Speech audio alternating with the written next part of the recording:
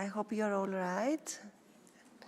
I would like to thank you today, the Ionian region, for arranging for us yesterday a short but impressive meet with the cultural heritage of Corfu. Of course, there are a lot more to explore, and after the end of the workshop, we will have some time more to do that. Yesterday, we were presented the scientific data of climate change, in particular at the Adriatic-Ionian region, and we had a clear map of the adaptation of climate change policies from the wider scale, Europe and Mediterranean, to the smaller countries and regions of the Adriatic-Ionian region. Today, distinguished scientists will present good practices in the fields of infrastructure, tourism, cities, and communities. In the afternoon, we will have the honor to attend a presentation regarding the effects of climate change of the old town of Corfu, and a guided tour of the old city will follow right after. We begin with the first session of the day, which is adapting infrastructure to future climate. And please, Dr. Ioana Curtis, Senior Climate Change Specialist, Mobility Department at the EIB Advisory, European Investment Bank, pleased to take the floor.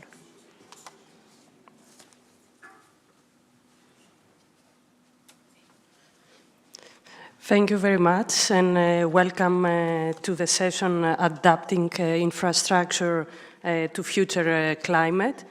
The aim of this session is to share with you the methodology of the European Commission for climate-proofing infrastructure project, but also share specific good practice and examples, case studies of projects that have done climate proofing, and they help to improve resilience. I would like also to call the speakers to come upstairs. Mrs. Miruna Postaru, Deputy Director General from the Managing Authority for Sustainable Development and Sustainable Development Program 2021-2027 of the Romanian Ministry of Investments and European Programs, and Stephen Hart, Finance Advisor from EIB Advisory from European Investment Bank. And online, we have Mr. Massimo Mara, Lead Advisor, Cross-Sectoral and Capacity Building Coordinator from EIB Advisory Services Coordination from European Investment Bank, and also Mr.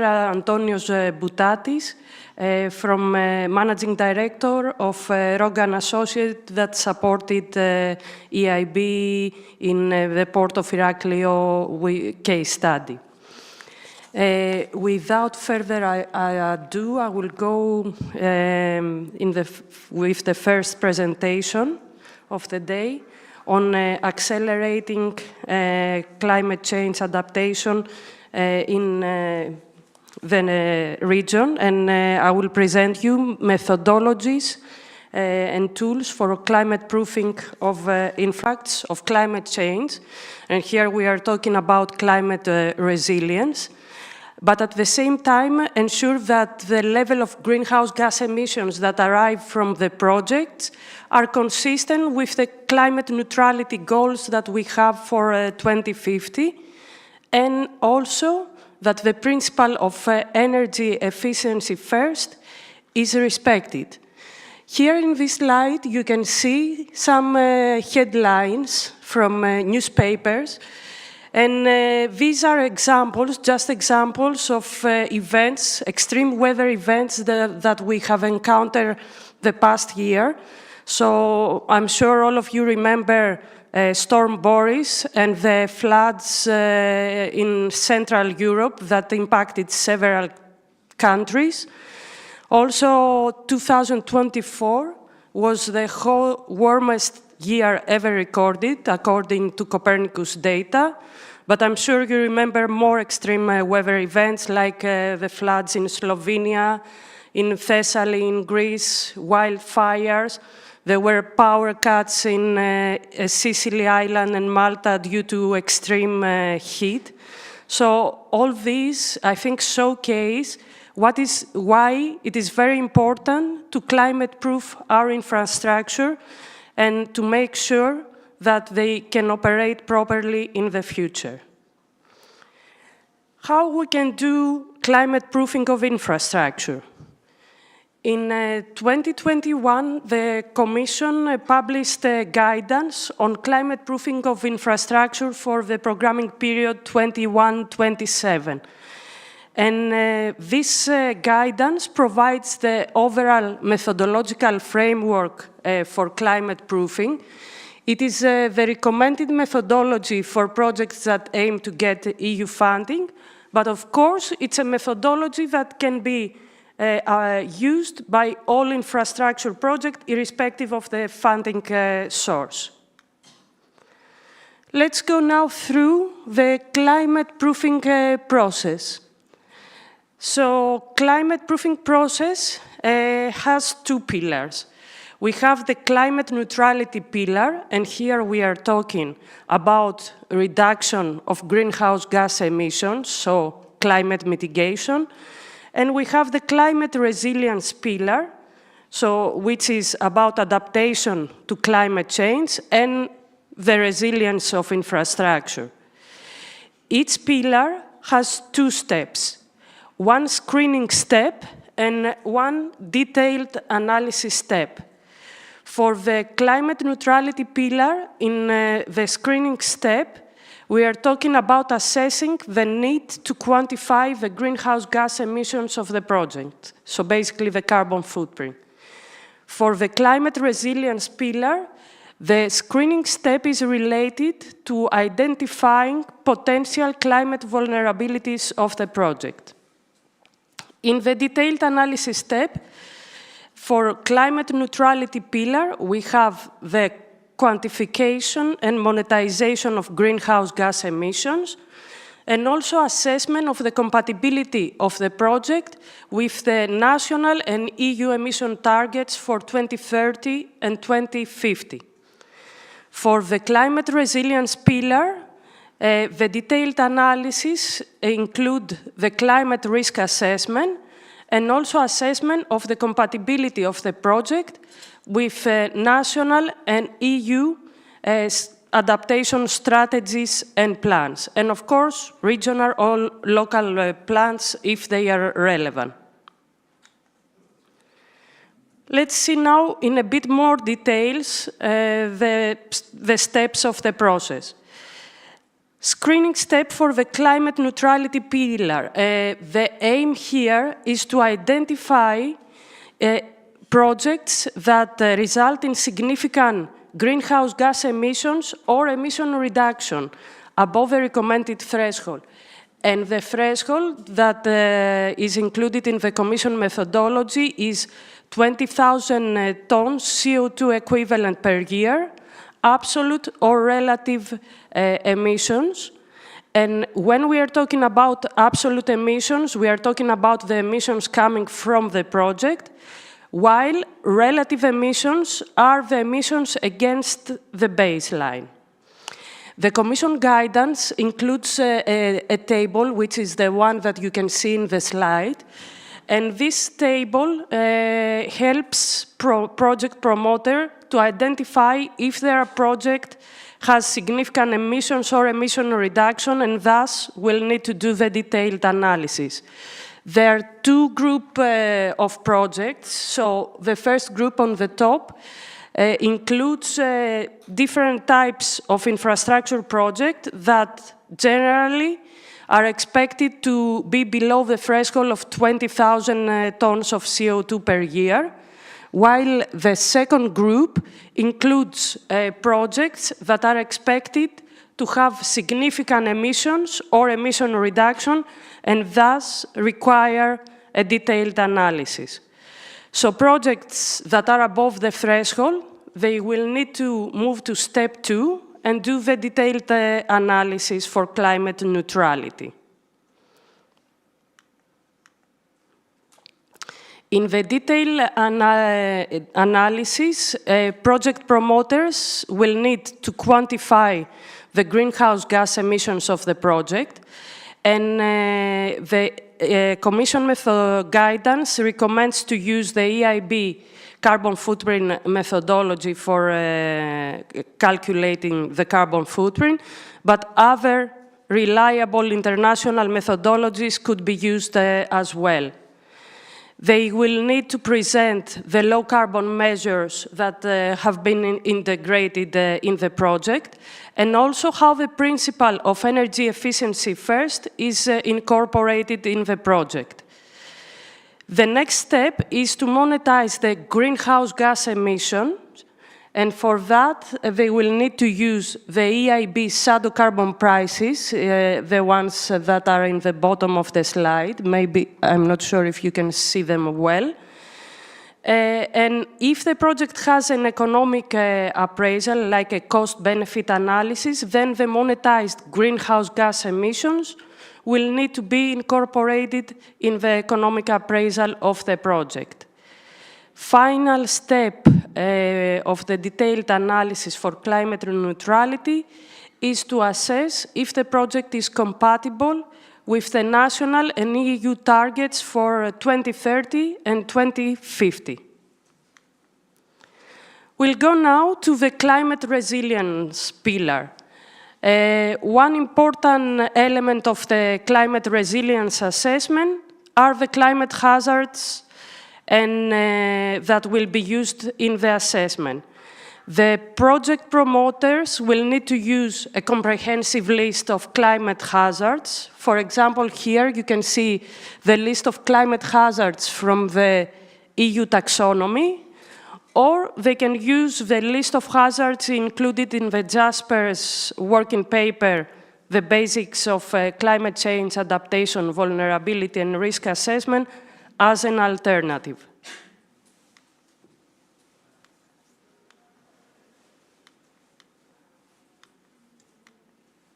No?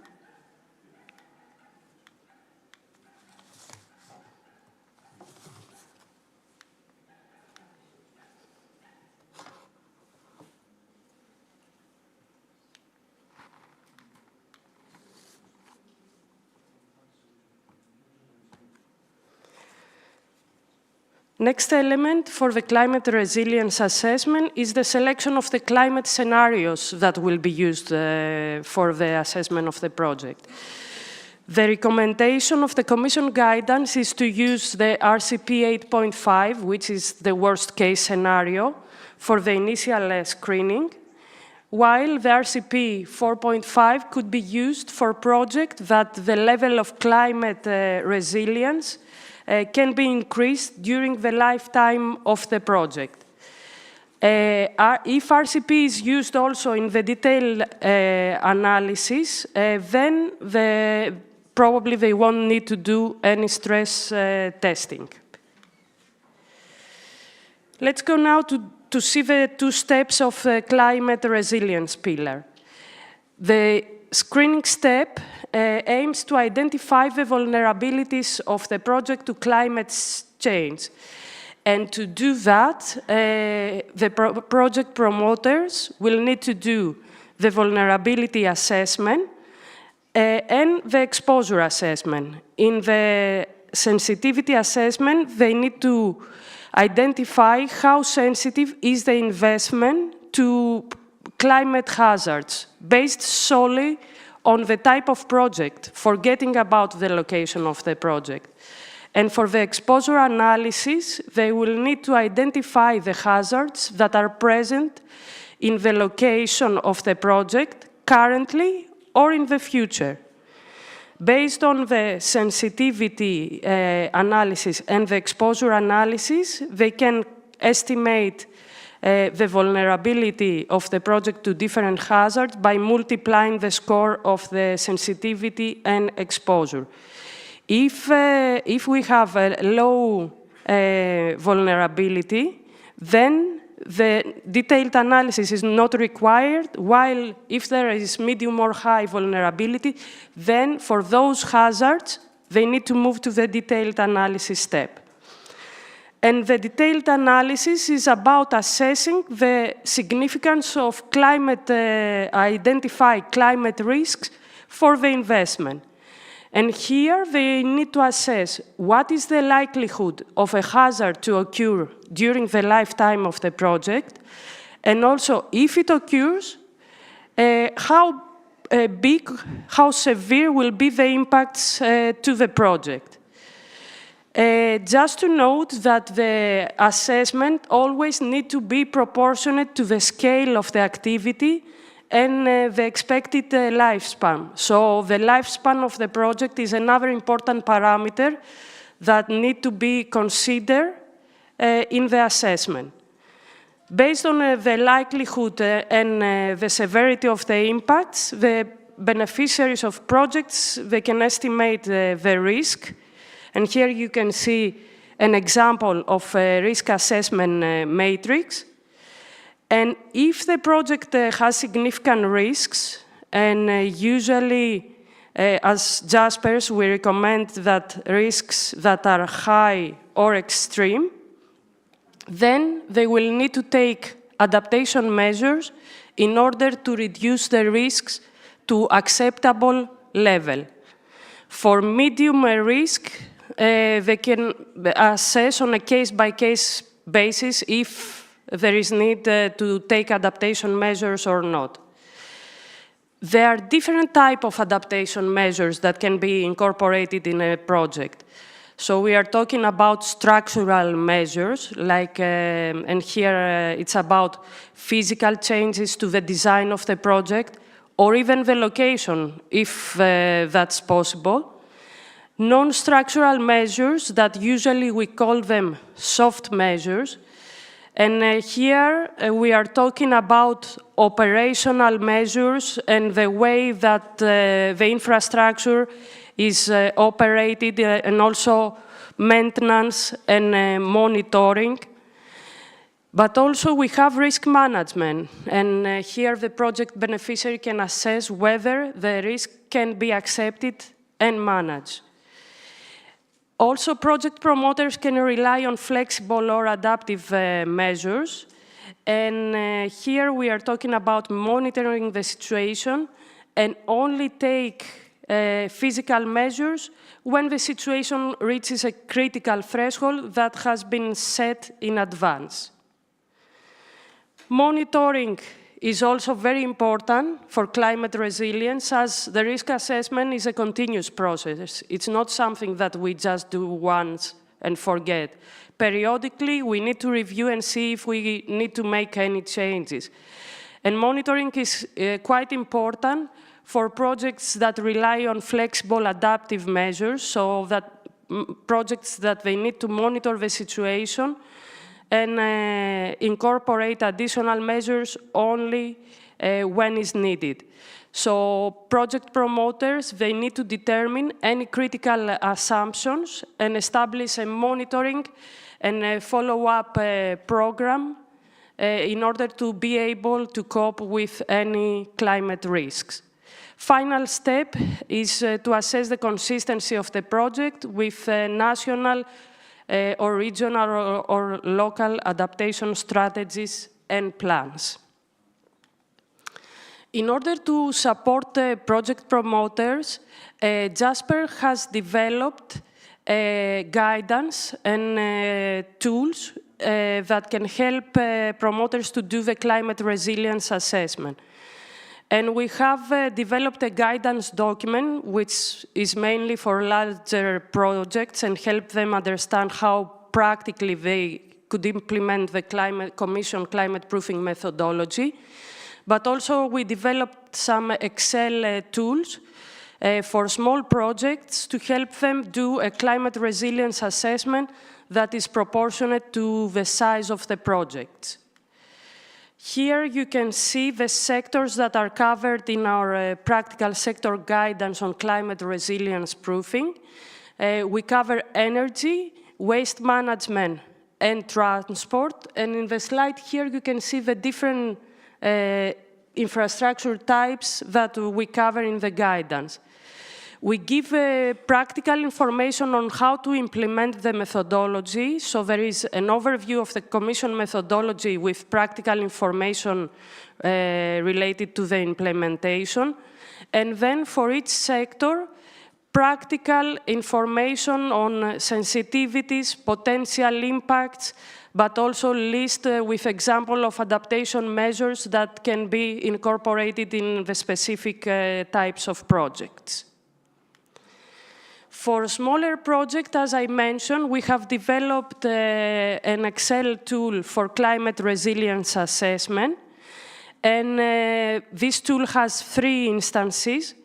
There is one Excel for water and wastewater projects in which we cover drinking water supply, wastewater collection and treatment, and also irrigation.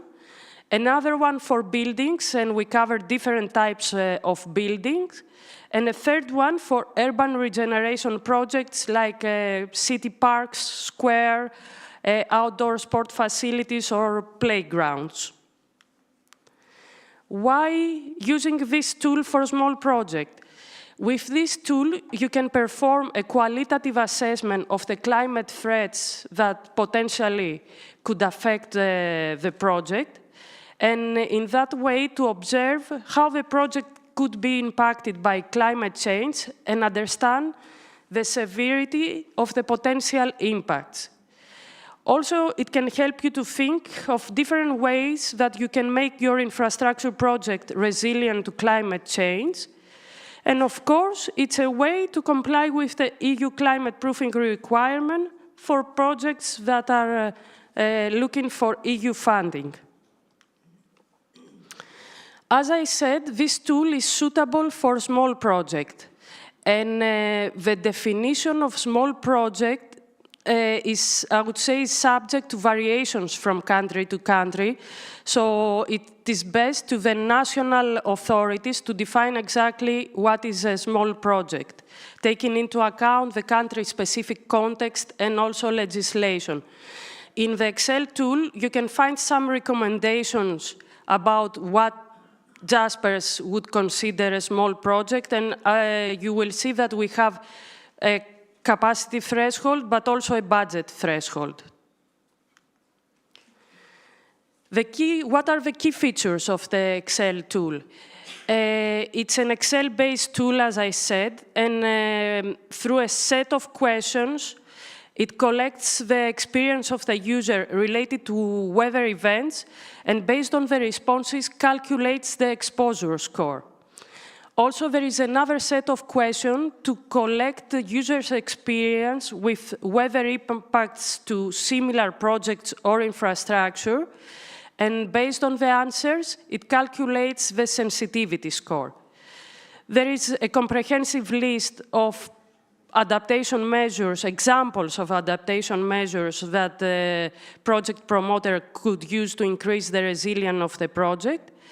And the tool includes built-in function that automatically compile the risk profile of the project before and after the implementation of adaptation measures.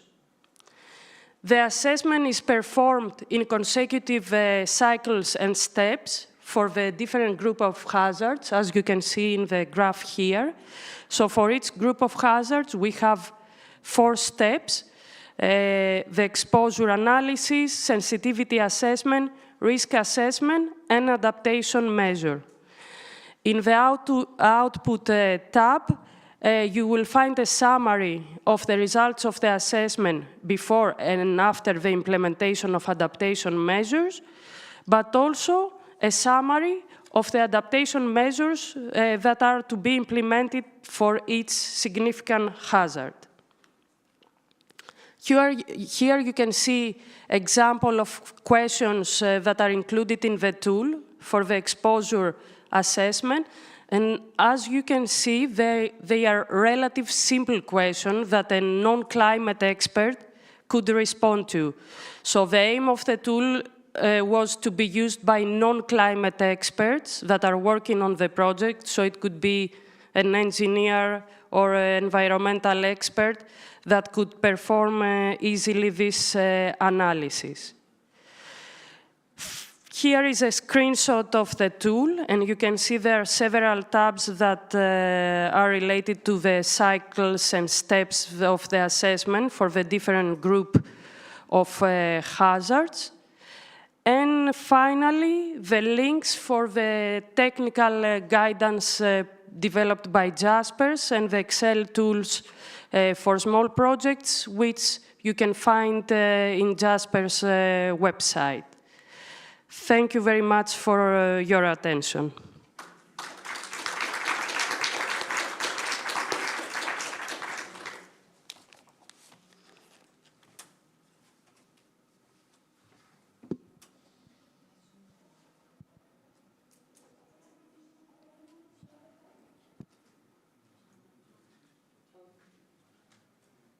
Can you hear me? Yes. Okay. We'll go to our next speaker, and Massimo Mara from EIB Advisory, the JASPERS, will give you a quick overview of EIB's support related to climate proofing. Massimo, over to you. Thank you, Anne. Good morning, everybody. Kalimera. I hope you hear me well. I hope you hear me. Yeah. Okay. We can hear you. Okay, thanks a lot. Thanks a lot, Joanna, and welcome everybody. Greetings from Brussels. Unfortunately, I couldn't be there with you. As Joanna said, we are part of the wider EIB advisory universe. I'm pretty sure from my colleague Stephen Hart, who is there in the audience, you heard yesterday about what the EIB has put in place in order to support climate adaptation across the board, both in Europe and outside of EU. I just wanted to share with you a few slides to introduce, in fact, the case studies that will be presented by my colleagues in the audience. Let me try to share my screen. I hope you see it. Let me see. Okay. I hope you see the slides. Anyway, just to again give the background. Stephen has presented to you the EIB, so I will not go into it, just to frame why we're doing the activities related to the adaptation plan. This builds on a wider strategy that we call the Climate Bank Roadmap. This is a strategy drive our activities in relation to climate and environmental sustainability. Is linked to the Paris Agreement, of course, and it's meant to support the implementation. Within this strategy in 21, we developed a dedicated adaptation plan that is also actually supporting the implementation of the EU adaptation strategy. Now, all these documents are being, of course, reviewed and will be updated for the years to come. The focus will remain strongly on adaptation, and that's why we wanted also to share a little bit what we are doing, both in terms of financing and advisory solution to support this. One important aspect from our side is we have committed actually to increase our financing on climate adaptation by this year, in fact, to reach 50% of our overall activities in climate action and environmental sustainability. I will not touch on the financing solutions that Stephen had presented yesterday. Is there in the room. He can develop further. Just to show that in the context of our adaptation plan, we cover pretty much the whole universe, sectoral universe that you might be concerned with. These are key areas that we have identified as important for focusing our efforts both in financing and in advisory services. In terms of advisory solution, we have two main products or mandates we are using to support our counterparts in developing programs and projects that builds resilience of infrastructure. Johanna has already mentioned one of them, JASPERS, which is a mandate that we have since almost 20 years with the European Commission.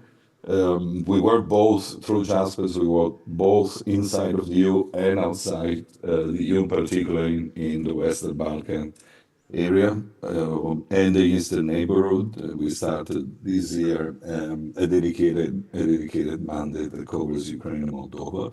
So in that sense, for you in the audience that are coming from the pre-accession countries and are interested in getting support to develop projects or to build the capacity, including through the implementation of the methodology that I just presented, we are available. Our support is free of charge, and we cover pretty much the full project cycle.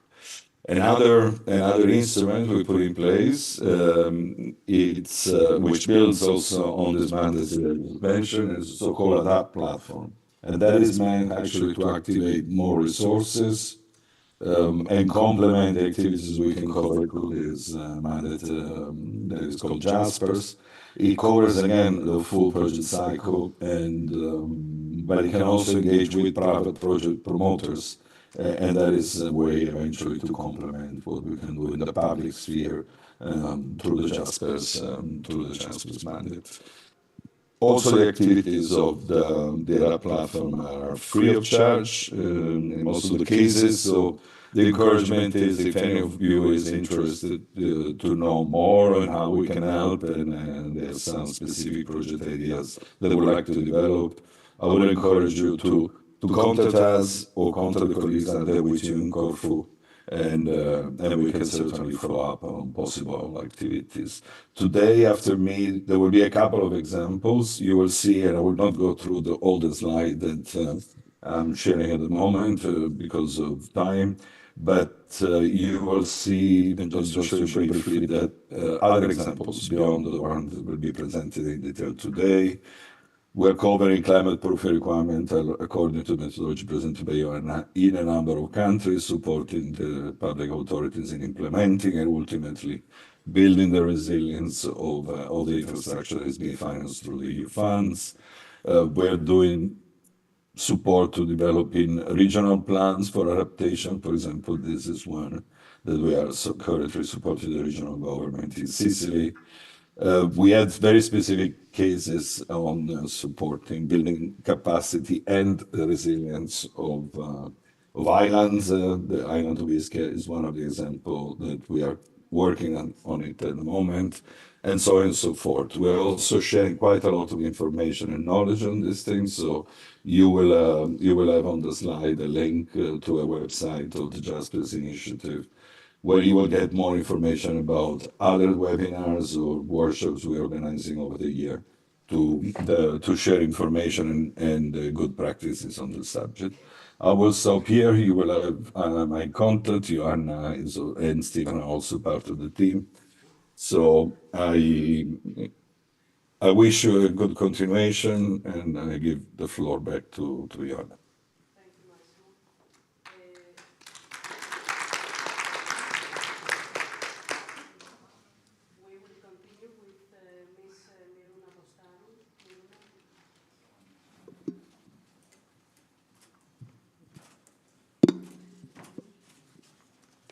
Thank you, Anna. Good morning, ladies and gentlemen. My name is Miruna Poștaru, and I represent the Ministry of European Funds from Romania. Our mission is to ensure the efficiency of the EU funds in support of Romania's green transition, sustainable infrastructures, and climate resilience. Within our program from 2021-2027 programming period, the Sustainable Development Program, we manage strategic investment that align with national and EU level environmental and adaptation goals, including projects focused on water management, energy efficiency, biodiversity, and risk prevention. Before I begin my presentation, I would also like to express my sincere gratitude to organizers of this event and to AAB team and Jaspers for the kind invitation and the opportunity to be here with you today. It's a great honor to contribute to this important dialogue on climate adaptation and resilience along so many partners. In this context, I am pleased to present today the strategic approach Romania is taking through the implementation of the strategic project for reducing coastal erosion on Black Sea shore. I look forward to sharing our experience and exploring together how can be strengthened the cross-border cooperation in order to address the challenges that we face along our coasts. One of Romania's most strategic environmental investment is the EU-funded project dedicated to protecting the Black Sea shoreline. With a total value of over 800 million euros, out of which 600 million euros is co-financed by Cohesion Fund, this project represents a major step forward in our commitment to sustainable coastal protection. This is the phase 2 of the project that was approved by the European Commission on 2nd of April 2019, and it is implemented by the Romanian Waters National Administration. The project was prepared with the continuous support of Jasper's team. The necessity of this project is rooted in a long-standing environmental challenges. Over the past decades, the natural balance between the sedimentation and erosion along Romania's 245 kilometers Black Sea coast have been severely disrupted. This is largely the consequence of extending hydraulic intervention carried out during the 60s decade to the 80s, both along the Danube Basin, including construction of dams and port infrastructure, and also directly on the coastline. After extensive surveys and assessment, it was concluded that if no action are taken to address coastal erosion, the level of degradation will have catastrophic consequences for the sensitive areas, socio-economical infrastructures, and not the last, the properties. The core of this strategic investment is clear: to control and monitor shoreline erosion while protecting ecosystems, infrastructure, and coastal communities.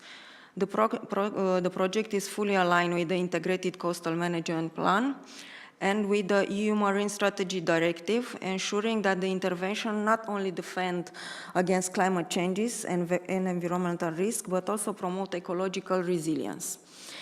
This initiative is not just about physical infrastructure, it's about securing the future of our coastline and the biodiversity it sustains and the people who depend on it. As the result of the implementation of the phase 1, as I already told, we are only implementing the phase 2. The phase 1 was implemented during the programming period 2007-2013, with a total value of 135 million euros. Then a total of 7.3 kilometers of coastline was rehabilitated, leading to an increase of beach area of 60.66 hectares compared to the 33 hectares targeted as the project indicator at that time. Given the ongoing process of beach and cliff erosion that leads to direct loss of national territory, it is estimated that under the current project in implementation, the phase 2, based on our technical solution outlined in the feasibility study, new beaches with a total estimated of over 200 hectares will be created.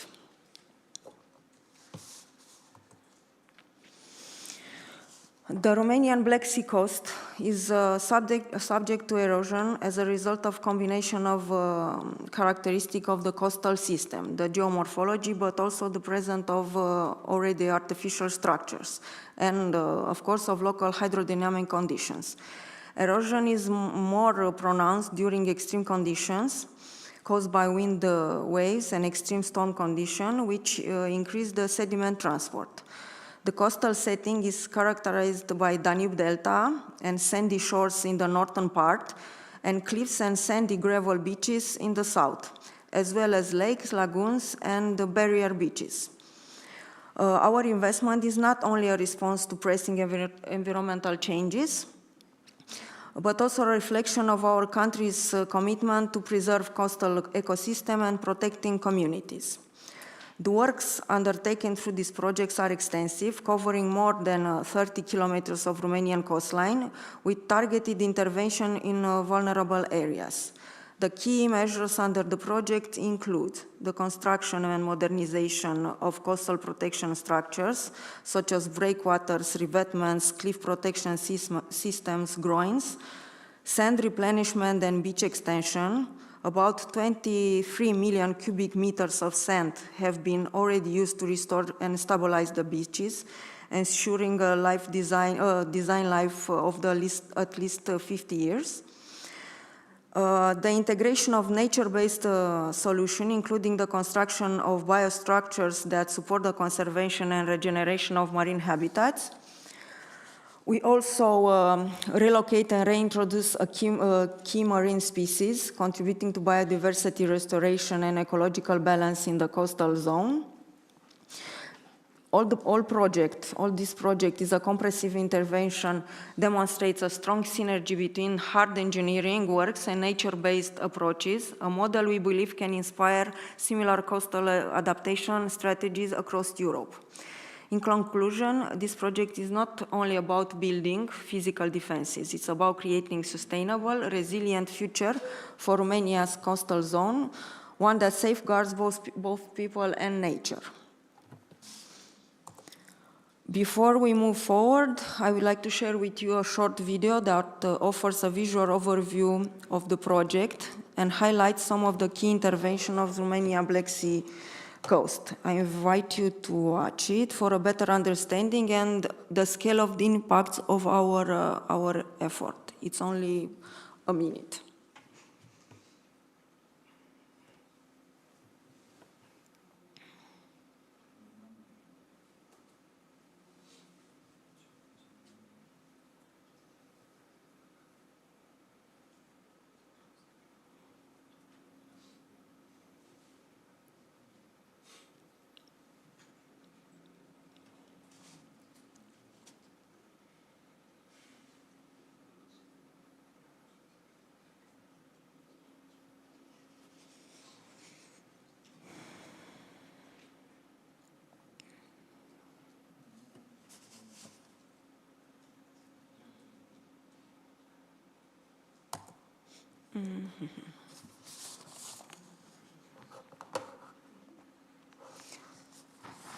Okay, so I don't know if you can see it, but the dotted line is the coastline, the shoreline in 2015, and you can see what happened until 2017 after the implementation of the first phase of the project.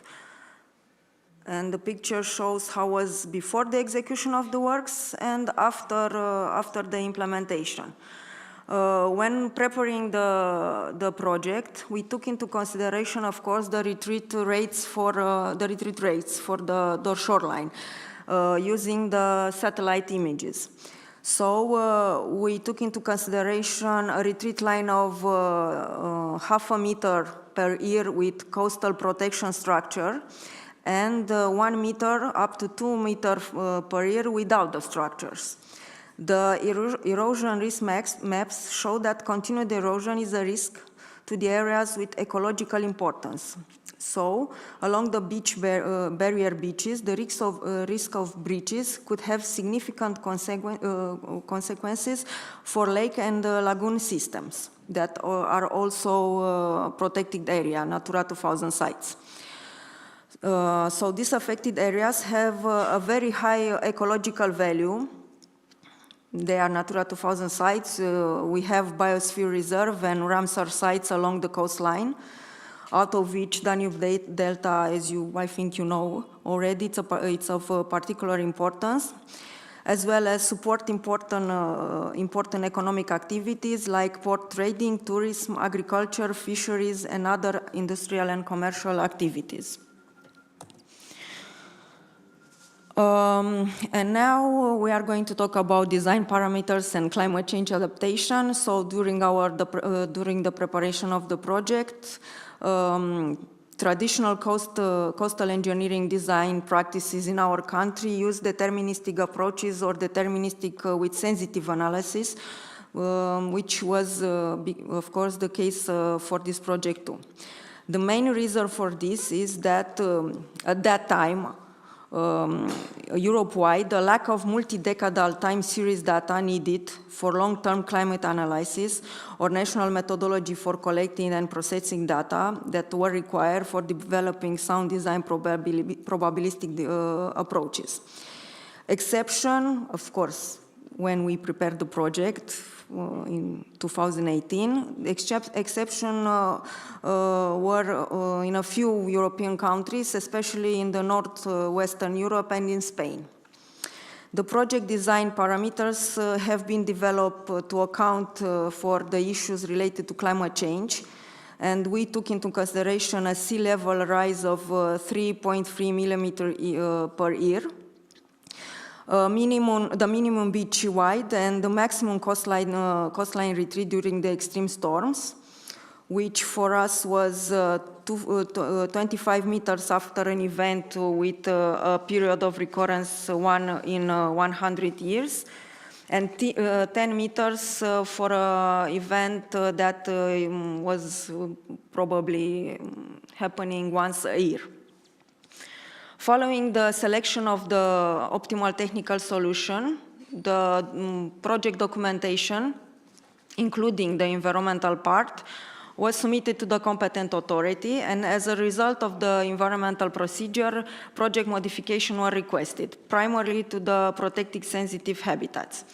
The beneficiary then integrated the recommendation, adjusting the scope of the works, the bill of quantities, and of course the cost of the project increased.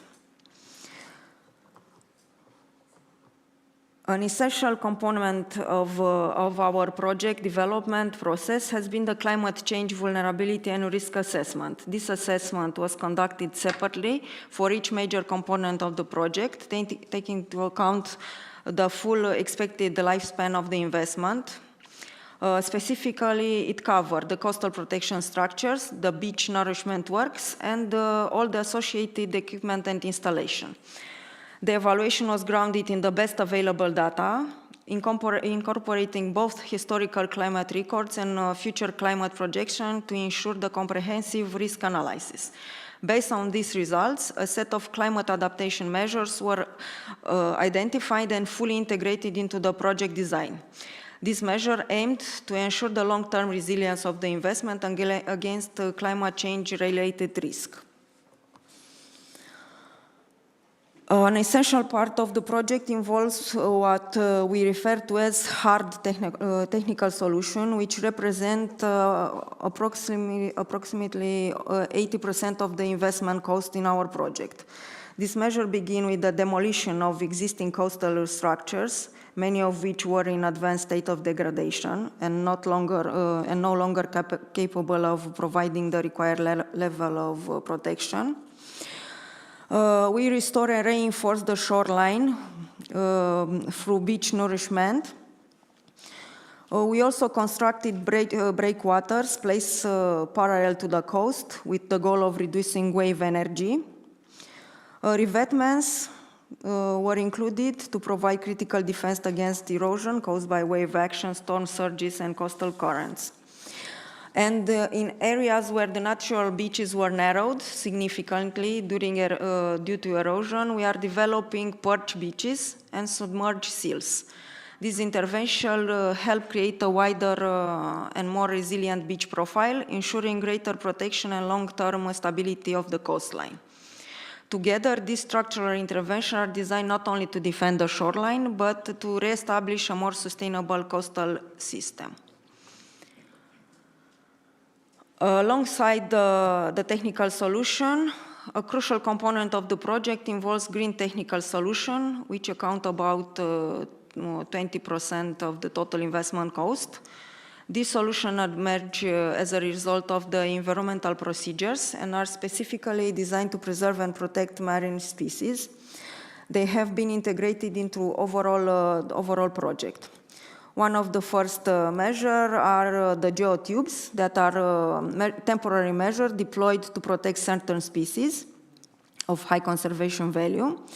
In addition, we have sand-filled geosystems that are implemented as permanent biostructures to enhance the coastal ecosystem.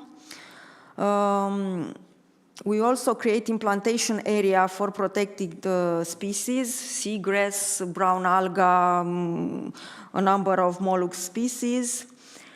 And lastly, based on recommendation from the environmental procedures, monitoring will be a part of the project. This ensures ongoing assessment on the health and coastal and marine environments, guaranteeing the long-term success of our efforts. Here we have an example how we merge the hard technical solution with the soft one, with the nature-based solution. I don't know if I have time. Time is up. We are in time? We are running out of time. Okay. Oh, yes, I can wrap up. So I can finish with another video.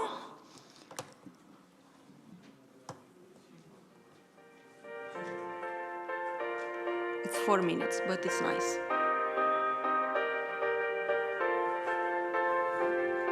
Tell your soul to me. I will never let go completely.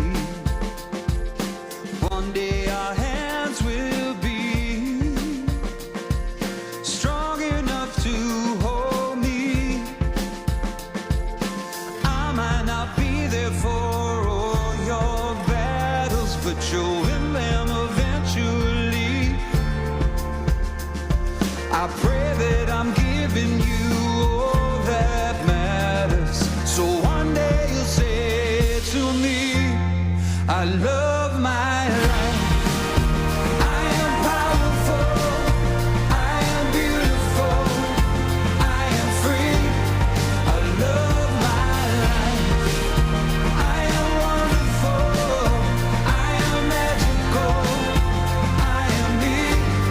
I love my life. I am not my mistakes, and God knows I've made a few. I started to question the angels, and the answer they gave was you. I cannot promise there won't be sadness. I wish I could take it from you, but you'll find the courage to face the madness and sing it because it's true. I love my life. I am powerful. I am beautiful. I am free. I love my life. I am wonderful. I am magical. I am me. I love my life. Fly be others with hearts like yours. Run far, run free. I'm with you.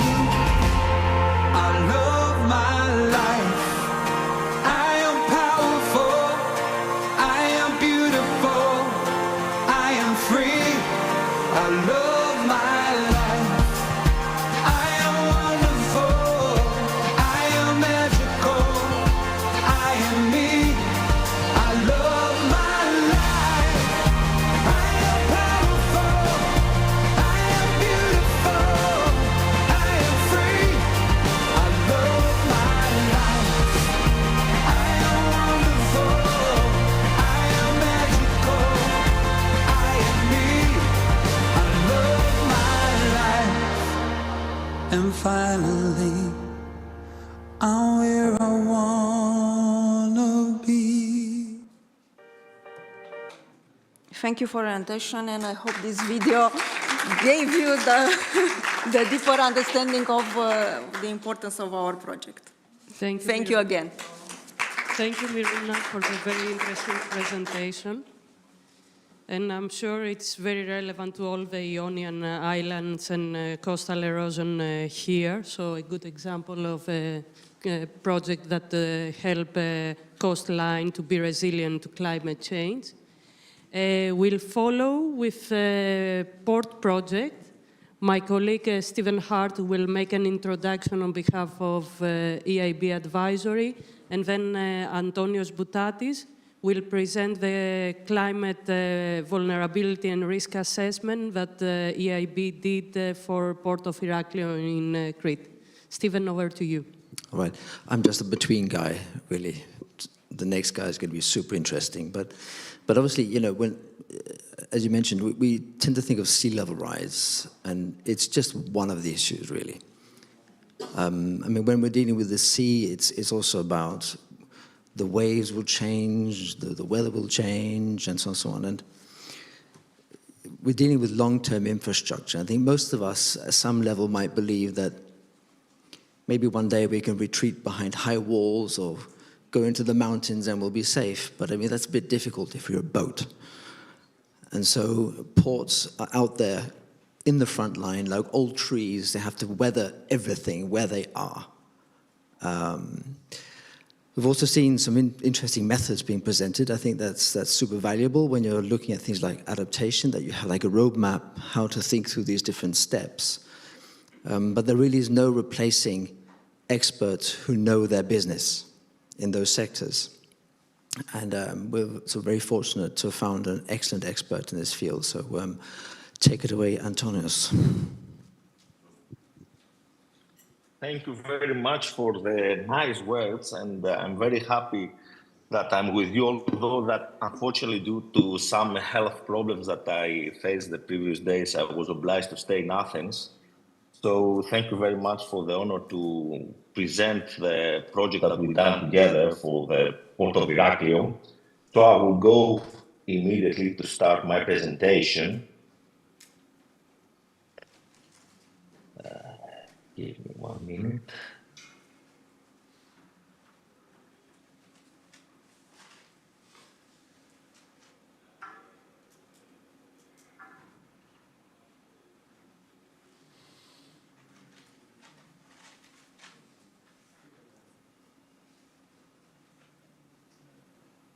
Just 1 minute to open it.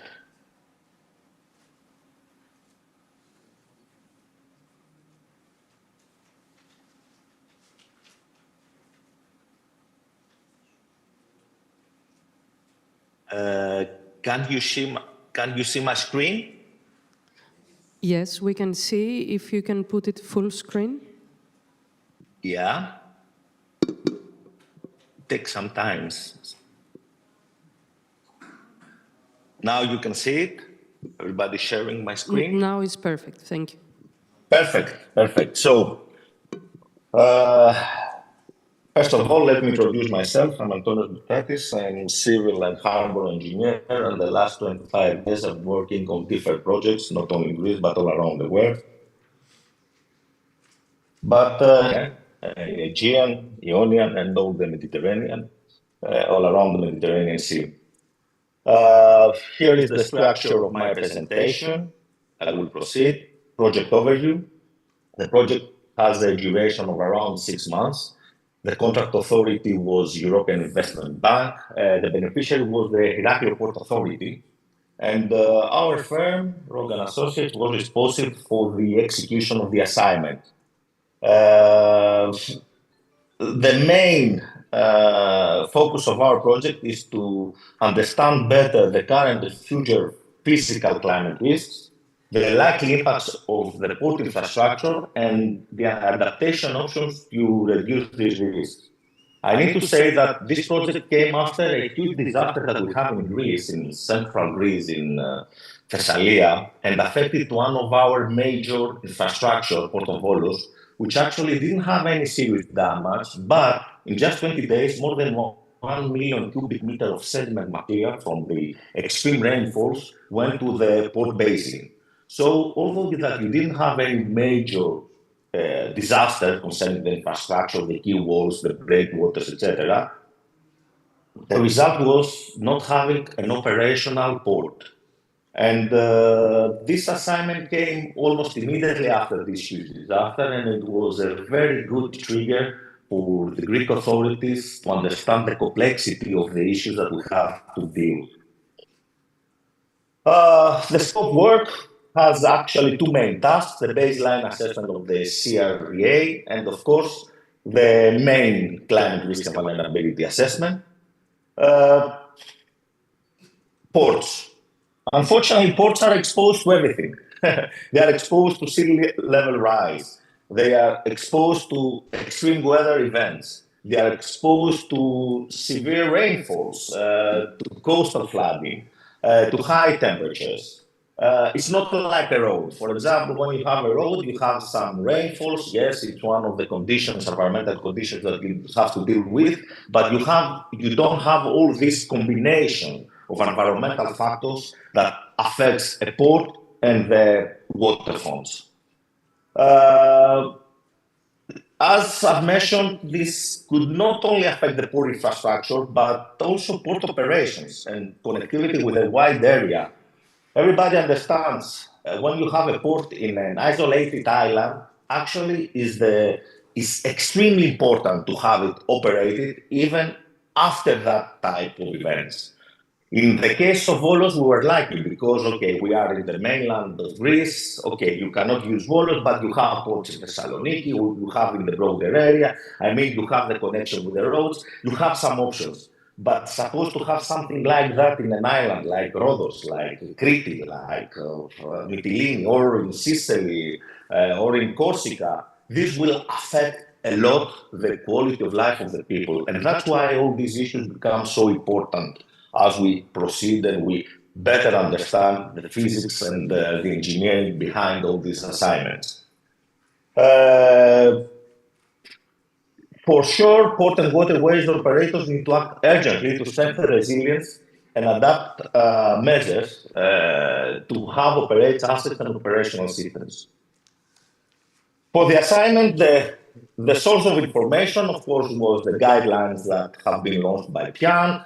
There was the Task Force for Climate-Related Financial Disclosures, 2022, European Commission's, of course, documents, and the EIBs, and the Ioanna make a very detailed presentation about that. It was the master plan of the Port of Heraklion, and of course, the Copernicus database, because the Copernicus database actually provides reliable data, provides data about projections concerning climate change for different scenarios, and of course, many scientific publications on this issue. For example, for the climate-related parameters, for the water levels, we were based on national, let me see, let me change just 1 minute. Okay. Yeah, we were based on the national weather forecasting, other public authorities, some satellites data. On the bathymetry, which is very important for the wave assessment and for the sea level rise, we were based on a detailed bathymetrical analysis performed by multi-beam by the Port of Heraklion. Wave heights and directions and sea conditions, we were based on different databases, on VOS, on the National Weather Forecasting, Hydrographic Services, some data analysis performed by observations in Mediterranean. And for wind speed and direction, we receive very reliable data from the airport of Heraklion. Hopefully, you know, always the airports have the best availability of data concerning wind speed and directions. Currents and flow rates, again, it was based for different scientific and database that we have here in Greece, but mainly on the national forecasting services. And historic extreme events, again, we were based on local meteorological data records that we have in the area, although that they were not so reliable, apart from the data that we have from the airport of Heraklion, and some other studies that have been conducted in the past. Oops, let me check. Okay. A few words about the Port of Heraklion to understand the infrastructure. The Port of Heraklion is exposed to severe north, northeast, northwest winds and waves. During winter, we have observed even waves up to 6.5 meters, and is protected by an extended windward breakwater with 2.1 kilometer length, 2.2 more or less. We have different uses within the port. We have a historical fishing shelter where is also the castle of Middle Age of Kule. It was a Venetian castle which is protected by UNESCO and is one of the landmarks of the city of Heraklion. With a small marina, as you can see in the area of the fishing shelter. There are piers 1 and 2, which have mainly ferry terminal uses, raw packs. I mean, most of the goods from the mainland of Greece or other parts of Greece are coming through this port, and the services are in these 2 piers. We have the cargoes area, Pier 3 and 4, and of course there is the Pier 5 where we have a dockyard. Moreover, the Port of Heraklion receives more than 500,000 passengers from cruise vessels. Just to have an idea about the broader area, there is a main road network that connects with the city of Heraklion. City of Heraklion is around 200,000, 150,000, 200,000 people in the broader area of Heraklion, and in Crete Island, more than 350,000 people live. So, as you can understand, this port is a major infrastructure, not only for Heraklion, but the whole island of Crete, and also for Greece. It's one of the biggest ports that we have in Greece. Here are some analysis from the bathymetrical data and a detailed detail that we have prepared for the execution of the assignment. And let's see about the methodology. The stage 1 is, this methodology has been reported for first time by Pian, which is very detailed and give us a very good tool to proceed with the analysis of that type of topics. On stage 1, we have the planning horizon. We need to decide for how many years we're going to plan our infrastructure, for 30 years, for 50 years, for 70 years. Usually ports are something between 50 to 70 years. When we are doing a master plan, our plan period is 25 years, but the infrastructure lasts more. I mean, we have infrastructure that is more than 100 years in this place. The second is to, on stage 1, inventory of critical assets and operational systems. Monitoring of physical assets conditions, operational performance, and consequences of extreme events. For example, in case that you have a complete destroy of the Windward Mall, everybody can understand this will be a total failure for the whole port infrastructure. Engagement with key stakeholders. This was done on this assignment because we have extended interviews with the local authorities, and I'm not talking about only with the port people, with the people within the port and the different directorates, but also with the emergency authorities, with the Greek Coast Guard, just to understand everything about their approach concerning the port, and determination of design and typical operational thresholds. On stage 2, of course, it's important to identify the climate parameters and process relevant to critical assets, operational systems, collection of existing baseline data and extreme events, including extreme events. Determination of climate change scenarios. This is a very tricky task because, as Miruna mentioned before, in some cases, if you are very conservative, you can come with solutions that are extremely expensive, and as mentioned before, you can come with solutions that you can have a huge waves and everything is protected behind this wave. This is not an engineering approach.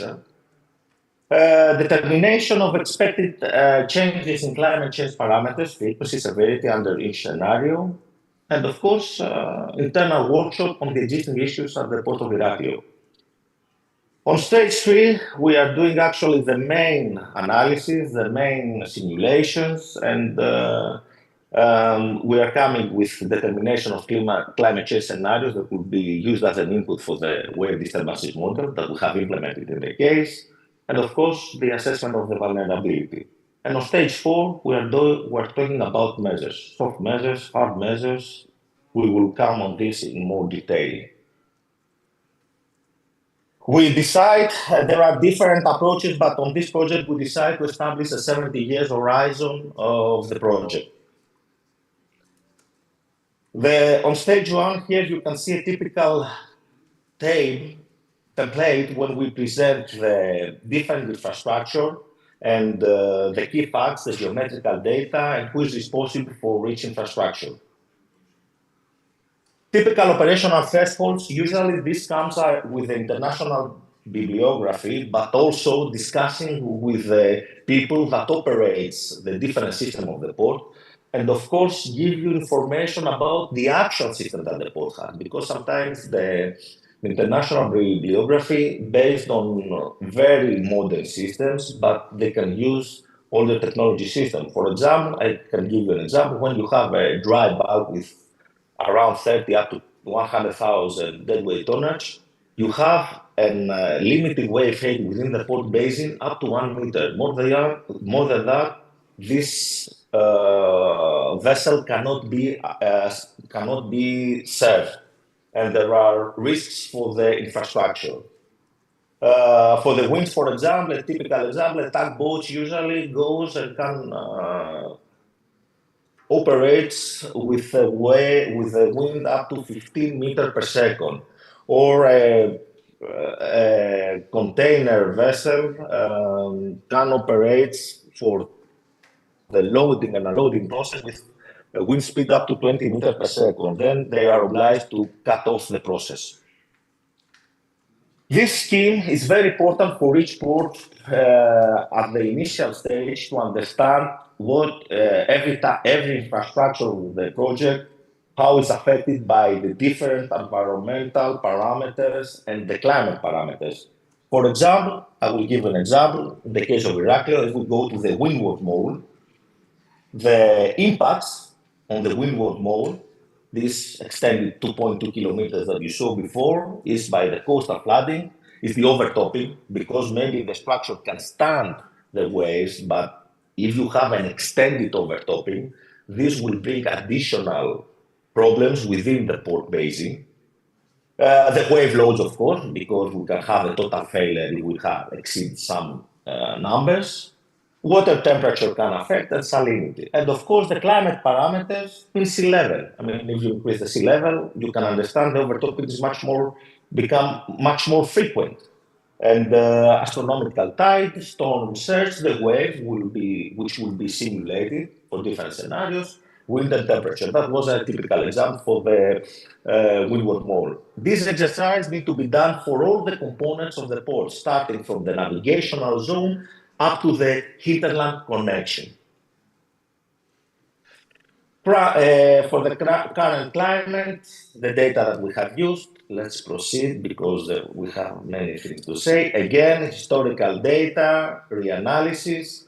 What I mentioned before, here you can see rows concerning the wave conditions and the wave conditions and the wind conditions. You can see this rows diagram which present the frequencies and the HS, its significant level waves. And here are typical outputs for different return periods in years for extreme wave conditions. All these are very important. Again, the same has been implemented for the temperature, and again, the same implemented for the winds, additional methodologies, and the precipitation. The precipitation, as I mentioned before, and that was the case in Volos, can play a major role, not only concerning the flooding, but also the outfalls and the rivers that are in proximity of the port basin. For example, in the case of Heraklion, there is Silamianos. Silamianos is one of the main outlets, rivers in the area. which brings sediment within the port basin. And you can understand, as in the case of Volos, this creates a huge danger when you can have an extremely flooding event. The infrastructure can stand, can be there, but if you have a complete change of the operational depth, as we experienced in Volos, changes up to 5 meters, having an operational depth of -9 and become -4. They cannot accommodate vessels. So it's again the same problem, having a full an event of total failure. So all this need to be assessed and understand. Determination of climate change scenarios. Again, we are talking about, yes, we are talking about RCP scenarios. When we start this assignment, Copernicus database provide data for RCPs. Ioanna mentioned also concerning EC methodology that we are talking about RCPs 4.5 over RCPs 8.5. Fortunately, back in this period, there was detailed analysis by Copernicus database providing projections for waves and sea levels. And of course, as all of you are aware, SSPs have been launched recently in 2023. Some databases from NASA have started to downscale this model and provide more tangible data for the scientific community and for the engineers in order to perform analysis. I think now Copernicus is starting, or maybe they have even launched and provide data based on SSP model, but we're still waiting. RCPs are 4, SSPs are 5. I will not go in too much detail on that. As I mentioned before, for the future climate, we were based on Copernicus and some studies that have been performed by academic institutions in Greece and in Italy, providing some data for 2100 concerning the changes of the age significant. I will keep this just to have in our mind, based on RCP's 8.5 in 2017, we are expecting a change in mean sea level of plus 30 centimeters, and in RCP model 4.5 in 2100 plus 40 centimeters. Different data in waves in age significant, they don't provide significant differences. They provide in period. Period affects the run-up of the models. I will not go into detail on this. And again, for the temperature, the same approaches for different years. What we are expecting for the how the temperature will be affected, and for precipitation river discharge. Let's go now to the methodology that the hardcore engineering methodology that was implemented using advanced mathematical models and equations. The output of this exercise at the end of the day is to have a map with the risk areas. So here are some snapshots. Yes, here are the different. On the next, we will see the vulnerability report, and we are going to the simulation, different scenarios. The first type of simulations were without climate change. The second was based on up to 2070, and the third was 2100. And again, by taking into consideration the increase in HS based on studies that have been executed by scientific institutions and universities in Greece. We have divided the port of Heraklion in 27 different areas, which for every area we observe 28, apologies, for which we have observed the different data, and we have observed how all these have been affected by the different simulations. Here are some snapshots for the wave simulations, and here is a very critical map that provides us a very good tool for the decision making. This is one of the maps that we have produced. Of course, the windward mode is exposed to severe wave conditions, and we came we will present some analysis that we were performed for that. But concerning the protected area of the port, we see that we have some quays that will have issues in case of these scenarios. And mainly the Pier 4, the Pier 5, and some parts of Pier 3 and 2. And based on how critical is that, you see in terms of the color. For the windward mole, we have been asked to provide a sensitivity analysis, and here you give you some example how this will affect the cost.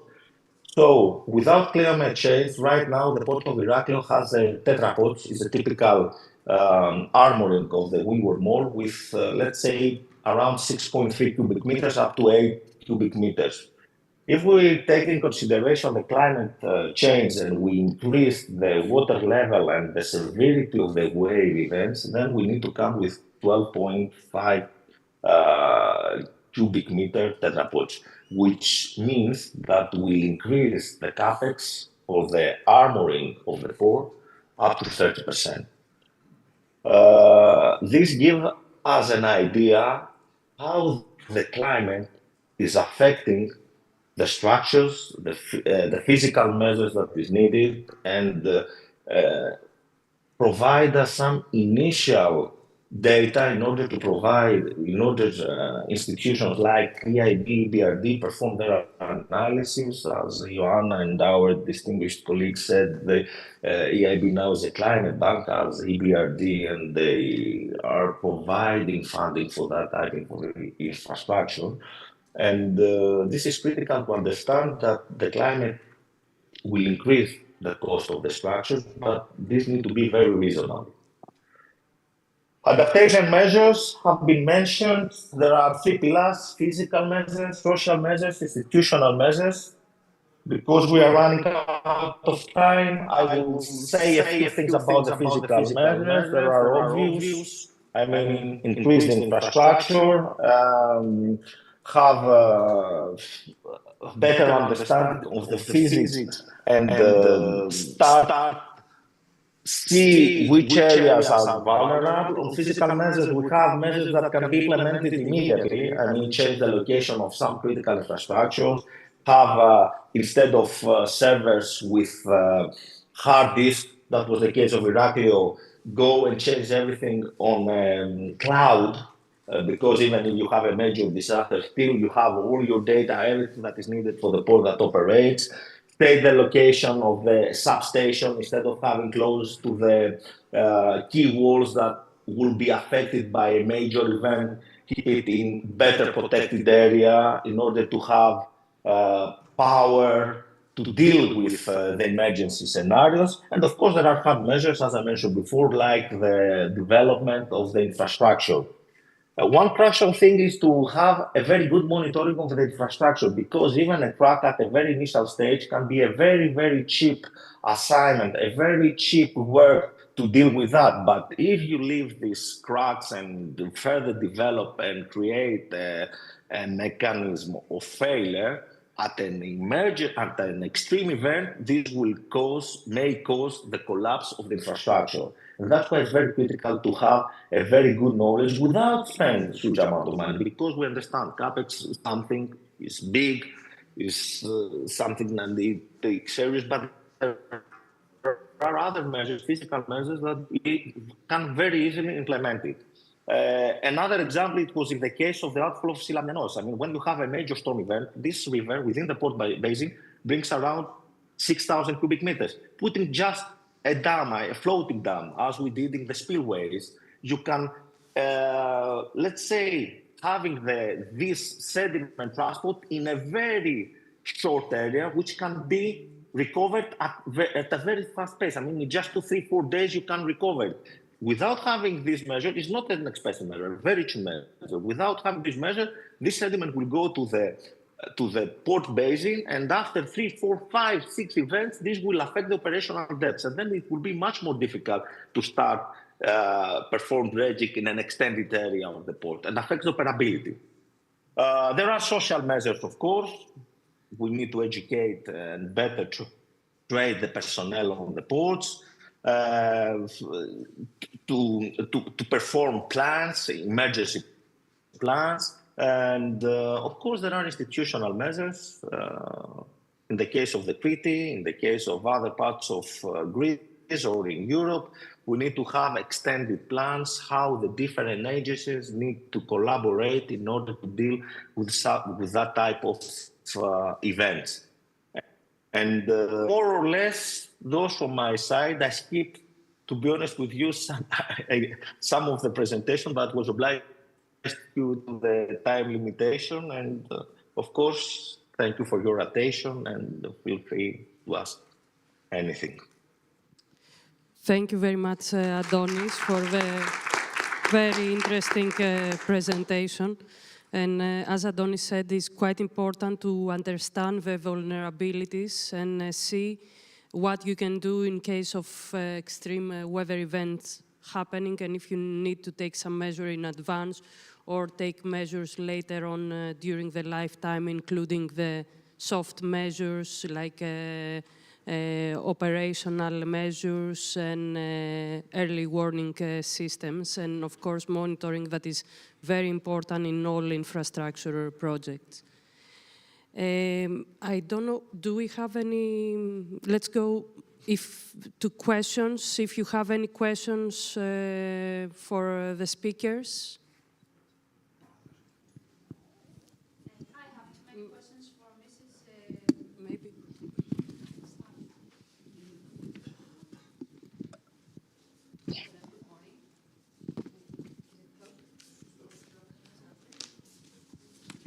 Now?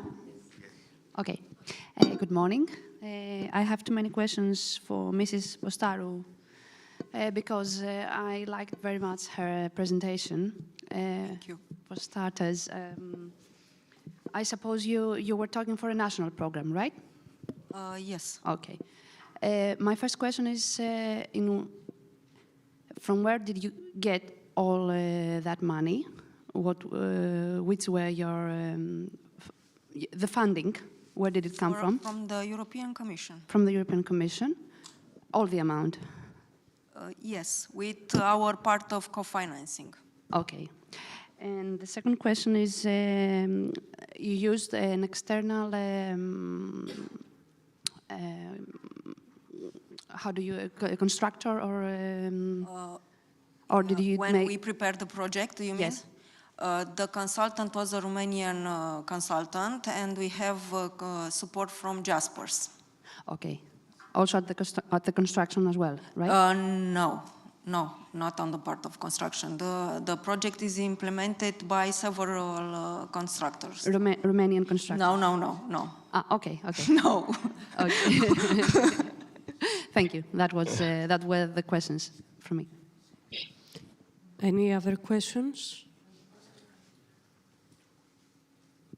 Yes, please.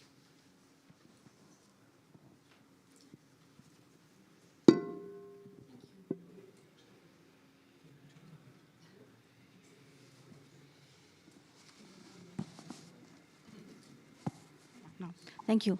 Kati Matern from the European Environment Agency. I have also one question to you.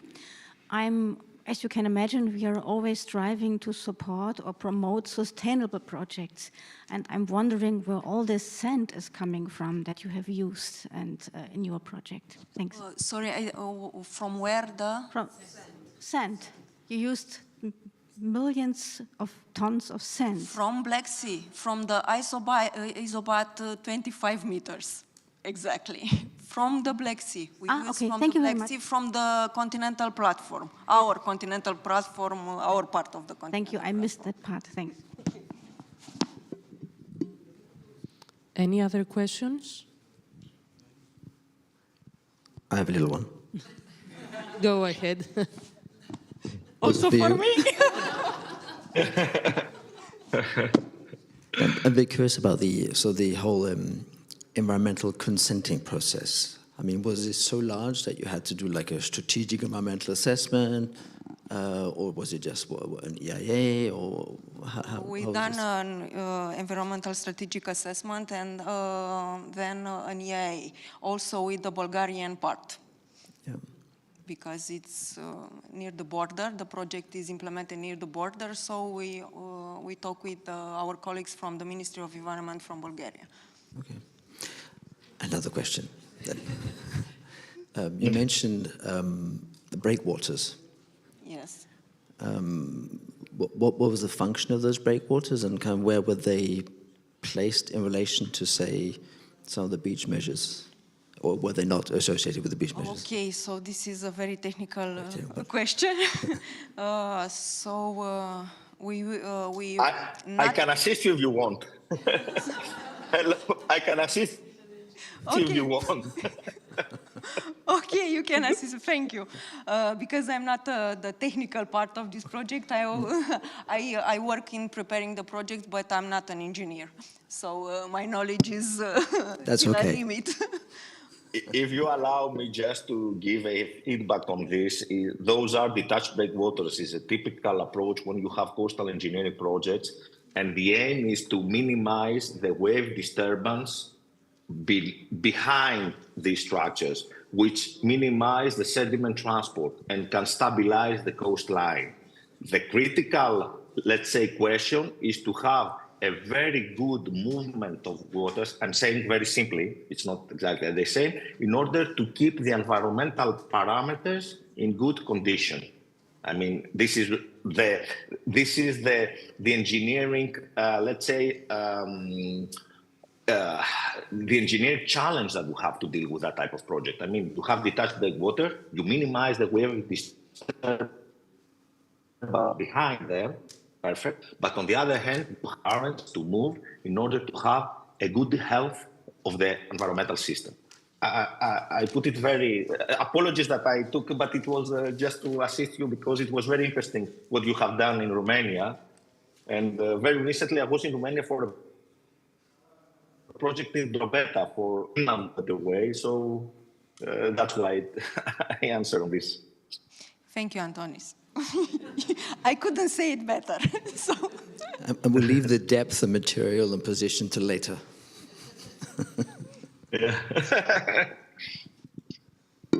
If I may join to this discussion, I'm working also with the Commission very much for the protection Danube River Basin. And we faced very much also in detail, let's say, years ago, the dispute between the countries due to, let's say, inland navigation, which is going upstream to the Danube, and all what is happening in the delta of the Danube, where it's this point very close to, which we are discussing now. And you pointed out on the early beginning of your presentation that it's the result of the sediment problems caused by decades of, let's say, whatever sectoral approaches with the dams and other engineering works, and with the negative impacts now with the sediment, whatever, lack of sediments and all changed conditions along the shared coast. Now, my question to you is how this, let's say, improvements and this realization of these projects, how is this now the state of, let's say, understanding first the neighborhood with your neighbors are somehow impacted, or comments, whatever, what is the understanding of those measures? Is this way to go or welcomed? On transboundary context, this is for me an issue. And the second, about the, let's say, community of, let's say, environmentalists, bird watch associations, and other eco-lovers, let's say, who are very much skeptical for each such an installation. Or is this managed? Is this welcomed, or it's skeptical? What is their, let's say, opinion about the monitoring the new situation? First, transboundary, let's say, dimension, if any, exists to that, and then from the stakeholders as environmental groups are. Thank you. Okay. So I try to answer to your first questions. We took into consideration all the existing situation, and we have already the dams, so we cannot remove them. So when we prepared the project, this was the hypothesis, and all the construction and all the feasibility study and the solution that emerged from there we can say that they are working, because we are, I think, at 60% of physical progress with this project. And we don't have any problem. And I think we are not going to have any problem, because we worked a lot for this project to be implemented. And on the second question, when we had the environmental procedure, we invited also the NGOs and all the stakeholders, and we didn't have any problem, because we also took into consideration that we have a lot of marine sites, protected sites. We have Natura 2000 from Danube Delta till the border with Bulgaria. We have the Biosphere Reserve Danube Delta, so that's why we changed the technical solution in the project, I think, in 2018, after 2 years of preparing, because of the comments and observation due to the environmental procedure. And now 20% of the projects are nature-based solutions. Congratulations. Thank you. Yes, congratulations. Thank you very much. Definitely. Any other questions for Miruna or anybody else? Do we have time, or we should go to break? If there are more questions, we can listen to them. Don't worry. Hello, I would like to have a question about for Adonis, maybe not only. I had the chance to participate in the Insularity Committee of the Hellenic Parliament recently, and the discussion was about the climate crisis and the effect of this. So this story of building and secure ports, as Adonis said, and not only, it's an expensive project to be done. It should have many GDPs of many countries going to these projects. Is this feasible to be done? Are we going to live in the near future in Venice situation, or even Atlantis, under the water?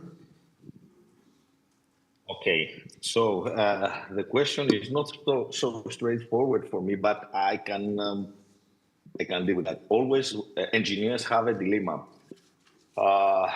Engineers feel very comfortable if you design very conservative and you feel very safe and secure and everything is perfect, and we can deal not only with waves of 6 meters, but 10 meters, 11 meters.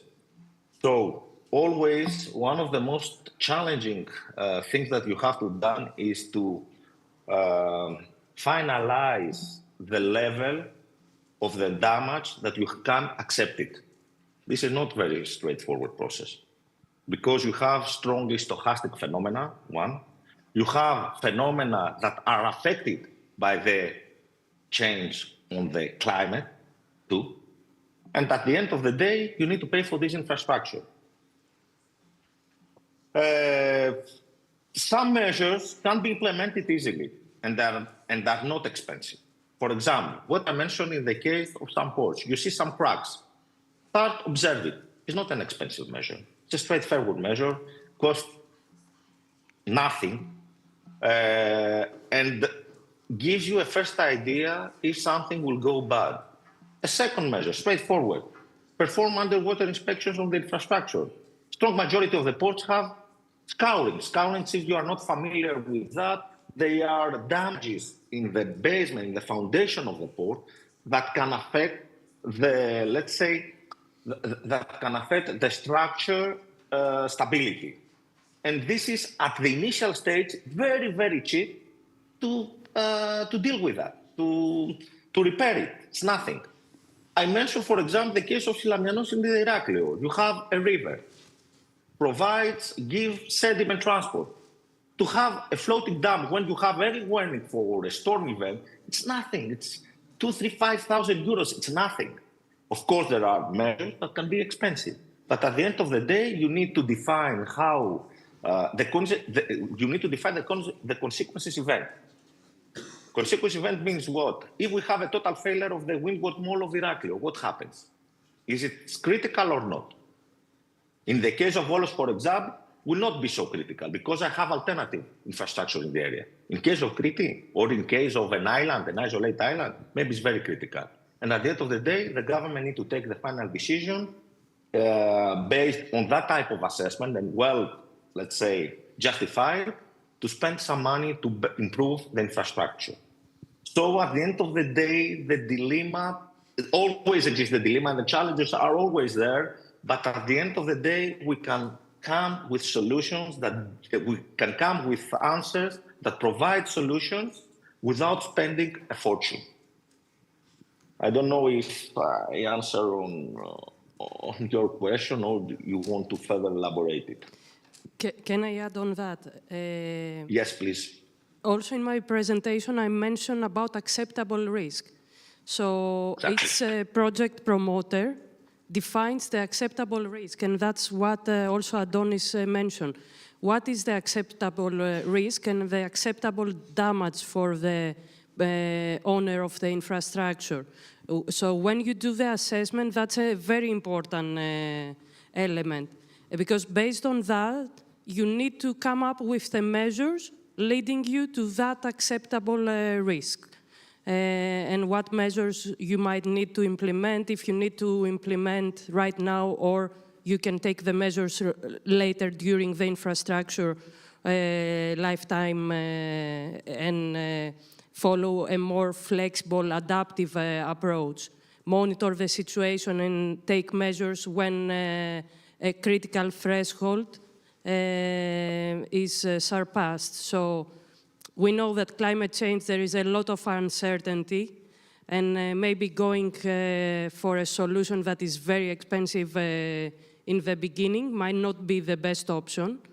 Of course, it depends if you can increase the level of resilience of your infrastructure during the lifetime.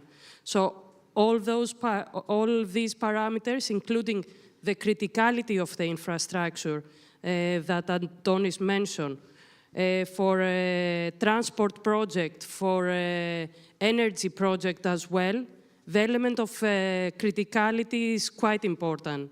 And how critical is your infrastructure, the specific infrastructure, for the functioning of even the area around it. So those are elements that you need to take into account when you decide the adaptation measures. Stephen, you may also want to add something about adaptation measure, and if they are always costly, or you can find solutions that are low cost as well. And actually, I think that was kind of what Antonis was going into a bit in the port context. But I think in general, if you look at infrastructure, I think we have to just kind of revise the way we think about how we, I guess, procure infrastructure, because we have a system that is geared to least cost. Made specifications, and the cheapest bid wins. And honestly, in a situation where we have a lot of uncertainty, we have to think carefully about how we design these procurement processes and what we're specifying. I mean, I'll give you an example. If we go to another area, like wastewater infrastructure, maybe for 10% extra cost, you get an economic lifetime which is much longer. If you look at treatment works, the prevailing way is really to design and to build things that are often at the limit of performance to reduce cost. And that is not necessarily the best strategy, right? So what I'm saying really is that for relatively little extra cost, you can get a lot more. I think that's what we need to bear in mind. And obviously, the cheapest solution in the long run is to avoid some of these problems in the first place. But that is a more long-term process in planning. And I think that maybe the third pillar of this is to get hold of people like Antonis, who are practitioners. And I think if you go to the ground, if you go to the cities and they know their own cities, their own problems, I think that's where you will find some of the nuggets, how you can get a lot of effect for relatively little resources, right? You need to get the locals and real experts who sit with this on a day-to-day basis involved. Thank you very much, Stephen. Any other questions? Konstantina? I hope it's the last, but I have a question that now came up to me. How many back and forwards you have to do in the study, in the engineering study? For example, you go to an estimation of the cost that the adaptation cost, let's say, that you would like to cover. Antonis, for example, mentioned at some point a 30% increase of the cost, if I understood it well. So maybe this cost could not be acceptable from the project owner, and you will have to go back and repeat a part of the engineering study in order to finalize the study in the implementation, in the final study phase, let's say. So, Adonis, you did in the Adriatic-Ionian port, you did a lot of this. Yeah, okay. This is, again, a tricky question, but we really like tricky questions. You need to, first of all, we need to understand, as Ioann also mentioned, the criticality of each infrastructure. For example, in an island, the port plays a major role. Especially the windward mole is the most critical infrastructure within the port, because without the windward mole, you don't have port. It's that protects with every event. I mean, if the windward mole collapses, then you will not have infrastructure. And the exercise that we have done for the windward mole was to secure, based on the climate change projections concerning the mean sea water level and the increase of the HS, to feel secure. That was there. In this was an estimation and was not a detailed engineering design. I mean, to be very open and frank on that. If we were proceed to a more detailed engineering design, there is always this value engineering. I mean, we come with this price, we describe the level of danger, and then the owner of the project came back and say, look, guys, okay, perfect, I like this, but unfortunately, I have only 10-15% that can increase based on a typical approach. Then you come again and you make your calculations and you increase the risk of having that, but keep it in a level that is accepted by the client. Because at the end of the day, the client, the owner, the municipality, the regional, the government need to take these final decisions. And this is not only for the climate change, this is for everything, for earthquakes, for flooding, for everything. So this is a back and forth process, that's true. This is a back and forth process. But when you are aiming for the finalization of the project in order to launch a tender and having constructed. Thank you very much, Adonis. Any other question? I think we had a very interesting discussion, and both projects, both the Romanian coastal erosion project and the Port of Iraklio, are linked with the Ionian area and the Ionian Adriatic region, and projects that you might, or problems that you might face in your areas. Thank you very much. A big thank you to our speakers, Miruna, Antonis, Massimo, Stephen. Thank you. Thank you very much. Thank you. 5 minutes break, please.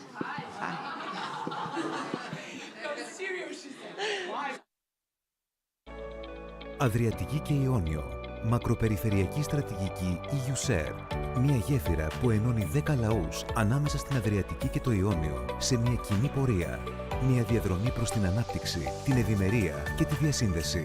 Όραμα και αποστολή της EU-SHARE είναι η ανάπτυξη, η απασχόληση και η ανταλλαγή τεχνογνωσίας και καλών πρακτικών μέσα από την αντιμετώπιση της κλιματικής αλλαγής, την προστασία του περιβάλλοντος, αλλά και τη δημιουργία ενός βιώσιμου μέλλοντος για τους πολίτες της μακροπεριφέρειας.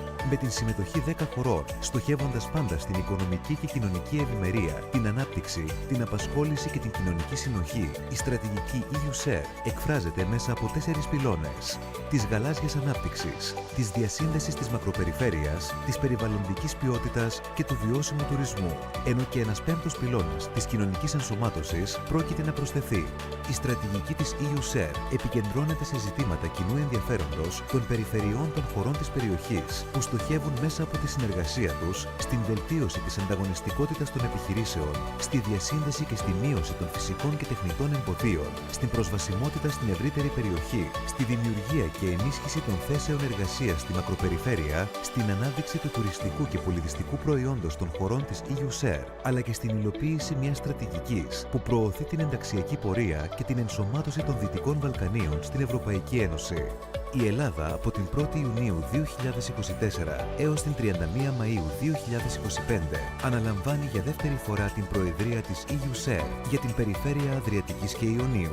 Ο πρώτος πυλώνας της γαλάζιας ανάπτυξης στοχεύει στην προώθηση των γαλάζιων τεχνολογιών, στην ενίσχυση της αλληλείας και στην ανάπτυξη των θαλάσσιων υπηρεσιών και διακυβέρνησης. Ο δεύτερος πυλώνας της διασύνδεσης της μακροπεριφέρειας αποσκοπεί στην ενίσχυση της θαλάσσιας ασφάλειας, τη δημιουργία ενός ανταγωνιστικού συστήματος μεταφορών με την ανάπτυξη αξιόπιστων δικτύων μεταφοράς για προϊόντα, υπηρεσίες και επιβάτες, ενώ στοχεύει και στην ανάπτυξη των ενεργειακών δικτύων στην περιοχή μέσω του υποπυλώνα της ενέργειας. Ο τρίτος πυλώνας της περιβαλλοντικής ποιότητας επενδύει στην εξασφάλιση πρότυπων περιβαλλοντικών και οικολογικών προδιαγραφών, στην αποκατάσταση της βιοποικιλότητας και προστασία των οικοσυστημάτων και στη βελτίωση διαχείρισης συστημάτων λιμάτων. Ο τέταρτος πυλώνας του βιώσιμου τουρισμού αποσκοπεί στην διαφοροποίηση τουριστικών προϊόντων και υπηρεσιών, την ενίσχυση ποιότητας και καινοτομίας στον τουρισμό, τη βελτίωση της βιωσιμότητας και τη συνολικότερη αναβάθμιση του τουριστικού προϊόντος. EU-SHARE. Δημιουργούμε γέφυρες ανάπτυξης. Ενώνουμε πολιτισμούς.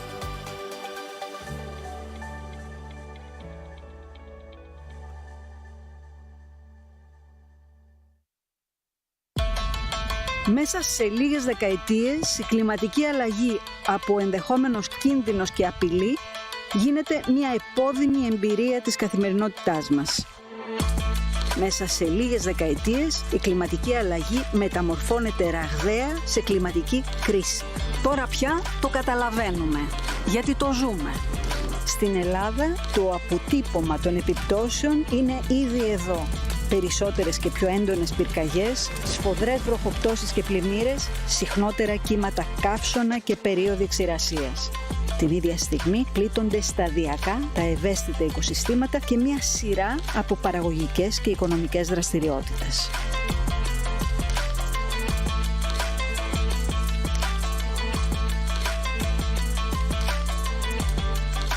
Σε ένα τέτοιο περιβάλλον, η Εθνική Στρατηγική για την Προσαρμογή στην Κλιματική Αλλαγή γίνεται πράξη μέσα από 13 περιφερειακά σχέδια που ενισχύουν την ικανότητα προσαρμογής της Ελλάδας, ικανοποιώντας 5 στόχους. Την πρόβλεψη και τον σχεδιασμό. Την παρακολούθηση δράσεων και πολιτικών προσαρμογής. Την αποτελεσματική θωράκιση ευάλωτων τομέων.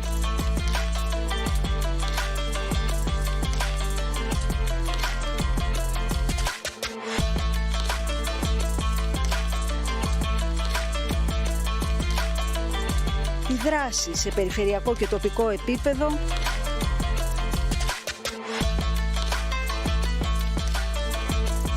Τέλος, την ευαισθητοποίηση της κοινωνίας.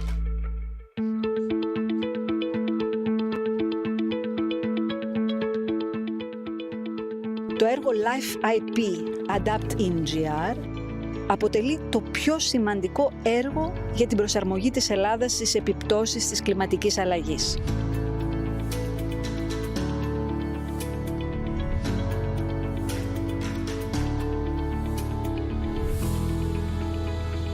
Στην καρδιά του βρίσκεται ο συντονισμός και η διαχείριση δράσεων ενίσχυσης της εθνικής στρατηγικής.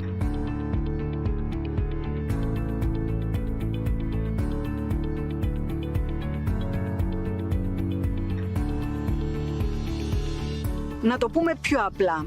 Προσαρμογή ίσον παίρνω τα μέτρα μου. Γίνομαι πιο ανθεκτικός στις αλλαγές που έρχονται. Αξιοποιώ τις ευκαιρίες που δημιουργούνται. Για παράδειγμα, λόγω της μείωσης των βροχοπτώσεων, το κλίμα θα γίνει χωρίς αμφιβολία ξηρότερο. Ορισμένες ποικιλίες αμπέλου, λοιπόν, που έχουν αυξημένες ανάγκες υγρασίας, θα έχουν πρόβλημα. Προσαρμογή, λοιπόν, εδώ σημαίνει αλλαγές, αναδιαρθρώσεις στις καλλιέργειες. Από την άλλη μεριά, οι ραγδαίες βροχοπτώσεις έχουν καταστροφικές συνέπειες σε έναν αρχαιολογικό χώρο. Εδώ, προσαρμογή σημαίνει έγκαιρα έργα προστασίας και διαφύλαξης.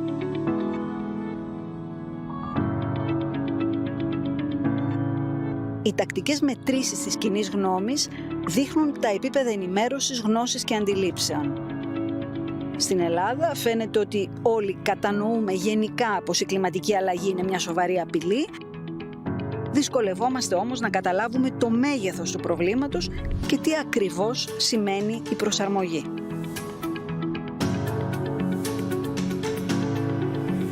Οι δράσεις κατάρτισης και επιμόρφωσης δημόσιας διοίκησης και επαγγελματικών φορέων, η ενημέρωση και ευαισθητοποίηση των νέων αποτελούν ήδη τα πρώτα βήματα προσαρμογής. Οι άνθρωποι έχουμε μόνο έναν πλανήτη σαν τη Γη και μόνο μία χώρα σαν την Ελλάδα. Η προσαρμογή τώρα στην κλιματική αλλαγή είναι η παγκόσμια απάντηση.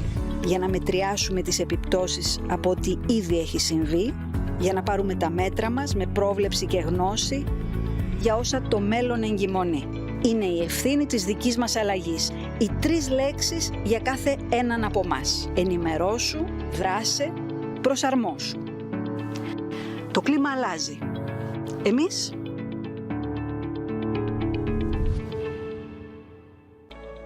Αδριατική και Ιόνιο. Μακροπεριφερειακή στρατηγική EU-SER. Μια γέφυρα που ενώνει 10 λαούς ανάμεσα στην Αδριατική και το Ιόνιο σε μια κοινή πορεία. Μια διαδρομή προς την ανάπτυξη, την ευημερία και τη διασύνδεση. Όραμα και αποστολή της EU-SER είναι η ανάπτυξη, η απασχόληση και η ανταλλαγή τεχνογνωσίας και καλών πρακτικών μέσα από την αντιμετώπιση της κλιματικής αλλαγής, την προστασία του περιβάλλοντος αλλά και τη δημιουργία ενός βιώσιμου μέλλοντος για τους πολίτες της μακροπεριφέρειας. Με την συμμετοχή 10 χωρών, στοχεύοντας πάντα στην οικονομική και κοινωνική ευημερία, την ανάπτυξη, την απασχόληση και την κοινωνική συνοχή, η στρατηγική EU-SER εκφράζεται μέσα από 4 πυλώνες: της γαλάζιας ανάπτυξης, της διασύνδεσης της μακροπεριφέρειας, της περιβαλλοντικής ποιότητας και του βιώσιμου τουρισμού, ενώ και ένας 5ος πυλώνας της κοινωνικής ενσωμάτωσης πρόκειται να προσθεθεί.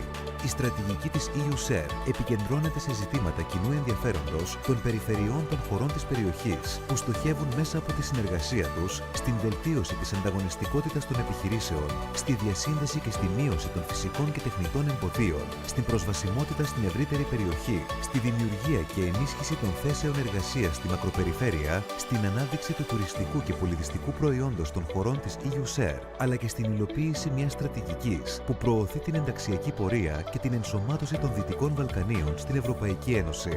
Η Ελλάδα από την 1η Ιουνίου 2024 έως την 31 Μαΐου 2025 αναλαμβάνει για δεύτερη φορά την προεδρία της EU-SER για την περιφέρεια Αδριατικής και Ιωνίου.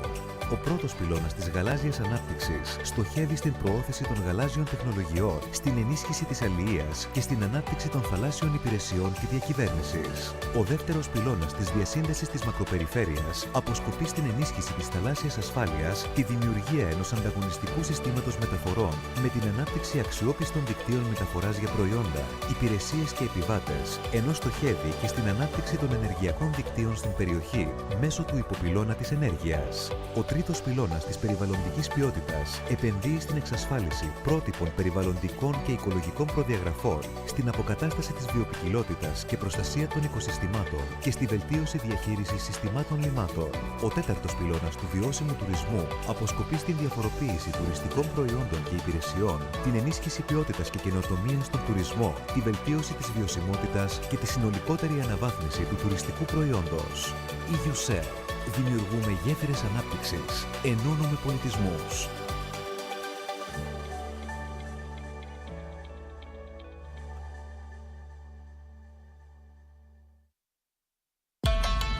Μέσα σε λίγες δεκαετίες, η κλιματική αλλαγή από ενδεχόμενος κίνδυνος και απειλή γίνεται μια επώδυνη εμπειρία της καθημερινότητάς μας. Μέσα σε λίγες δεκαετίες, η κλιματική αλλαγή μεταμορφώνεται ραγδαία σε κλιματική κρίση. Τώρα πια το καταλαβαίνουμε, γιατί το ζούμε. Στην Ελλάδα, το αποτύπωμα των επιπτώσεων είναι ήδη εδώ. Περισσότερες και πιο έντονες πυρκαγιές, σφοδρές βροχοπτώσεις και πλημμύρες, συχνότερα κύματα καύσωνα και περίοδοι ξηρασίας. Την ίδια στιγμή πλήττονται σταδιακά τα ευαίσθητα οικοσυστήματα και μια σειρά από παραγωγικές και οικονομικές δραστηριότητες.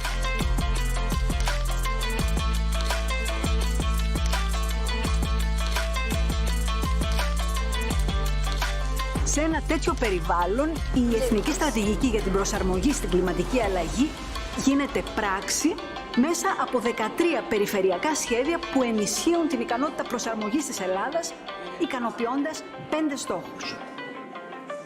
Την πρόβλεψη και τον σχεδιασμό. Την παρακολούθηση δράσεων και πολιτικών προσαρμογής. Την αποτελεσματική θωράκιση ευάλωτων τομέων,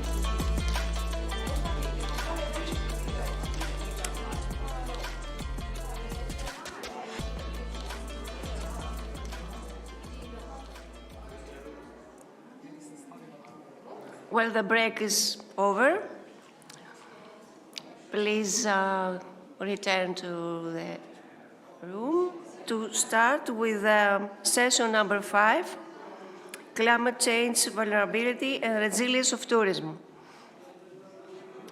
I believe it will be a very interesting session regarding of the theme of it. And I call the moderator, Mrs. Eva Caleta-Plesa, Senior Advisor for the Department for European Affairs and Policies, Ministry of Tourism and Sports, Republic of Croatia, Vice Coordinator of the Thematic Steering Group Pillar 4, Sustainable Tourism of EUSER. We shall start? Yes. Okay. Okay, ladies and gentlemen, dear colleagues, good day. Thank you for coming for our session, but people will now more and more come and listen to our presentation. So thank you for inviting to Hellenic presidency of the Adriatic-Ionian strategy, the strategy for Adriatic-Ionian region. Within the strategy, the Pillar 4 is dedicated to sustainable tourism, and also we face climate changes.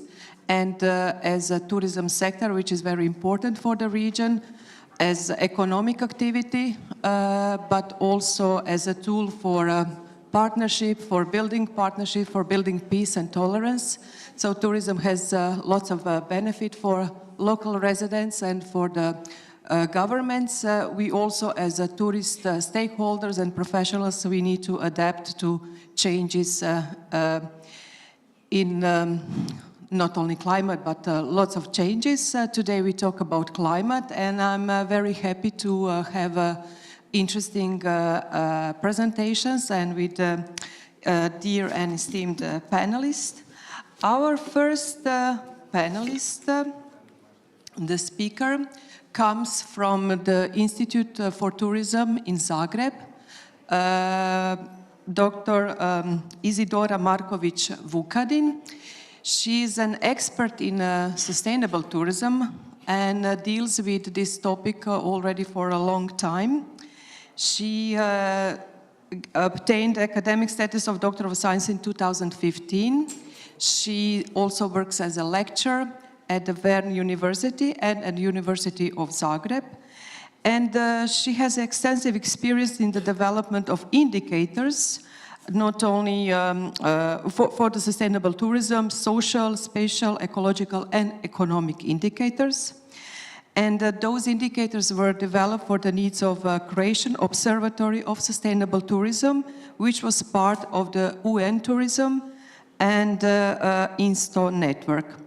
So Isidora also has a rich experience as a project manager. She was leading different projects in tourism, also climate change, adaptation, resilience of tourism for the last couple of years within different EU funds and programs. And today she will also present one of the some projects that she has been working on.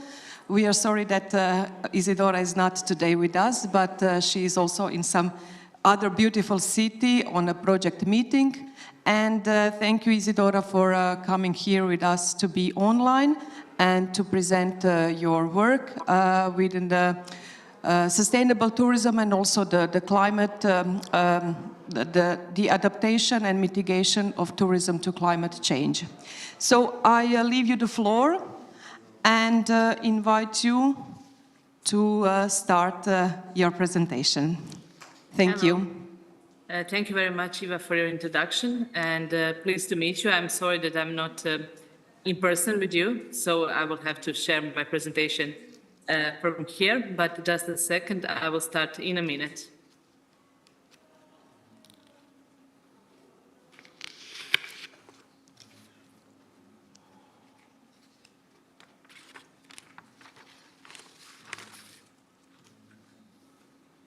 I hope that you can now see my presentation. No. Not yet? Just start. Yes, yes, we can. If you can put it in the presentation mode. It is. I'm not sure why isn't it presented now in the presentation mode. Just a second. Just a second. No problem.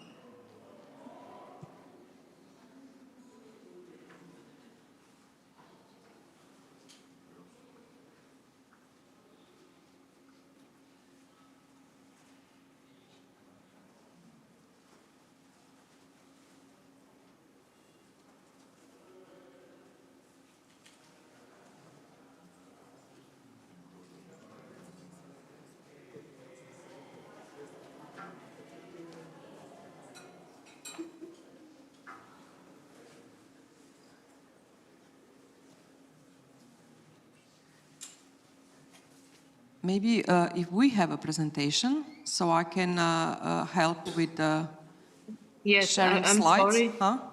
Maybe we can try that will like be this. perfect because unfortunately, I'm having issues with sharing it in presentation mode. If it's possible to share it from your side, it would be great. No, sjedi. Ne, sjedi. Okay.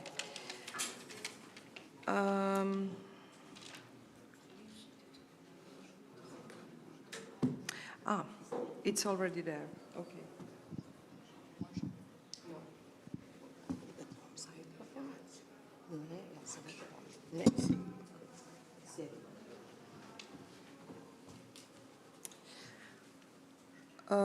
Just a second. Okay, Isidora, can you hear me? Yes, yes, I can see. Okay, so if you can just help me when to turn the slides, I will do it, okay? Okay, thank you. Let's do it like very this. much.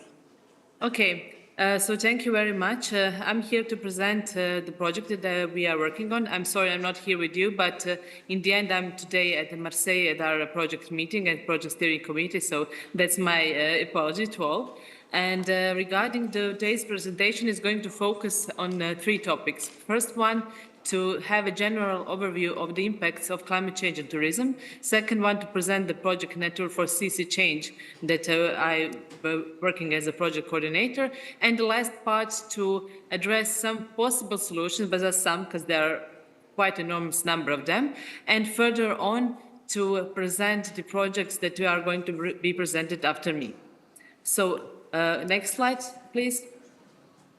So when we are talking about the climate change, it's obvious that to all of us, through the extreme weather events, through the enormous heat waves that we are going through, that the constant increase of the temperature is going on, and it's something that is not at all negotiable. But the second part, the lower part of this picture, is presenting us also that additionally to the climate change, we have quite a great decline in the biodiversity, and this decline in biodiversity is the main issue that is also following this issue with the climate change. Why is it a problem to have such a double impact? Because while biodiversity should help us fight the climate change and the impacts that are going on the other hand, we have a decline in the biodiversity and its capacities to adapt to the climate change, and especially to mitigate the climate change. Next slide, please.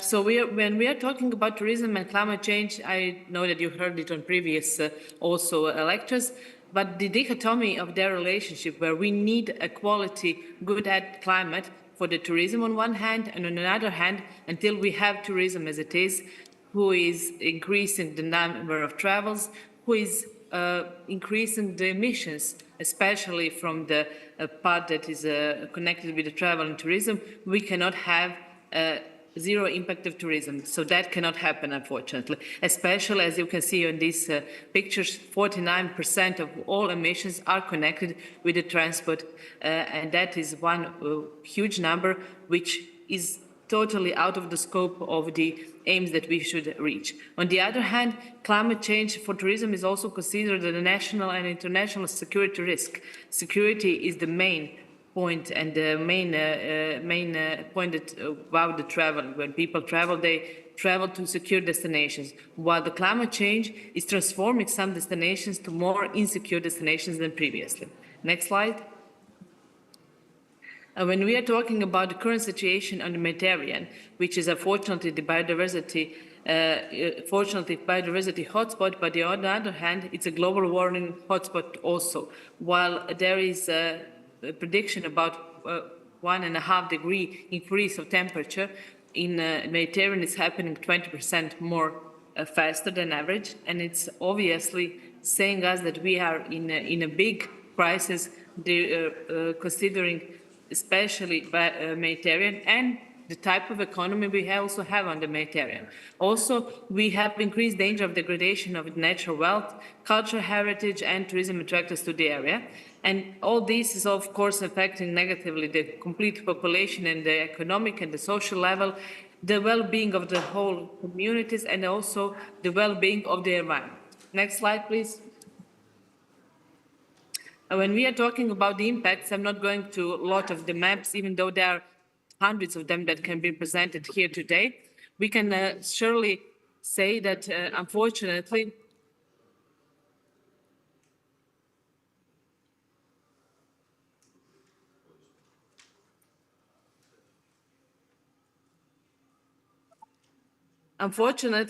these maps are showing us the main impacts through the wildfires that are highly connected with the climate change, through the impacts on the water scarcity, which is especially pronounced on the Mediterranean, to the impacts on the well-being, and unfortunately to the impacts on the deaths that are connected with the whole connection with the climate change. Next slide, please.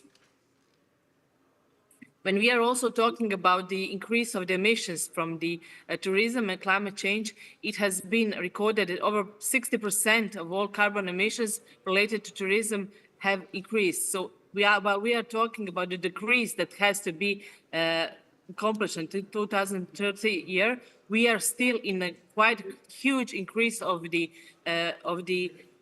complete system related to tourism by the further emissions. Therefore, we are unfortunately cannot talk about any sustainable impacts that we can currently connect with tourism and climate change. Of course, there are good examples that we are going to present here today, but unfortunately, those good examples are not enough to impact positively the whole situation. Next slide, please.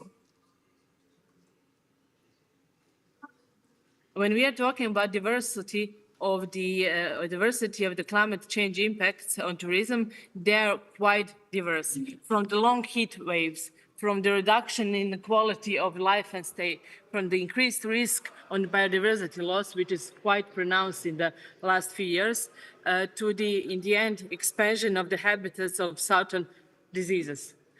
So these long heat waves are also producing a lot of the health risk and increased risk of biodiversity loss, and of course increasing the demand for cooling energy. And this increased demand for cooling energy in the end produces increased impacts on the emissions connected and associated with tourism. Further on, we also have the impact of local food availability, which is quite high and even getting higher from year to year. And these permanent coastal floods that are connected with climate change are especially impacting the coastal destinations, which has been shown as one of the most important infrastructure risks that we can associate with climate change in tourism. Next slide, please. When talking about the different concepts in relationship between tourism and climate change, it's quite important to emphasize that almost each destination in the Mediterranean has the similar hazards, similar vulnerability that can be expressed through different research of climatological experts. Another thing that we have to bear in mind that the resilience and the adaptive capacity of destinations is the main point. How to increase this resilience and adaptive capacity to mitigate risks is the main point that we try to resolve through different projects, to different solutions that we can offer. And that's what we have to talk about. When we are talking about hazards, exposure, and sensitivity, it's like talking about the number of sharks that we have in certain area. If we have only one shark, okay, we have some hazard, but are we in the water? If we are in water with it, of course, the vulnerability is quite increased. But on the other hand, how can we mitigate those risks through the we can swim fast and escape, for example. That's like how we can describe it. But we can also describe it to the heat waves. When we have heat wave, that's okay. But if it's a heat wave that lasts for 3 weeks and we don't have plenty of shaded areas, then it's a quite high risk and the impacts on tourism are heavily increasing. Further, next slide, please. And therefore, we can say, not by my words, but by Mr. Simon Steele, that the long-term cost of ignoring climate change, the cost of inaction, will definitely exceed the cost of any other crisis. So that's the thing, that is the sentence that we all have to memorize, because the other crises are often very close to us, like geopolitical situation, current situation, like the wars, like all other crises that are going on around us. But in the end, the climate crisis is often not visible until the moment it gets too visible, and when we see the big harms like it happened in Andalusia in the next year, and then we are late to react. Next slide, please. Therefore, we are also, as a part of Interreg Mediterranean program, conducting a Nature for CC Change project, which is in the scope of a policy objective 2, a greener Mediterranean, and enhancing sustainable tourism mission 4. It's important to emphasize we have 10 partners on the project and 18 associate partners. So we have a quite big project in a duration of 33 months, and we are on a half of its implementation. And I'm very proud that we have accomplished some of the main goals of the projects already. Next slide, please. When we are talking about our partnership, it's composed of 10 partners, as I previously said. Those are 5 technical partners, including us, the Institute for Tourism, Plan Blue, CPMR, IUCN, and HSPN, and 5 regional partners, 5 regions that are committed to implement nature-based solutions to fight climate change. Those are Andalusia region, Sardinia region, Zadar County, Crete region, and Herzegovina and Eritrea canton. Next slide. Additionally, as I previously said, we have 18 associate partners from all over Europe, and some are also located out of the Europe, which are diverse actors from the local stakeholders like local municipalities to the international organization, national bodies, tour operators, and so on. Next slide, please.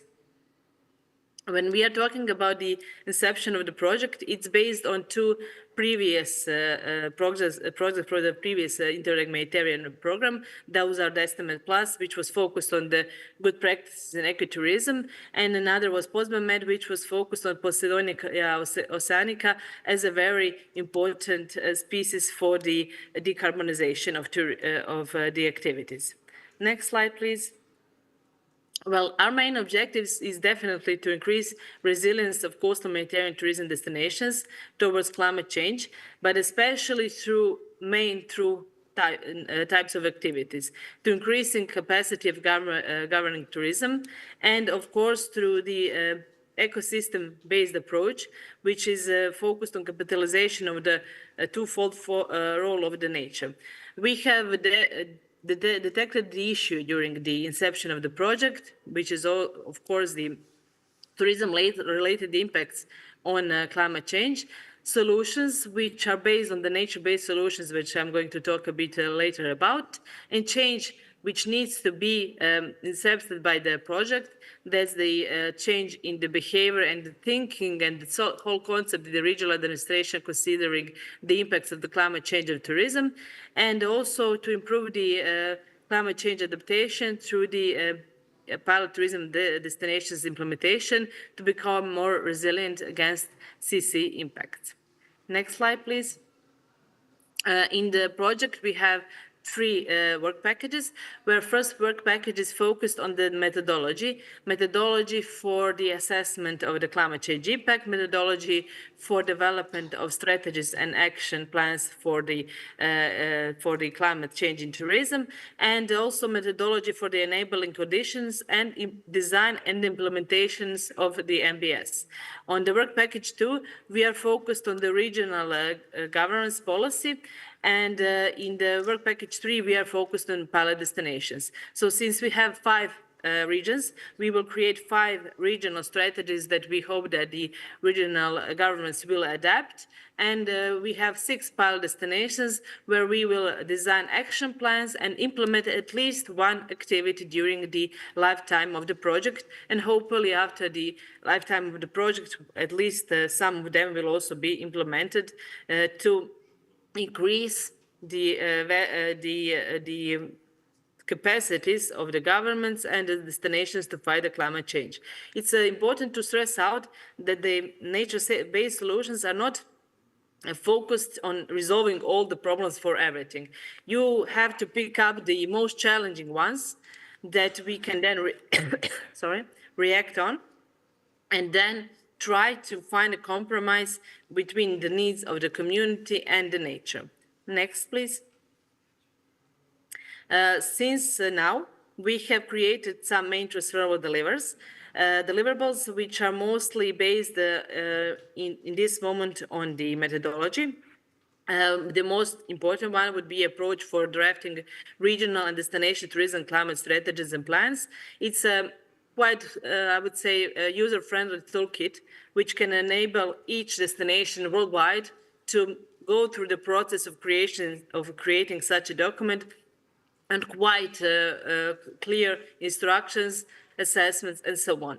Also, we have finalized the assessment of the impacts on the regional and on the local level, and currently we are in the process of the creation of the strategies and actions plan, which will be implemented during this and the next year. Next slide. I'm not going to play the project video now, but we have a short project video. You will be able to see, I believe that all the presentations will be shared with everybody, so you will be able to see what are we doing and which are our pilot areas. Next slide, please. And coming to solutions. After me, we are going to have 3 presentations presenting solutions that are often not recognized as climate actions, but your sustainable solutions or whatever, but are actually also solutions. One of the main solutions is not only adaptation and mitigation, but increasing the level of the knowledge through the monitoring, to the innovations and research, and in the end, to the public awareness and education. That's quite important, and we have to memorize it and work hardly on it, but because only if we go easily through this path, then we can go through and implement adaptation and mitigation actions, which will have a long-term effect. Next slide, please. When we are talking about such a type of solutions, of course, we are doing on some different monitoring frameworks, which are actually, I would say, impacted very positively by the tourism law that Croatia has in the recent year made formal. And through it, we have finally started to monitor indicators also connected with the climate change, but also with other environmental and social aspects of tourism, which is quite important. Jointly with the Ministry of Tourism and Sport and Ministry of Science, Institute for Tourism is developing tourism satellite account of sustainable tourism, in which we are additional to economic accounts doing the environmental accounts, and I would here emphasize the emission account for tourism, which will finally give us the very clear picture about how and in what manner is tourism impacting also the emissions. So we can now see also the expenses which are connected with tourism. And next slide, please. When we are talking about solutions, I'm just having a few slides about solutions that are sometimes quite obvious, sometimes not, but are focused on the adaptation and mitigation. One of them is definitely energy efficiency, which can decrease the emissions, of course, but can also increase the level of satisfaction with their stay of the tourists. And also the shading of public spaces, where we can see that heat waves that are going on, and greening is quite important MBS solution that can be implemented through the smart shading technologies, through the stretch membranes, through the green membranes, which are also now developed and implemented. Next slide, please. When we are talking about solutions, it's quite important to emphasize the development of the products, of tourism products, which can also be a solution. Not only infrastructure is a solution, also the products such as creative tourism, gastronomy, educational didactic farms, cultural tourism and creative tourism through storytelling, for example. Unpopular opinion, but shopping tourism is also one of the solutions for tourism products, where you keep people inside in the spaces which are not so hot. And also creating new recreation areas and grounds which can have outer and inner spaces, which can be not on the coastal side, but in the more mountain areas. So those are all solutions also that can lead to adaptation of tourism. Next slide, please. I have previously been talking in our project about the nature-based solution and ecosystem services, but I believe that it is not, I cannot emphasize enough how much the ecosystem services that we are gaining from the biodiversity of our surroundings are important, and how much of that we can use, especially in adaptation, but also in mitigation, and only those solutions can increase the well-being of community, but also the well-being of the entire ecosystem. These solutions are quite diverse. They are from the solutions usually focused on farming, on greening, but also on implementing solutions that are sometimes quite obvious for us. If we have, for example, big floods each year, which are connected with the heavily raining. Okay, let's make a ground porosity walk paths which can then increase the capacity of the soil to reduce the floods. So it's quite important to also have such solutions in mind. Next slide, please. And finally, yes, of course, we usually focus on the transportation, on accommodation, and so on. So increasing the efficiency and accessibility of public transport is the first and very important one solution. Another one there are more here, of course, is development of intermodal transport system that can positively affect us, development of infrastructure that encourages the use of non-motorized transport, and so on. And especially in accommodation, we can have a lot of solutions in the adaptation sector, but also in the mitigation, through the utilization of renewable energy sources, through the local and sustainable food sources, and also through some, let's say, more expensive solutions that can be implemented, especially if we are planning new accommodation. And next slide, please. I'm coming to the end of my presentation, but just the start of the next great examples. We also have to know that different types of solutions can have different types of interactions with tourism and the climate change, and that one solution that we have said is adaptation is not necessarily only adaptation. For example, Dalmatia storytelling destination, which is going to be presented, is also great opportunity for sustainable tourism products. Also, the promoting energy efficiency is sustainability in environment, but also is a mitigation action. And of course, the knowledge as a start is the most important part, where we have to understand the role of knowledge, the role of indicators, especially of sustainable tourism development in creating sustainable policies. So that would be all from me. Thank you very much for your attention, and sorry for the technical problems and issues we had. Thank you very much. I will be staying here and waiting for the questions.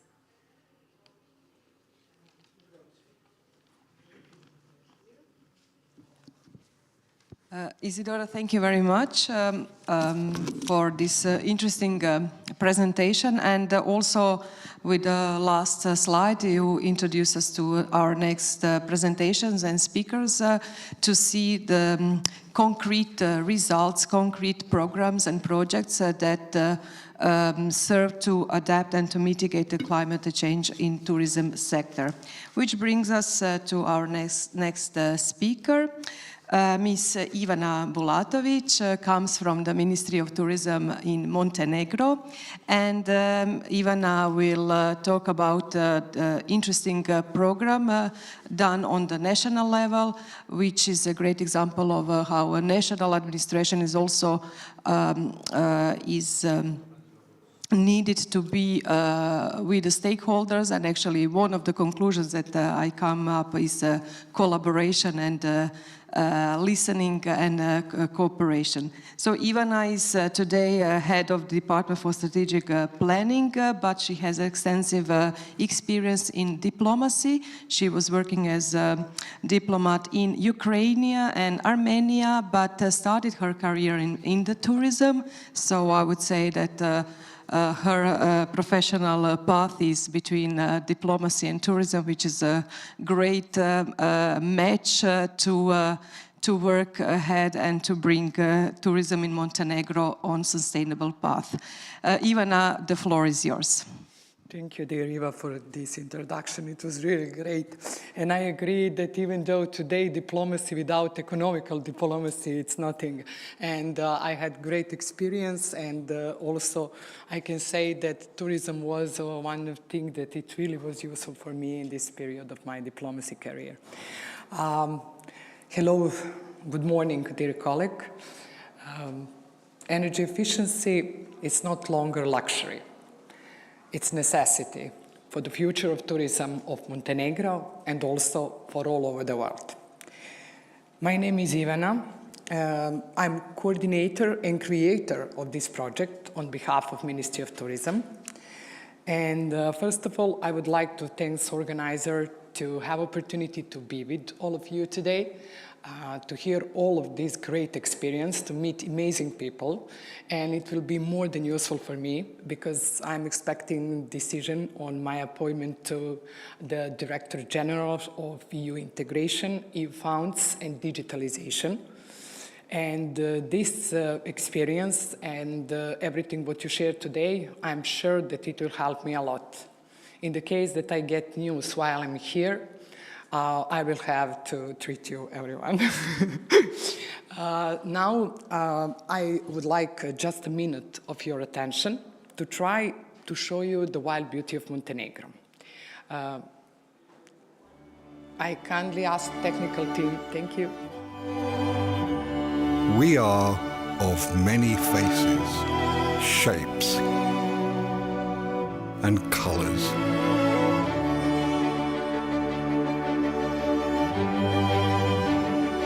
We are vastness and intimacy.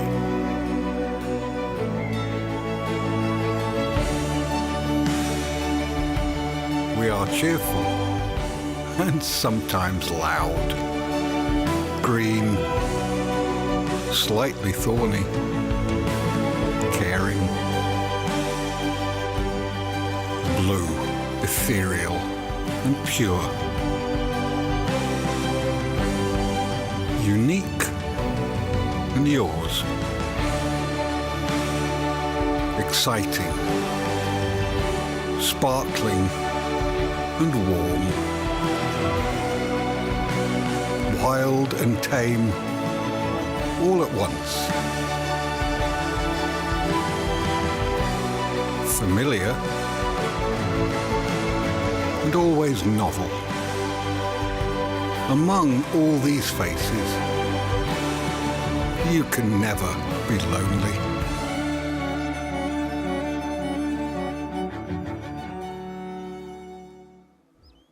I hope that you enjoyed. Actually, we are very proud on this one because we get a lot of awards. One of our favorite is the one from UNWTO, and also on Touristic Fair in Berlin, which is one of the prestige fair, we get also the first award for this. Because now we have a new one. It's like James Bond style, but definitely that was not adapted with our conference. Today I will present, like Eva tell us, the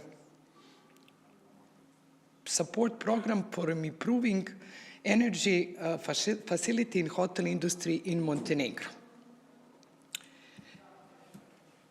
Tourism is the cornerstone of the economy, contributing the most of the country GDP, more than 30%.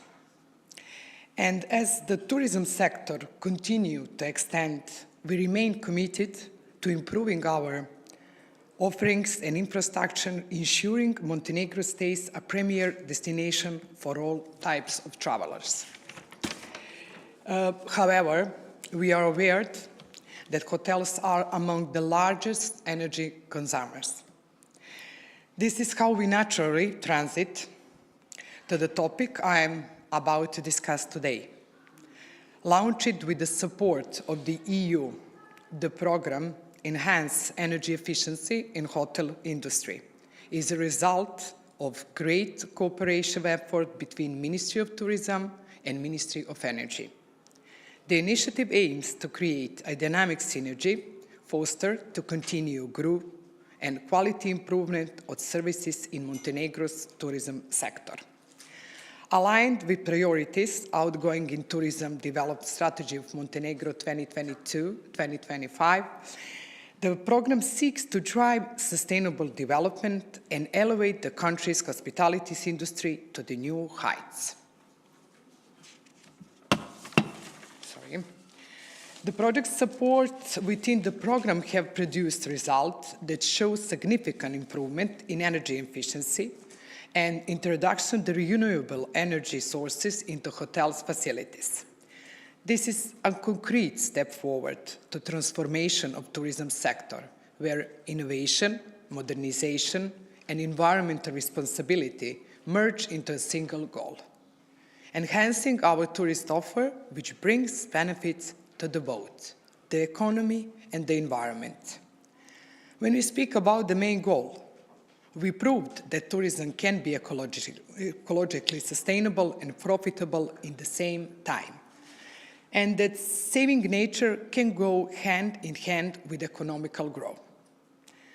Specific goals are improvement of energy efficiency in hotel facilities, improving the quality of service in hotel facilities through the introduction in innovative technologies and digital solutions, and strengthening the skills of the hotel staff for energy management for the use of renewable clean energy.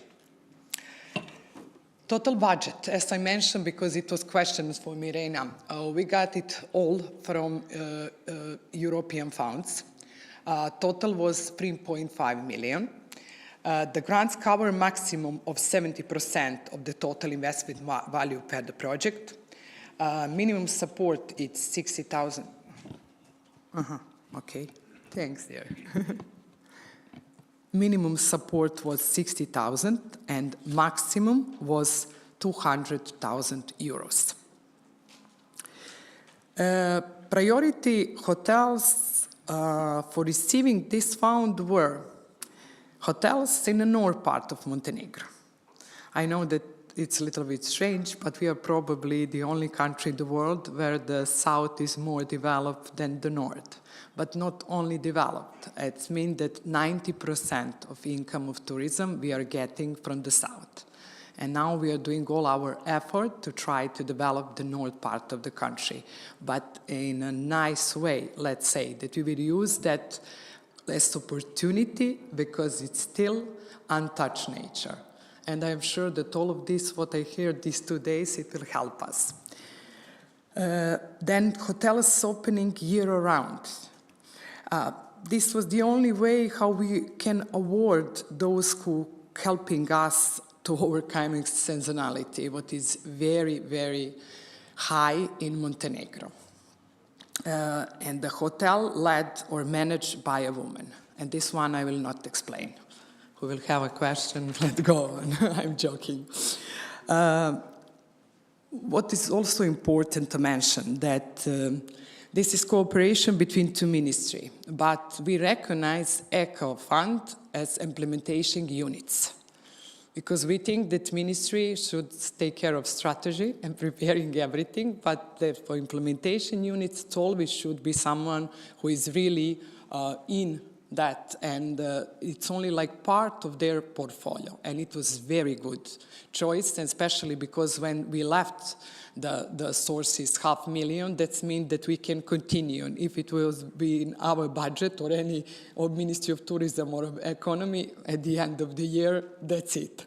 And this is a good idea for all of us to find a way through Fund of Innovation or Eco Fund or any other fund that the money, if it is not spent at all, that can stay and be reused, in another project with a different start. Because when you have something, it's much easier to negotiate, especially with EBRD.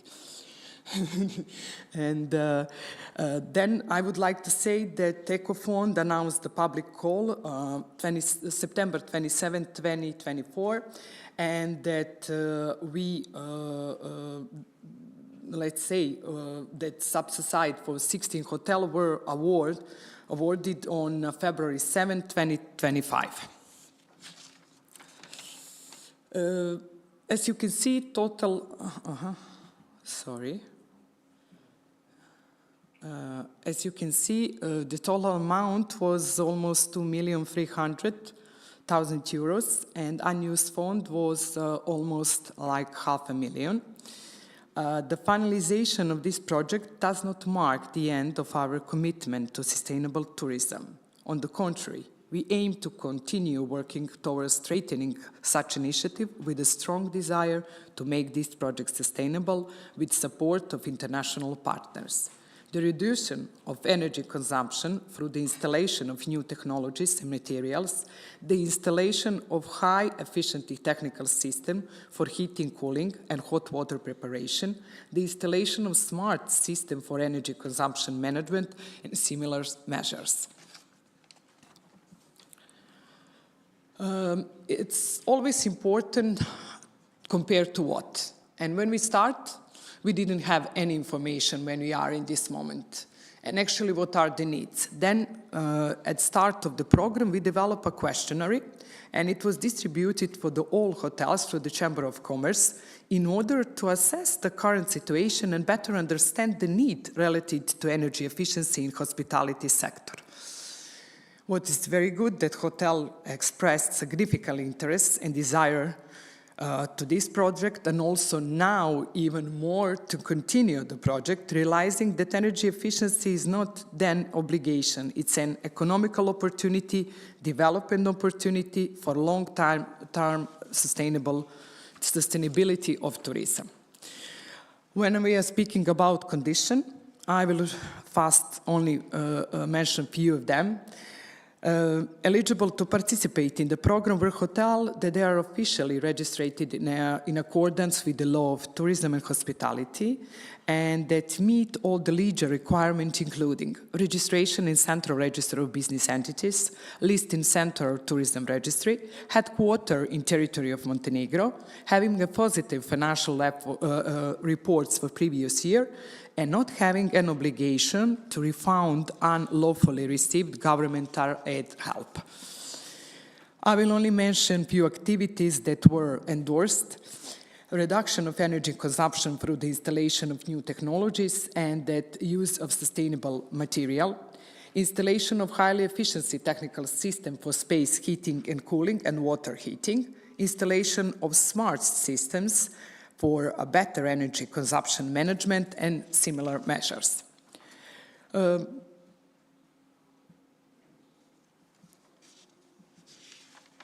This is only that you can understand that we are all country like 100,000 inhabitants, like small part of all of city from where you come, and that we have 507 hotels in the different categories.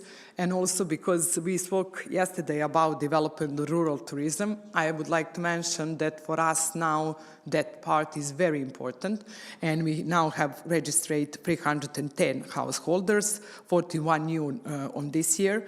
And that is one of the ways that we are trying to develop the north part, especially improving quality of life, preventing depopulation, and retaining young people on the village.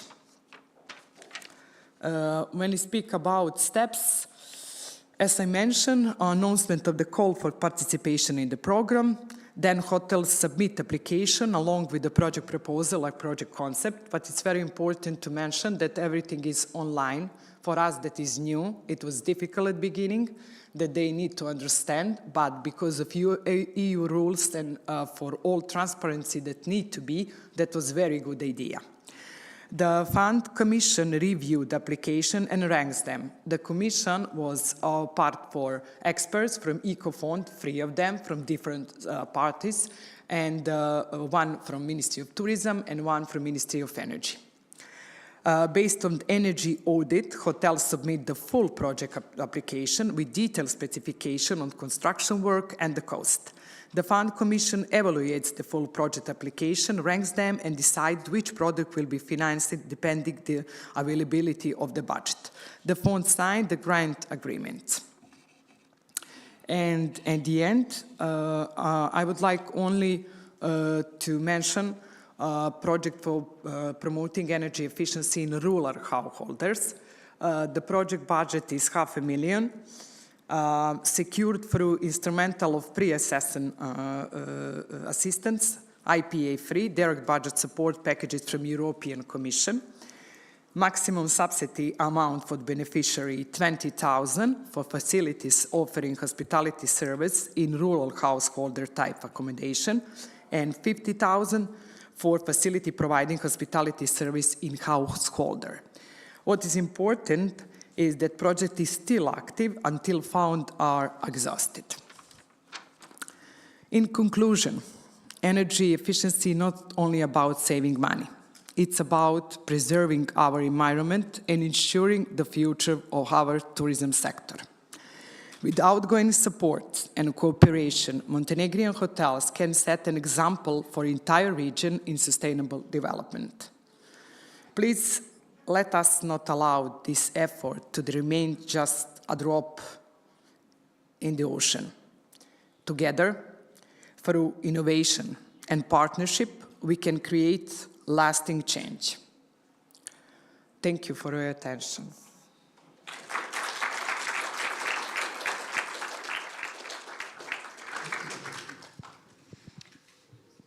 Thank you very much, Ivana, and congratulations to this interesting project. And I also looking very forward to the continuation, especially for the rural part, which is important also part of the strategy in Adriatic-Ionian region. So from the national level project, we go to the regional level.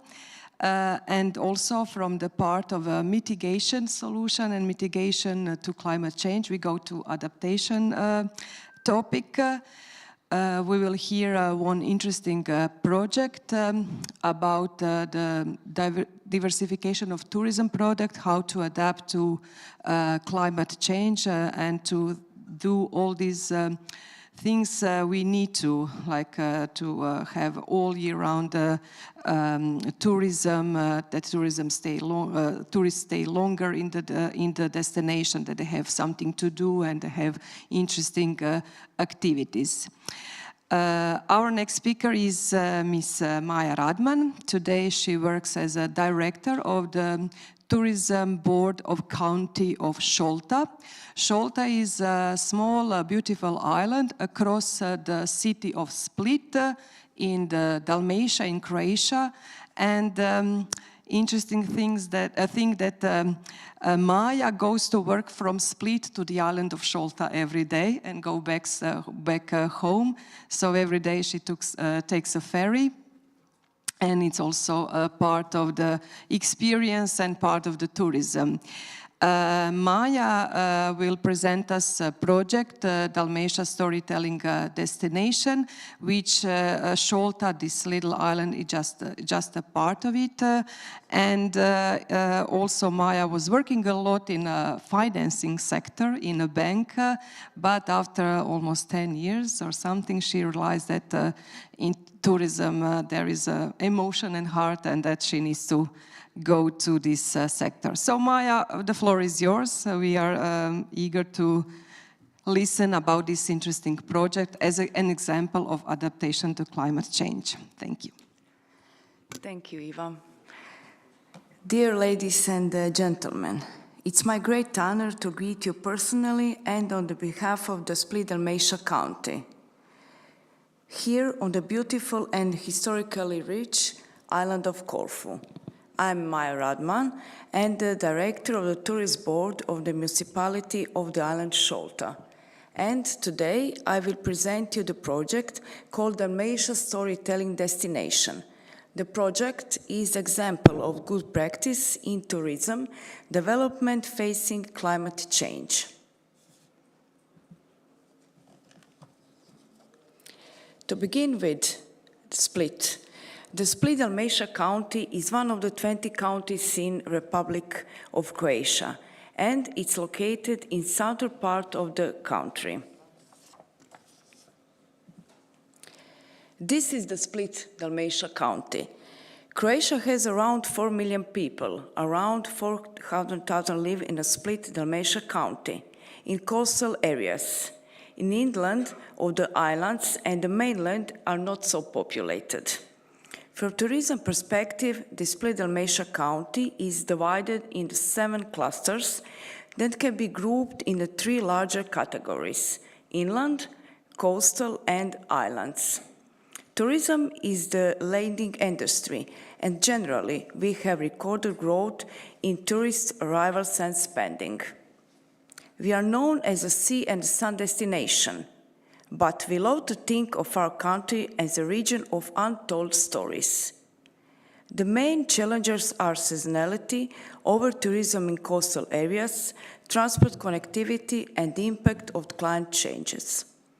To respond to these challenges, we decided to change the direction of tourism, from mass tourism to sustainable tourism. Dalmatia Storytelling Destination and the new concept, Dalmatia Full of Activities, are a result of this. Dalmatia, a destination full of activities, brings with the idea that in every corner of our county there's a story to be told. Our mission is to tell it. And how we do this? We train tourist guides and museum workers. We created new products with them. We connected existing stakeholders with the new ones. We promote both and the existing products. We taught all stakeholders to change their narrative from the concept sea and the sun to natural and cultural heritage, tradition, culture, traditional gastronomy, and active tourism. And we co-created these type of products, which you can see on the slide. The slogan, "One pebble, one story," was made because every pebble has a story to tell. So far, we educated and mentored 68 participants in Dalmatia Storytelling Program. The program participants were through trainings and educations to create thematic tour in their towns. In the end, they had a demo tour. This is when we made quality assessment. If the participants met the criteria, they received a quality label. The entire mentoring process was done by Renata Teschia, an employee of the Split Dalmatia County and author of this project, Dalmatia Storytelling Destination. Here you can see the different categories of products and their quality labels. Participants are required to post their product on their web platform. The product must be made public and available for 1 year. However, this project does not end with the public release of the product. Split Dalmatia County helps all project stakeholders and creators of tourism experience from the county. We organize webinars, live lectures, workshops, and networking events.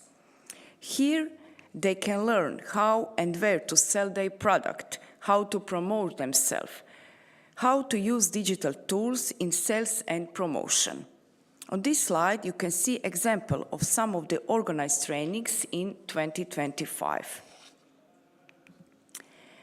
And where can you find all these products? You can find it on www.dalmatiastorytelling.com platform for thematic experience and heritage stories.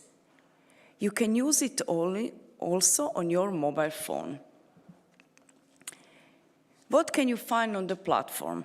On the platform, you can find tourism experience. They're located in categories, find your story and find your tour.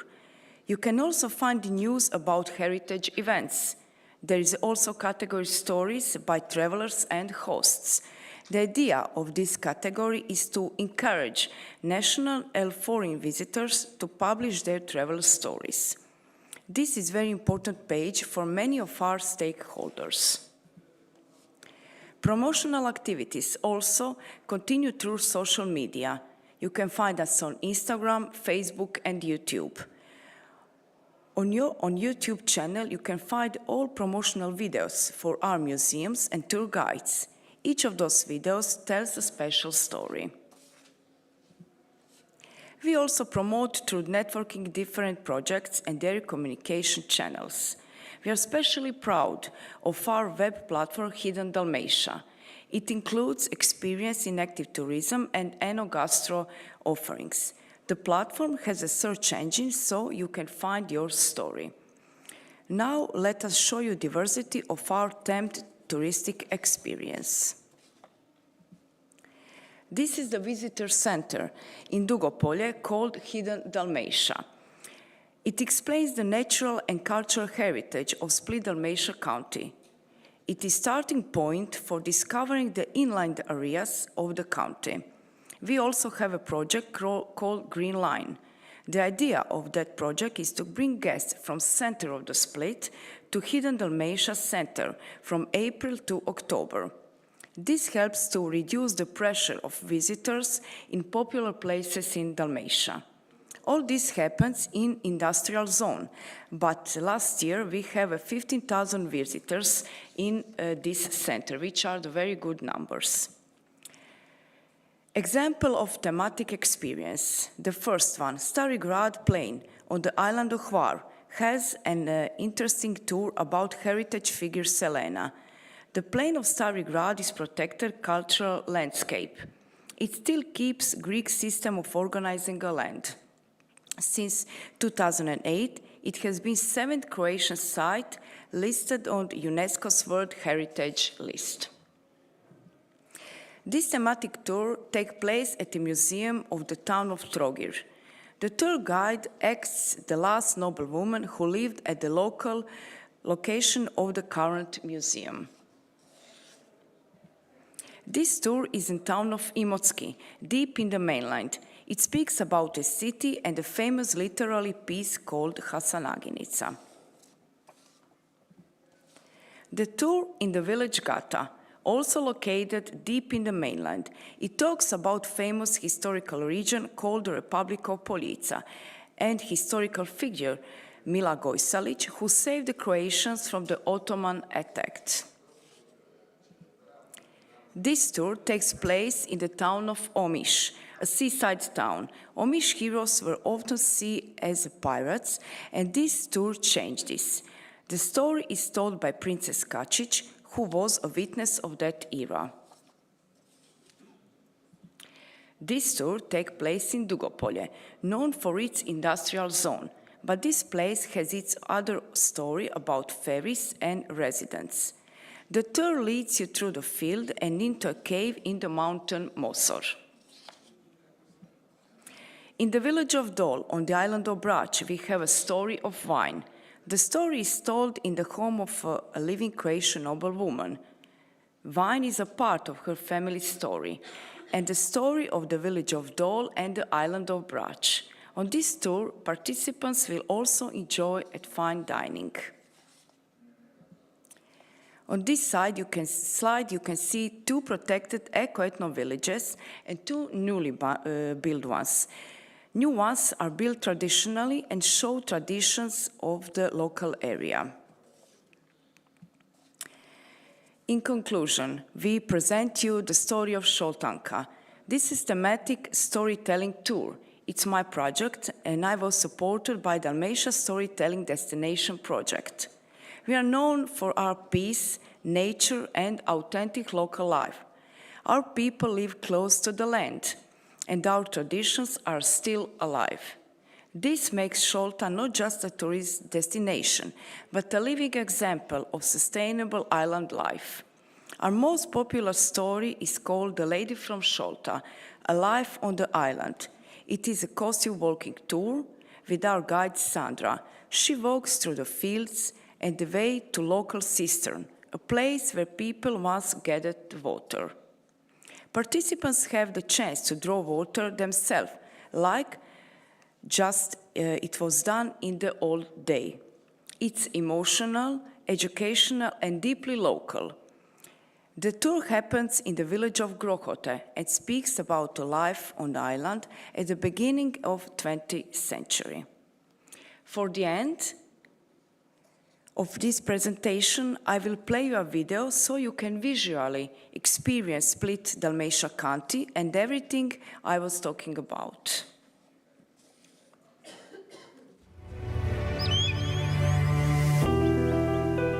This world is a wonderful place. Come with me, the Mosor Ferry, to the visitor center in Dugopolje and discover the hidden paths of incredibly beautiful Dalmatia. At the beginning of our journey stands an ancient olive tree in Kaštel Štafilić. Its golden oil has nourished generations of people. Step by step, we will show you how diverse the animal and plant life is here. Rivers Jadro and Žrnovnica are jewels of a lovely landscape. Mountains Mosor and Kozjak have many hiking trails which take you to heights from which you can enjoy incredible views of the cities of Split and Kaštela. If you want to, you can fly like us fairies with all the beauties of hidden Dalmatia spread out before your eyes. Come with me now to Dalmatian hinterland. Here in Vrgorac is the birthplace of our beloved poet Tin Ujević. The town of Imotski has magnificent lakes, like large, shining eyes of the world. Their crystal clear waters can refresh both the body and soul. And the picturesque Peruća Lake hides many surprises. The Green Cathedral and the ancient Church of the Holy Salvation are the two symbols of strong and continuous faith of the people of the Dalmatian hinterland. Let us head now to a lovely town of Trid on the Cetina River. There are many streams and springs here, and all is so full of life.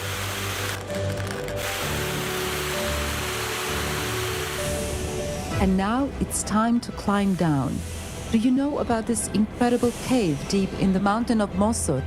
When the scorching sun sits high on the peaks of the mountain, I rush to this wonderful underground castle to find cool and fresh air and to listen to slowly trickling water.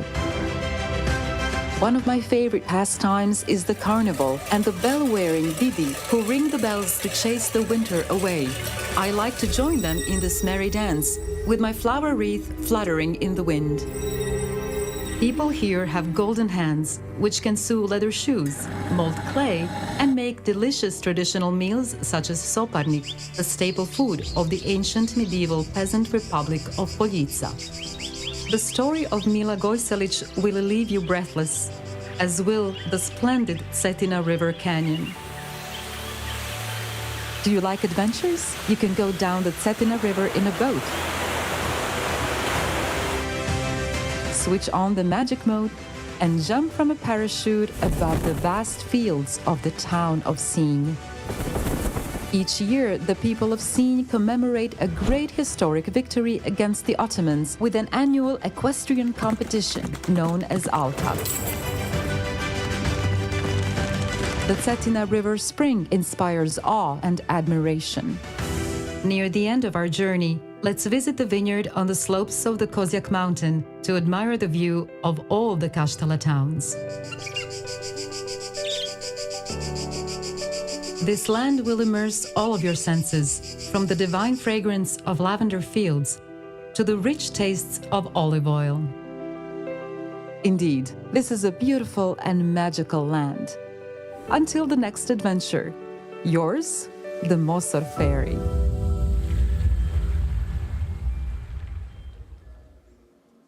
I hope that you enjoyed the video and thank you for your attention.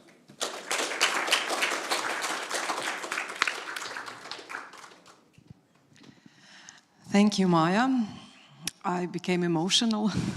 I come from Croatia, and I'm aware of so many stories to share with people from all over the world. We continue with knowledge.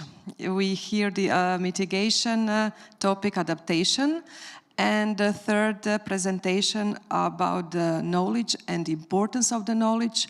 But it's also important to transform knowledge to stories, because that's why we will learn, we will remember, and we will make better tourism.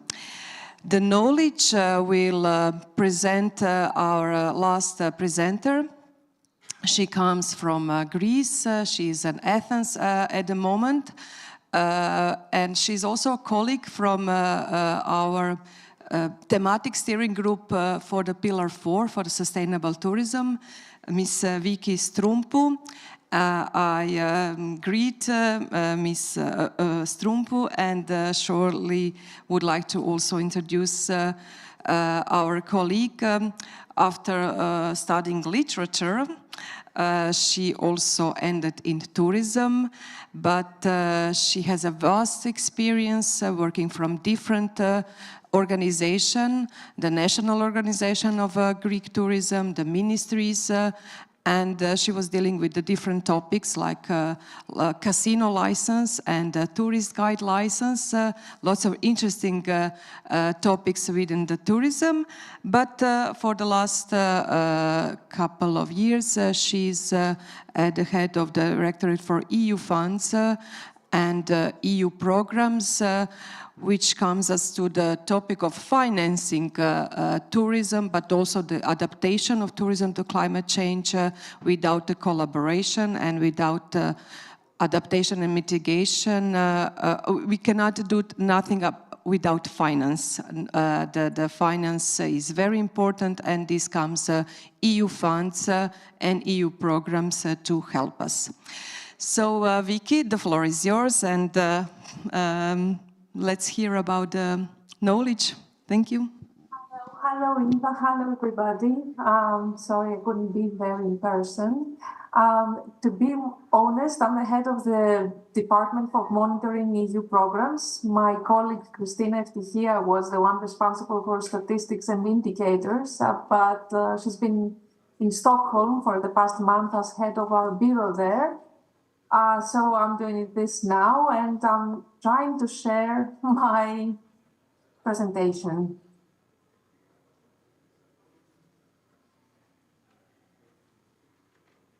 Can you see it?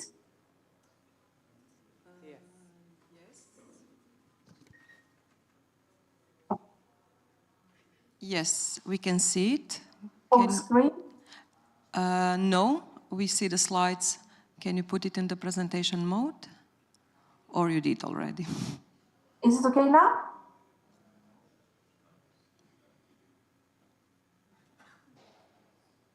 Because I can't see you. Can you see it now, full mode? Yeah, we can see the presentation, but we also see the slides on the right or on the left.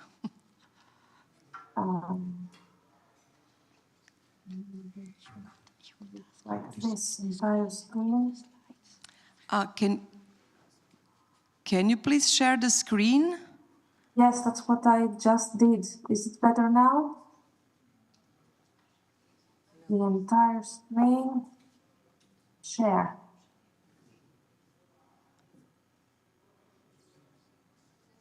Maybe if you try once again, or I can also move the slides for you.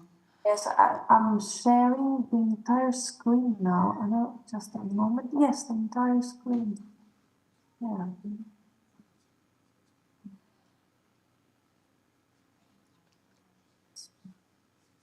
Once more. Not documents. Screens. Yeah, screens.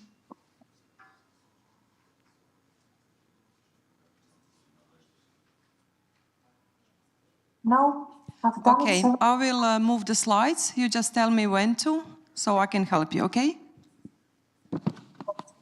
Sorry.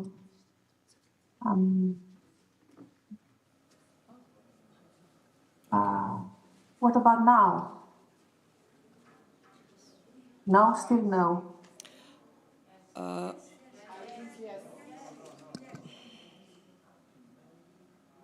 Before it was better. Oh, Ali prije bilo ovo.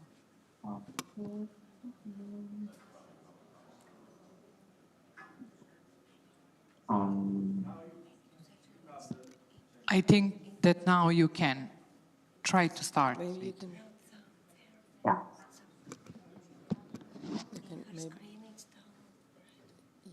Maybe you can tell her in Greek.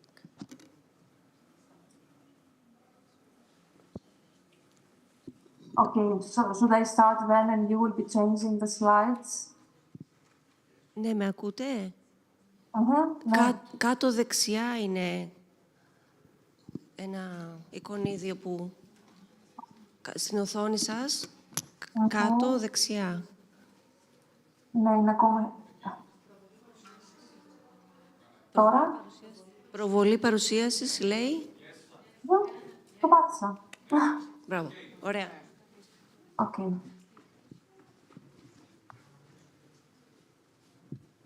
Okay, then I should go to the first page. Okay, should I start now? Can you all see it? Yes. Oh, good. So I will be speaking about the importance of indicators in sustainable tourism. Sustainable tourism is no longer a theoretical idea. It is a necessity for all of us. I heard the colleague from Montenegro earlier saying that tourism has a high contribution in the GDP of her country. It's the same for us in Greece. It's somewhere between 25 and 30%. So in an era of climate change, global crisis, and growing public awareness, managing tourism responsibly has become a vital task for governments, businesses, and communities alike. a cornerstone of successful sustainable tourism management is the use of indicators. That means measurable values that help assess, monitor, and guide tourism activities to ensure they are economically viable, environmentally responsible, and socially inclusive. This intervention explores why indicators are critical for sustainable tourism, the challenges of data collection and use, and how projects such as Greece's National Observatory for Sustainable Tourism Development aims to address these challenges by establishing a coherent, harmonized and effective indicator system.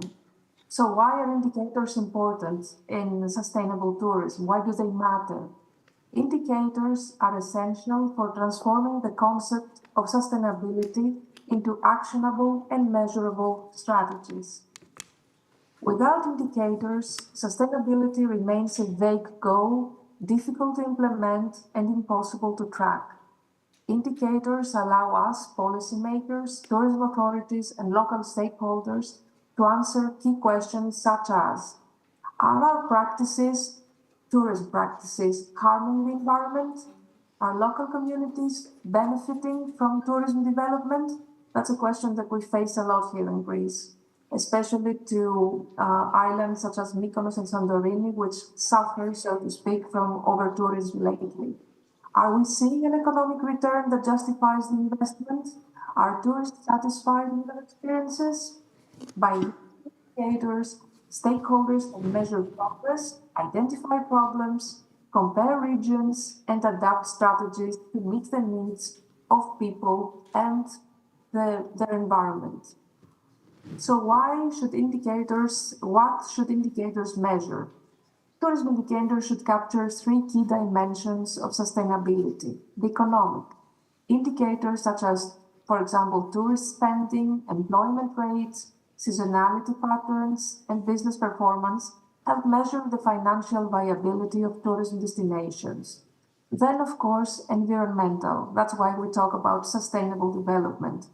Indicators like water usage, waste generation, carbon emissions, biodiversity. Biodiversity impacts help determine how tourism activities affect ecosystems. And finally, social and cultural indicators. These indicators assess the impact on local communities, such as residents' satisfaction, income distribution, cultural preservation, quality of life in general. So, from the perspective of the end user, in Greece up to now, we have a need for more economic data, and that has been prioritized due to limited resources. However, we also attach a great importance to environmental and social indicators. So we want to make data understandable, because that is not enough for us as, so to speak, experts to generate and understand them. They have to be understandable by the end users. So a critical success factor for tourism indicators is not just collecting them, but also presenting them effectively. Different stakeholders require different types of information. For example, government agencies, they need indicators to manage tourist flows, avoid over-tourism, as we previously said, and promote lesser-known destinations. That has been an effort from our part for the several last years, sometimes with more, sometimes with less success. Businesses are another end user. They rely on data to make decisions about investments, pricing, marketing, and service development. Local communities, of course, they want to understand how tourism affects their daily lives, because it does affect their daily lives, positively or negatively. Therefore, indicators must be easily understandable and comparable, especially across different regions and timeframes. Tools such as infographics and dashboards are vital in making complex data accessible and meaningful. Of course, there are challenges in data collection and use, such as data fragmentation. That means that data is often collected by various entities. It happens here to us in Greece as well. Different government departments, private sector actors, tourism boards, they use sometimes different methods and standards, and this leads to duplication, gaps, and inconsistencies. We also have to face the lack of timely, coherent data. A common challenge is the delay in data availability, which makes it difficult to respond quickly to emerging issues or trends. Here in Greece, for example, sometimes there are months.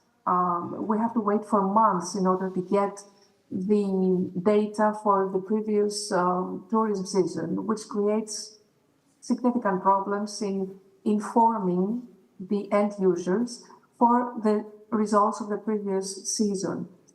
So the lack of comparable methodologies further complicates cross-regional analysis. Then we have technology and infrastructure gaps. Effective data systems require modern infrastructure and skilled personnel to collect, store, and more importantly, analyze data. Privacy and security concerns. We have the GDPR laws and lines here in Europe, which we have to comply rather strictly, I would say. So tourist data can include sensitive information, especially when linked to behavior and location. Respecting privacy laws such as GDPR is very, very essential.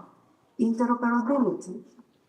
Different systems and databases must be able to communicate with each other. Interoperability is crucial for creating integrated data platforms. And finally, seasonality.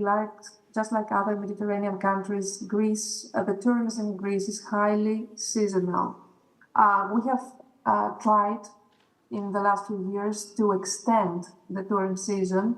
So I could say that now it extends from about March to November, but still there is a seasonality. We still are perceived as a sun and sea destination, and this creates difficulties in planning and investing in infrastructure and services that remain underused during off-peak months.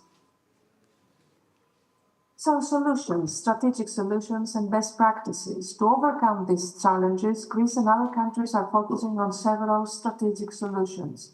Developing harmonized methodologies, participating in international expert groups like the UN Tourism MST Technical Experts Group to create common data standards, building capacity, investing in training for public officials and tourism professionals on how to use data for decision-making, investing in infrastructure, supporting digital transformation and cloud-based data platforms for real-time data access, promoting stakeholder collaboration, encouraging dialogue and data sharing among public, private, and community stakeholders, creating national observatories, it's our case for the last year, establishing national or regional centers like the National Observatory for Sustainable Tourism Development to collect, analyze, and disseminate data.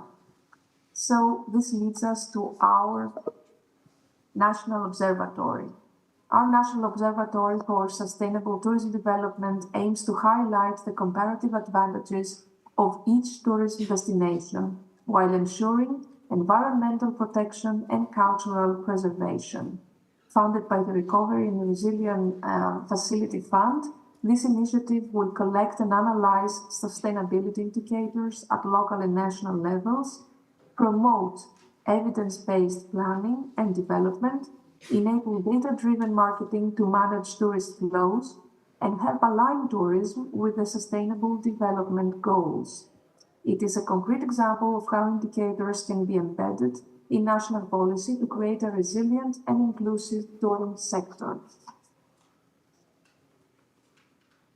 So the Ministry of Tourism prioritizes data-driven tourism policies. In Greece, as I told you, tourism is one of the country's most important economic sectors. Actually, it is the most important economic sector. It contributes, as I said before, at 25 to 30% to our national GDP. So our ministry, the Ministry of Tourism, recognizes that data-driven policy making is the only way to manage tourism effectively in the face of global challenges such as the climate change, economic crises, uncertainty, evolving traveler preferences. To support its long-term tourism strategy, Greece has partnered with the European Union via the SG reform, as well as the OECD, in order to develop a robust system of indicators for measuring and monitoring sustainability in tourism. These indicators will support the National Observatory of Sustainable Tourism Development, a flagship initiative aimed at ensuring that Greece's tourism industry remains resilient, competitive, most of all, and aligned with the Sustainable Development Goals of the United Nations 2030 Agenda. So, the future, indicators and the future of tourism.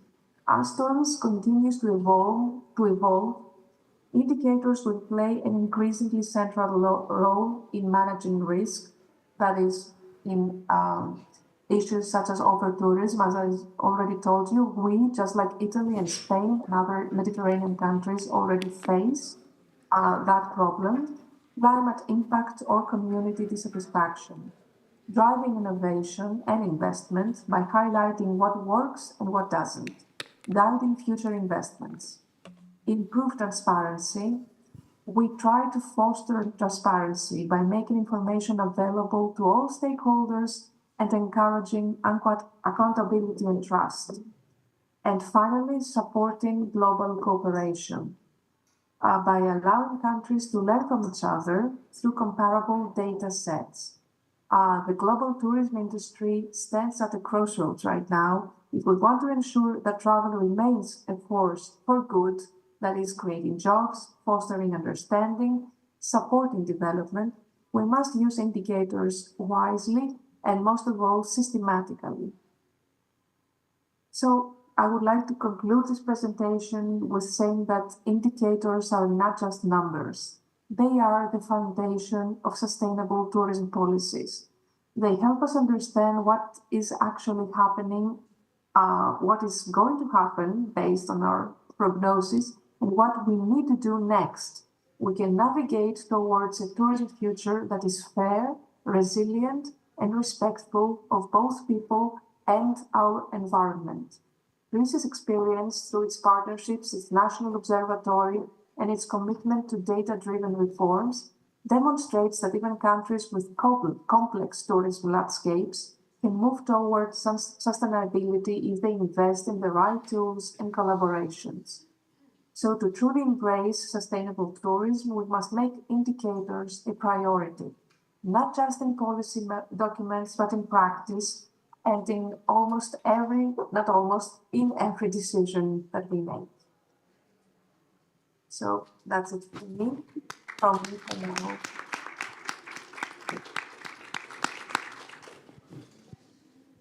Thank you very much, Vicky. Do we have a question from the audience for some of our speakers?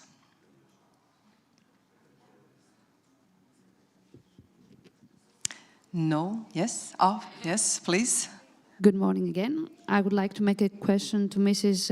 Stumbu. You talked about indicators and how they should suggest some sustainable tourism practices or policies, I suppose. Do you have any successful examples from analyzing these indicators in Greece?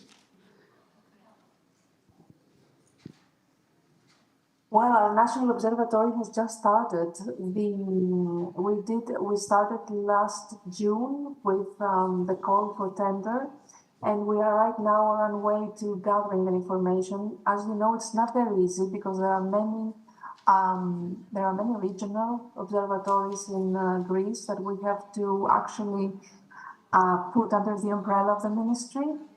And we are also gathering information from various sources. That is the Bank of Greece, for example, sometimes from our other organizations such as the Hellenic Chamber of Hotels, in our case.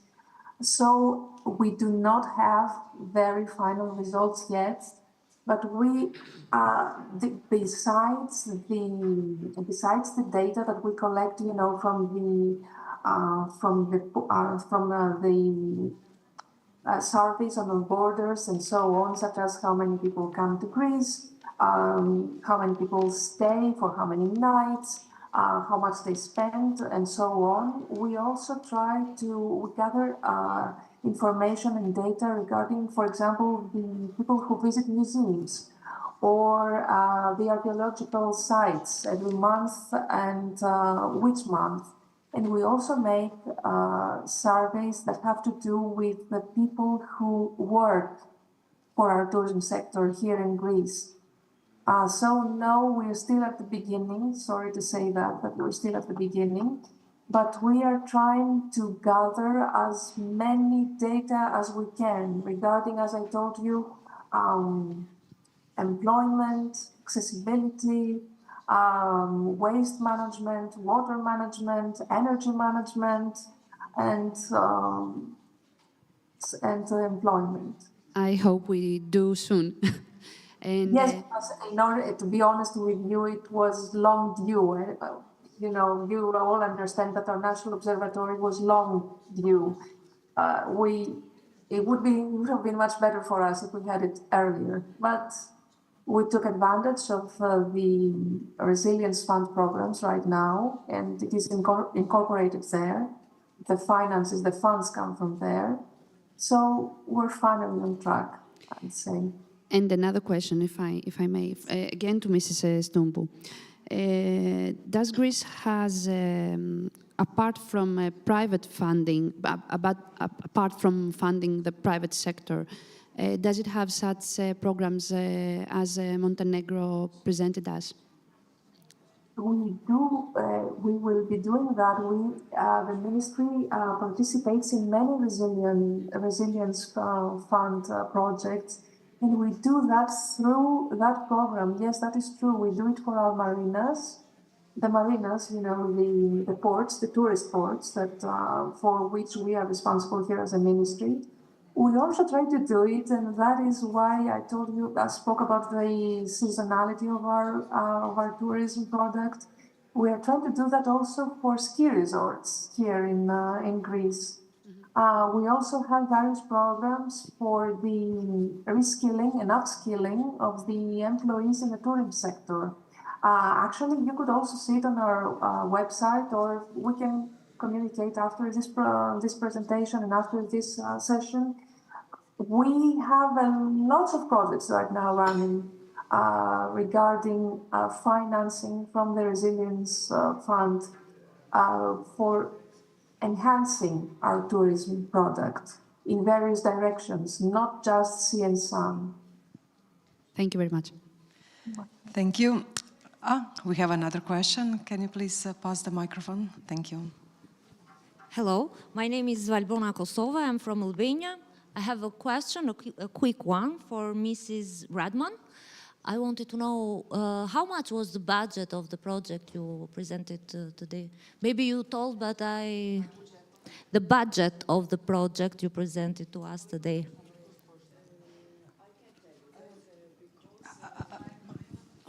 Sorry, I can tell you, thank you for your question. I can tell you the budget because I'm represented in the behalf of the Split Dalmatia County, Miss Renata Tesia. She is the employee of the Dalmatia County. She will know that number. I can tell you the number. I know only that this project was about 3 years. It started 3 years ago. 3 years ago, and, yes. I believe it's only regional budget. It's a state budget. It's not, they didn't search for extra funding. But I think if you write, you can contact us. No, it was just a curiosity. Not that I wanted to know it's a curiosity. How much was the budget of the? But as far as I saw, it was co-funded by you, no? Dalmatia storytelling destination. At the end of the, I think maybe it was the center, the interpretation center that I mentioned, it was funded by the EU funds. Yes. But the project of the story and educating tourist guides and working with the different tourism stakeholder, I think it was everything was financed from the state budget, from regional Yes, from county. the regional, yes, Yeah. from the regional country. And it started in 2020 already, I think, Yes. or just after the COVID time, 2020 first, with the training of the first guides, museum educators, and but probably it was the whole idea, you know, part by part, to develop the whole story from the training people to create a new tourist product and to put it on the market, and how to sell it, and how actually live from the tourism products. Thank you. If you want, we can send you some email about project. Renata will send you. The project is not over. Every year we have the new ones who are making new stories with the museums or some activities, yes. Yeah, thank you. Very interesting. Okay. I have one question. Eva, Yes. sorry, Eva, if I can add something. Yes, I'm please, sorry. do please. I just wanted to reflect on the question regarding the indicators and the measurement, since I guess, Eva, you could explain it even better than me, since it's a ministry project. But also in Croatia, through the touristic law, now we have the obligatory indicators for each destination in Croatia. This has started last year. So we are still also compiling it. The destinations actually are compiling it for their level until the end of this year. We also have the obligation of carrying capacity studies for the most developed ones. We, together with the Ministry Institute, has developed some of those indicators. And it's interesting that these indicators' values should be the first measurement is the threshold, and in the future, with implementation of the project based on the management plans, these thresholds should be increased in the sustainability manner, of course, for 17 diverse basic indicators. But I just wanted to reflect on one example of one DMO island, DMO Maliloshin, which has been implemented actually the whole ETIS indicator system for 10 years. And based on it, they have done a lot of actions and a lot of strategic planning. For example, they had a quite low levels of the recycling of the waste, especially from the private accommodation.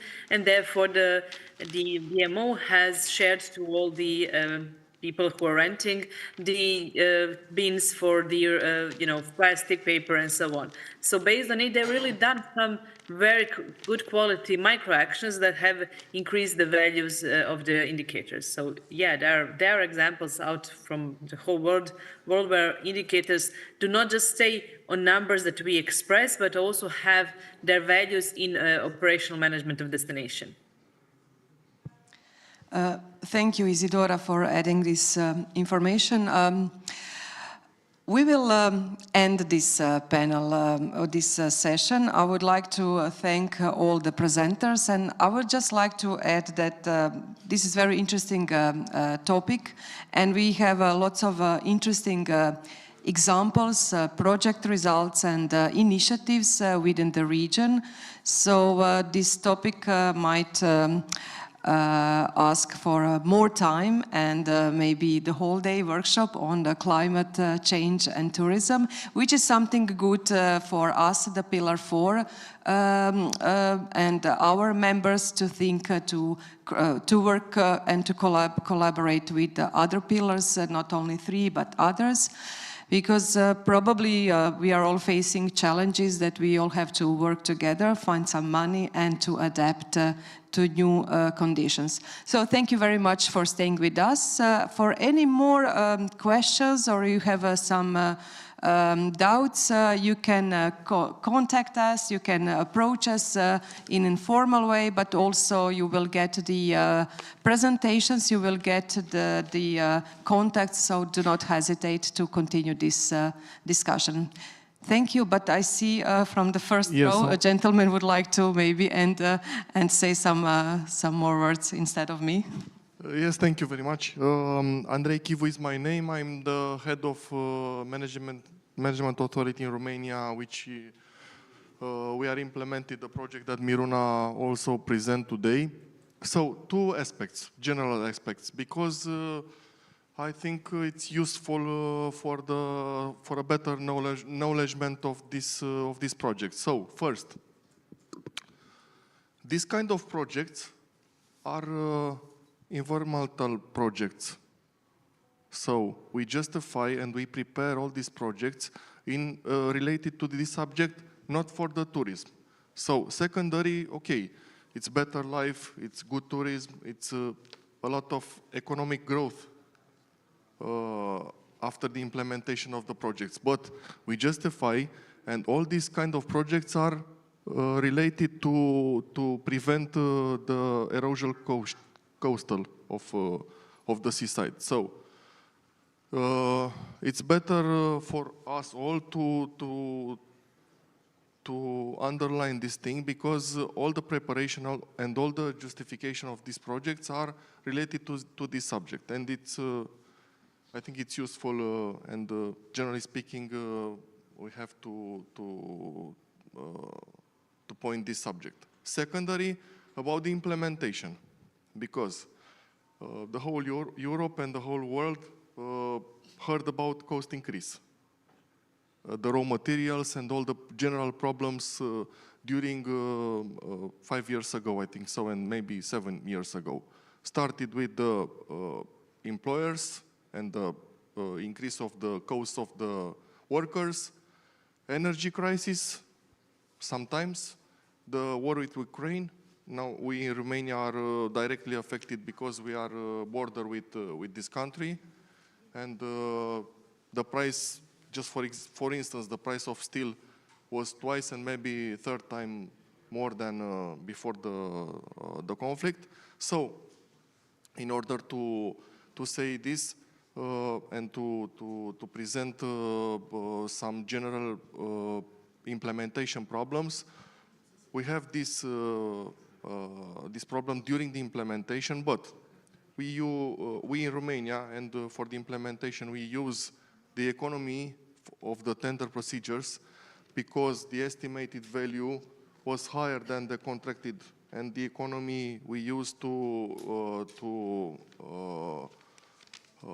increase the prices of the contracts in accordance with the law.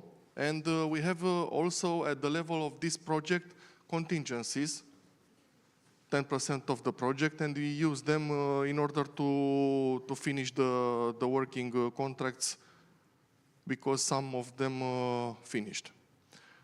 So this is our example in Romania. This is how we implement this project. It's at 60% physics study, and I think next year we will finish it, and we hope that we will not increase the price of the project, because at the phasing process and because we have some water and wastewater projects that we faced from 14-20 to 21-27, we have to reapprove them at the level of the European Commission in order to create the eligibility for the cost increase. So thank you very much. I think my general speaking, it was useful for you, and yeah, thank you very much. Maybe your words would matter more if you share with us this information at the previous panel, but we wanted to make this cross-sectoral cooperation, because it's really important to talk about the problems of the climate changes from different aspects. So thank you once again. Enjoy your lunch and your time, and see you soon. Thank you. Come to Croatia.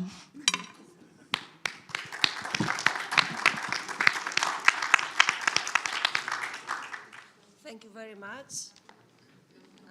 Thank you very much. Did you hear me? Okay. Thank you very much. Also, your session and the previous one that took us from the abstract environment of policies and science to the human level, and after all, people is our main goal and main care. So please enjoy your lunch. Unfortunately, we have only half an hour for that, and come back at 2 o'clock. Thank you. Μέσα σε λίγες δεκαετίες, η κλιματική αλλαγή από ενδεχόμενος κίνδυνος και απειλή γίνεται μια επώδυνη εμπειρία της καθημερινότητάς μας. Μέσα σε λίγες δεκαετίες η κλιματική αλλαγή μεταμορφώνεται ραγδαία σε κλιματική κρίση. Τώρα πια το καταλαβαίνουμε, γιατί το ζούμε. Στην Ελλάδα το αποτύπωμα των επιπτώσεων είναι ήδη εδώ. Περισσότερες και πιο έντονες πυρκαγιές, σφοδρές βροχοπτώσεις και πλημμύρες, συχνότερα κύματα καύσωνα και περίοδοι ξηρασίας. Την ίδια στιγμή πλήττονται σταδιακά τα ευαίσθητα οικοσυστήματα και μια σειρά από παραγωγικές και οικονομικές δραστηριότητες.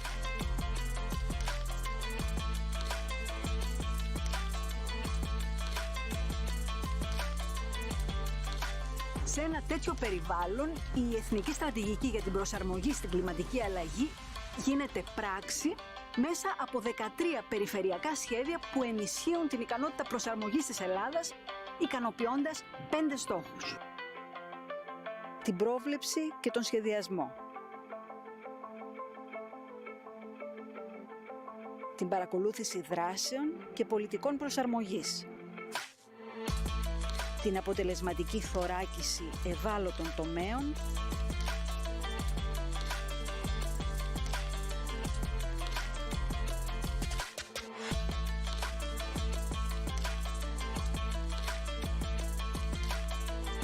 τη δράση σε περιφερειακό και τοπικό επίπεδο,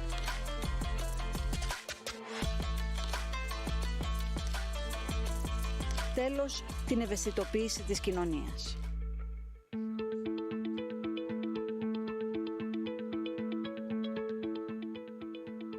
Το έργο Life IP Adaption αποτελεί το πιο σημαντικό έργο για την προσαρμογή της Ελλάδας στις επιπτώσεις της κλιματικής αλλαγής.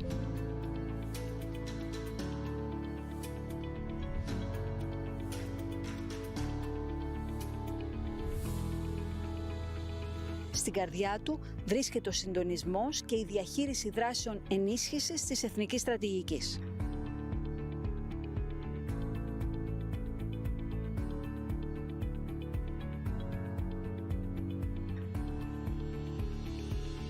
Να το πούμε πιο απλά. Προσαρμογή ίσον παίρνω τα μέτρα μου. Γίνομαι πιο ανθεκτικός στις αλλαγές που έρχονται. Αξιοποιώ τις ευκαιρίες που δημιουργούνται. Για παράδειγμα, λόγω της μείωσης των βροχοπτώσεων, το κλίμα θα γίνει χωρίς αμφιβολία ξηρότερο. Ορισμένες ποικιλίες αμπέλου, λοιπόν, που έχουν αυξημένες ανάγκες υγρασίας, θα έχουν πρόβλημα. Προσαρμογή, λοιπόν, εδώ σημαίνει αλλαγές, αναδιαρθρώσεις στις καλλιέργειες. Από την άλλη μεριά, οι ραγδαίες βροχοπτώσεις έχουν καταστροφικές συνέπειες σε έναν αρχαιολογικό χώρο.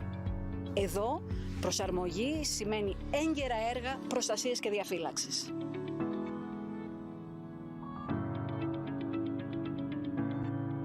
Οι τακτικές μετρήσεις της κοινής γνώμης δείχνουν τα επίπεδα ενημέρωσης, γνώσης και αντιλήψεων. Στην Ελλάδα φαίνεται ότι όλοι κατανοούμε γενικά πως η κλιματική αλλαγή είναι μια σοβαρή απειλή. Δυσκολευόμαστε όμως να καταλάβουμε το μέγεθος του προβλήματος και τι ακριβώς σημαίνει η προσαρμογή.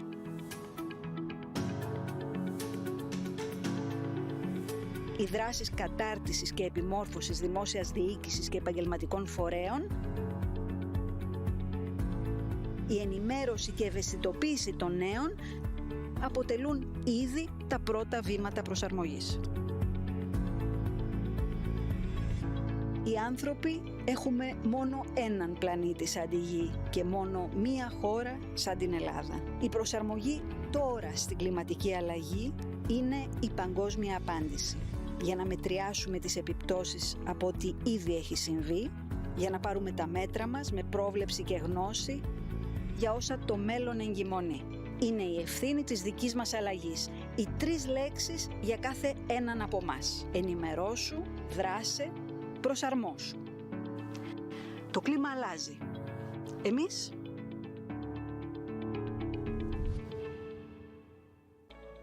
Αδριατική και Ιόνιο. Μακροπεριφερειακή στρατηγική EUSER.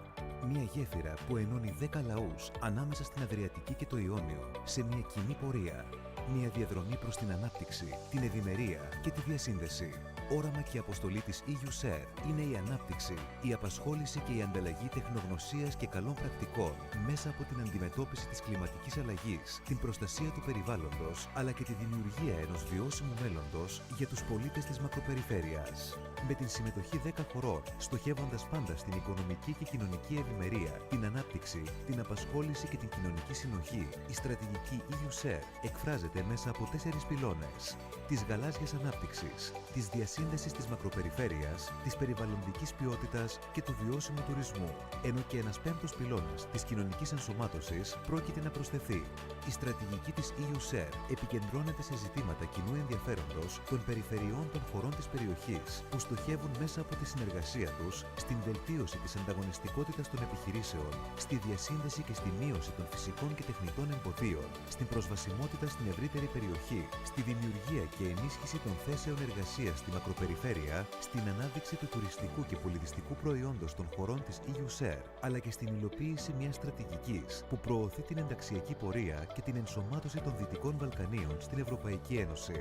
Η Ελλάδα από την 1η Ιουνίου 2024 έως την 31 Μαΐου 2025 αναλαμβάνει για δεύτερη φορά την προεδρία της EUSER για την περιφέρεια Αδριατικής και Ιωνίου. Ο πρώτος πυλώνας της γαλάζιας ανάπτυξης στοχεύει στην προώθηση των γαλάζιων τεχνολογιών, στην ενίσχυση της αλληλείας και στην ανάπτυξη των θαλάσσιων υπηρεσιών και διακυβέρνησης.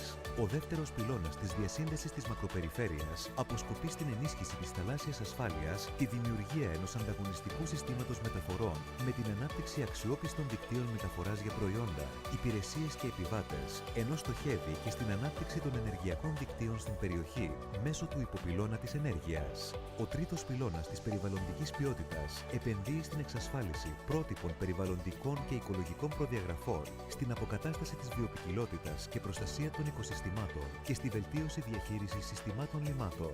Ο τέταρτος πυλώνας του βιώσιμου τουρισμού αποσκοπεί στην διαφοροποίηση τουριστικών προϊόντων και υπηρεσιών, την ενίσχυση ποιότητας και καινοτομίας στον τουρισμό, τη βελτίωση της βιωσιμότητας και τη συνολικότερη αναβάθμιση του τουριστικού προϊόντος. EUSER. Δημιουργούμε γέφυρες ανάπτυξης. Ενώνουμε πολιτισμούς.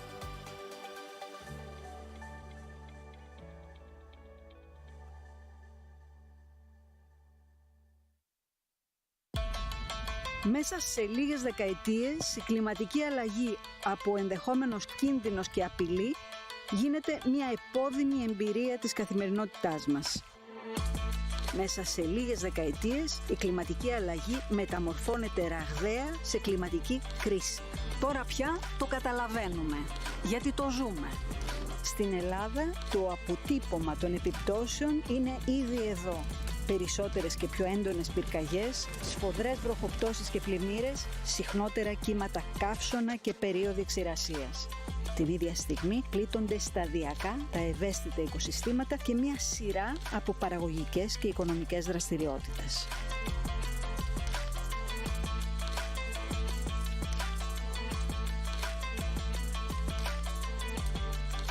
Σε ένα τέτοιο περιβάλλον, η Εθνική Στρατηγική για την Προσαρμογή στην Κλιματική Αλλαγή γίνεται πράξη μέσα από 13 περιφερειακά σχέδια που ενισχύουν την ικανότητα προσαρμογής της Ελλάδας, ικανοποιώντας 5 στόχους. Την πρόβλεψη και τον σχεδιασμό. Την παρακολούθηση δράσεων και πολιτικών προσαρμογής. Την αποτελεσματική θωράκιση ευάλωτων τομέων.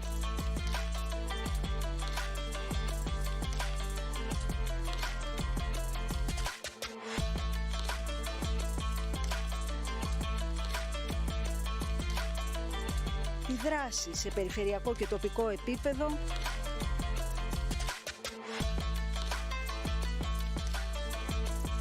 Τέλος, την ευαισθητοποίηση της κοινωνίας.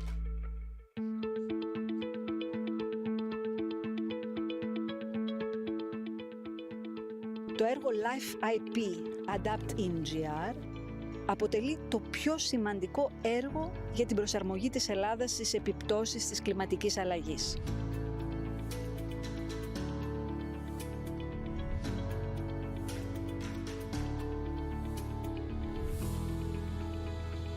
Στην καρδιά του βρίσκεται ο συντονισμός και η διαχείριση δράσεων ενίσχυσης της εθνικής στρατηγικής.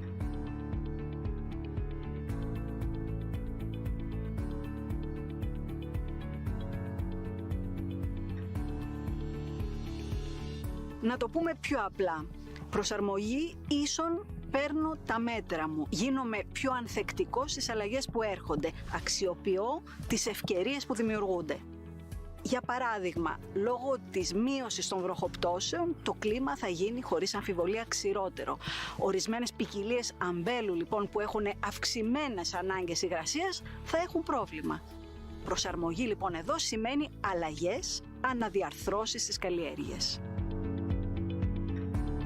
Από την άλλη μεριά, οι ραγδαίες βροχοπτώσεις έχουν καταστροφικές συνέπειες σε έναν αρχαιολογικό χώρο. Εδώ, προσαρμογή σημαίνει έγκαιρα έργα προστασίας και διαφύλαξης.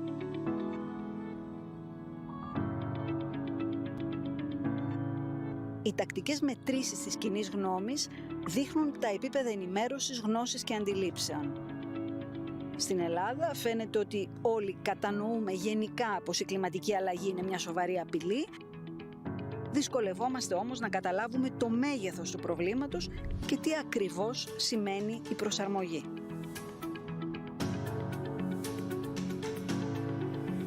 Οι δράσεις κατάρτισης και επιμόρφωσης δημόσιας διοίκησης και επαγγελματικών φορέων, η ενημέρωση και ευαισθητοποίηση των νέων αποτελούν ήδη τα πρώτα βήματα προσαρμογής. Οι άνθρωποι έχουμε μόνο έναν πλανήτη σαν τη Γη και μόνο μία χώρα σαν την Ελλάδα. Η προσαρμογή τώρα στην κλιματική αλλαγή είναι η παγκόσμια απάντηση. Για να μετριάσουμε τις επιπτώσεις από ό,τι ήδη έχει συμβεί, για να πάρουμε τα μέτρα μας με πρόβλεψη και γνώση για όσα το μέλλον εγκυμονεί. Είναι η ευθύνη της δικής μας αλλαγής. Οι 3 λέξεις για κάθε έναν από εμάς. Ενημερώσου, δράσε, προσαρμόσου. Το κλίμα αλλάζει. Εμείς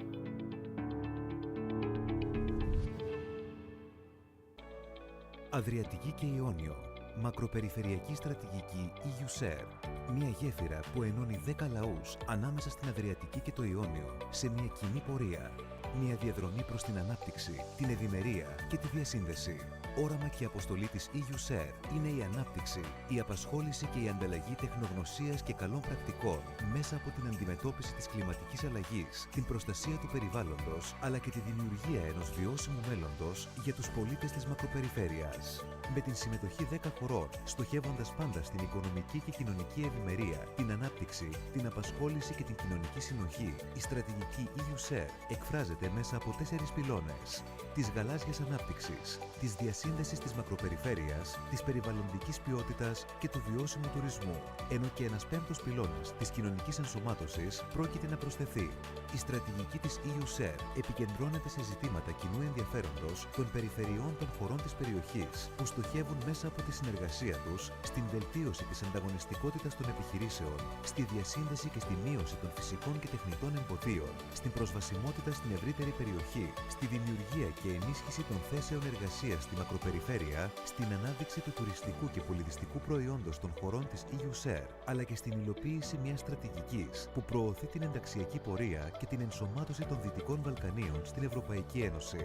Η Ελλάδα από την 1η Ιουνίου 2024 έως την 31 Μαΐου 2025 αναλαμβάνει για δεύτερη φορά την προεδρία της EUSER για την περιφέρεια Αδριατικής και Ιωνίου. Ο πρώτος πυλώνας της γαλάζιας ανάπτυξης στοχεύει στην προώθηση των γαλάζιων τεχνολογιών, στην ενίσχυση της αλληλείας και στην ανάπτυξη των θαλάσσιων υπηρεσιών και διακυβέρνησης. Ο δεύτερος πυλώνας της διασύνδεσης της μακροπεριφέρειας αποσκοπεί στην ενίσχυση της θαλάσσιας ασφάλειας, τη δημιουργία ενός ανταγωνιστικού συστήματος μεταφορών με την ανάπτυξη αξιόπιστων δικτύων μεταφοράς για προϊόντα, υπηρεσίες και επιβάτες, ενώ στοχεύει και στην ανάπτυξη των ενεργειακών δικτύων στην περιοχή μέσω του υποπυλώνα της ενέργειας. Ο τρίτος πυλώνας της περιβαλλοντικής ποιότητας επενδύει στην εξασφάλιση πρότυπων περιβαλλοντικών και οικολογικών προδιαγραφών, στην αποκατάσταση της βιοποικιλότητας και προστασία των οικοσυστημάτων και στη βελτίωση διαχείρισης συστημάτων λιμάτων. Ο τέταρτος πυλώνας του βιώσιμου τουρισμού αποσκοπεί στην διαφοροποίηση τουριστικών προϊόντων και υπηρεσιών, την ενίσχυση ποιότητας και καινοτομίας στον τουρισμό, τη βελτίωση της βιωσιμότητας και τη συνολικότερη αναβάθμιση του τουριστικού προϊόντος. EUSER.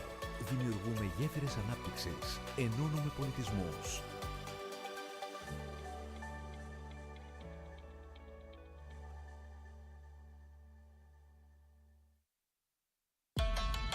Μέσα σε λίγες δεκαετίες η κλιματική αλλαγή από ενδεχόμενος κίνδυνος και απειλή γίνεται μια επώδυνη εμπειρία της καθημερινότητάς μας. Μέσα σε λίγες δεκαετίες η κλιματική αλλαγή μεταμορφώνεται ραγδαία σε κλιματική κρίση. Τώρα πια το καταλαβαίνουμε, γιατί το ζούμε. Στην Ελλάδα το αποτύπωμα των επιπτώσεων είναι ήδη εδώ.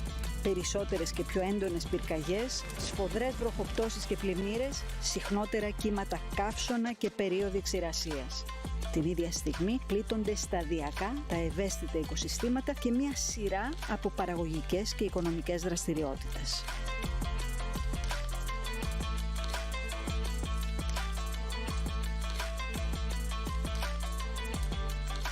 Σε ένα τέτοιο περιβάλλον, η Εθνική Στρατηγική για την Προσαρμογή στην Κλιματική Αλλαγή γίνεται πράξη μέσα από 13 περιφερειακά σχέδια που ενισχύουν την ικανότητα προσαρμογής της Ελλάδας, ικανοποιώντας 5 στόχους. Την πρόβλεψη και τον σχεδιασμό. Την παρακολούθηση δράσεων και πολιτικών προσαρμογής. Την αποτελεσματική θωράκιση ευάλωτων τομέων,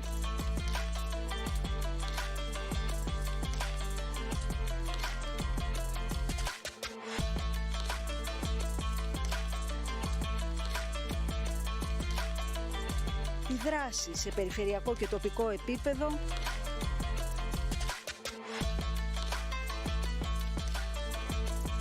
τέλος, την ευαισθητοποίηση της κοινωνίας.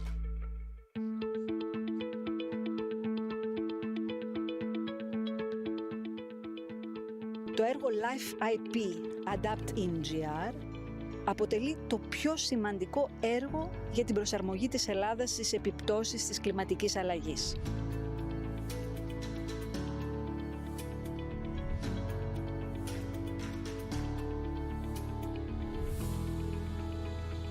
Στην καρδιά του βρίσκεται ο συντονισμός και η διαχείριση δράσεων ενίσχυσης της εθνικής στρατηγικής.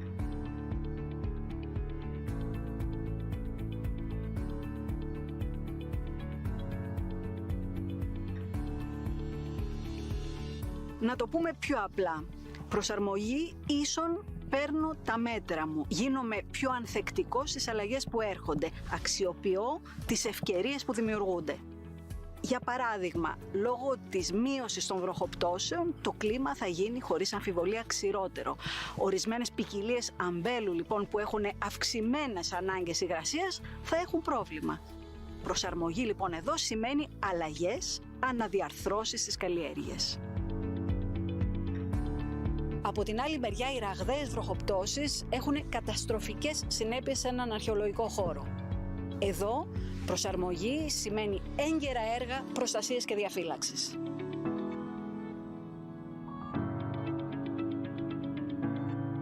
Οι τακτικές μετρήσεις της κοινής γνώμης δείχνουν τα επίπεδα ενημέρωσης, γνώσης και αντιλήψεων.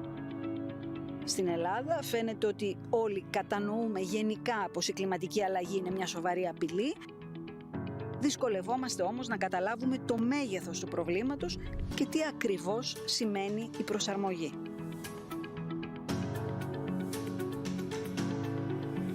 Οι δράσεις κατάρτισης και επιμόρφωσης δημόσιας διοίκησης και επαγγελματικών φορέων,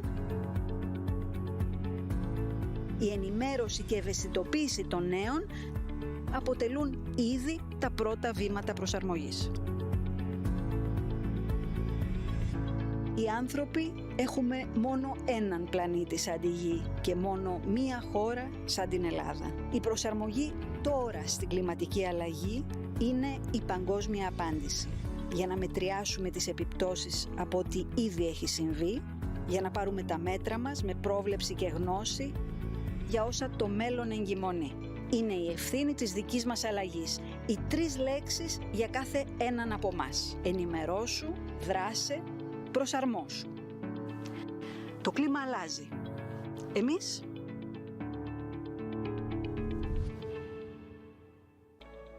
Αδριατική και Ιόνιο. Μακροπεριφερειακή στρατηγική EUSER. Μια γέφυρα που ενώνει 10 λαούς ανάμεσα στην Αδριατική και το Ιόνιο σε μια κοινή πορεία. Μια διαδρομή προς την ανάπτυξη, την ευημερία και τη διασύνδεση. Όραμα και αποστολή της EUSER είναι η ανάπτυξη, η απασχόληση και η ανταλλαγή τεχνογνωσίας και καλών πρακτικών μέσα από την αντιμετώπιση της κλιματικής αλλαγής, την προστασία του περιβάλλοντος, αλλά και τη δημιουργία ενός βιώσιμου μέλλοντος για τους πολίτες της μακροπεριφέρειας. Με την συμμετοχή 10 χωρών, στοχεύοντας πάντα στην οικονομική και κοινωνική ευημερία, την ανάπτυξη, την απασχόληση και την κοινωνική συνοχή, η στρατηγική EUSER εκφράζεται μέσα από 4 πυλώνες: της γαλάζιας ανάπτυξης, της διασύνδεσης της μακροπεριφέρειας, της περιβαλλοντικής ποιότητας και του βιώσιμου τουρισμού, ενώ και ένας 5ος πυλώνας της κοινωνικής ενσωμάτωσης πρόκειται να προσθεθεί. Η στρατηγική της EUSER επικεντρώνεται σε ζητήματα κοινού ενδιαφέροντος των περιφερειών των χωρών της περιοχής, που στοχεύουν μέσα από τη συνεργασία τους στην βελτίωση της ανταγωνιστικότητας των επιχειρήσεων, στη διασύνδεση και στη μείωση των φυσικών και τεχνητών εμποδίων, στην προσβασιμότητα στην ευρύτερη περιοχή, στη δημιουργία και ενίσχυση των θέσεων εργασίας στη μακροπεριφέρεια, στην ανάδειξη του τουριστικού και πολιτιστικού προϊόντος των χωρών της EUSER, αλλά και στην υλοποίηση μιας στρατηγικής που προωθεί την ενταξιακή πορεία και την ενσωμάτωση των Δυτικών Βαλκανίων στην Ευρωπαϊκή Ένωση. Η Ελλάδα από την 1η Ιουνίου 2024 έως την 31 Μαΐου 2025 αναλαμβάνει για δεύτερη φορά την προεδρία της EUSER για την περιφέρεια Αδριατικής και Ιωνίου.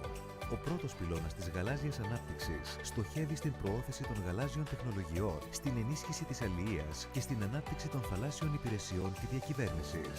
Ο δεύτερος πυλώνας της διασύνδεσης της μακροπεριφέρειας αποσκοπεί στην ενίσχυση της θαλάσσιας ασφάλειας, τη δημιουργία ενός ανταγωνιστικού συστήματος μεταφορών με την ανάπτυξη αξιόπιστων δικτύων μεταφοράς για προϊόντα, υπηρεσίες και επιβάτες, ενώ στοχεύει και στην ανάπτυξη των ενεργειακών δικτύων στην περιοχή μέσω του υποπυλώνα της ενέργειας.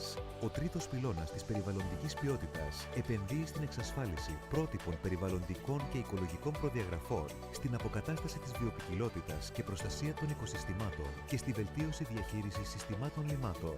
Ο τέταρτος πυλώνας του βιώσιμου τουρισμού αποσκοπεί στην διαφοροποίηση τουριστικών προϊόντων και υπηρεσιών, την ενίσχυση ποιότητας και καινοτομίας στον τουρισμό, τη βελτίωση της βιωσιμότητας και τη συνολικότερη αναβάθμιση του τουριστικού προϊόντος. EUSER. Δημιουργούμε γέφυρες ανάπτυξης. Ενώνουμε πολιτισμούς.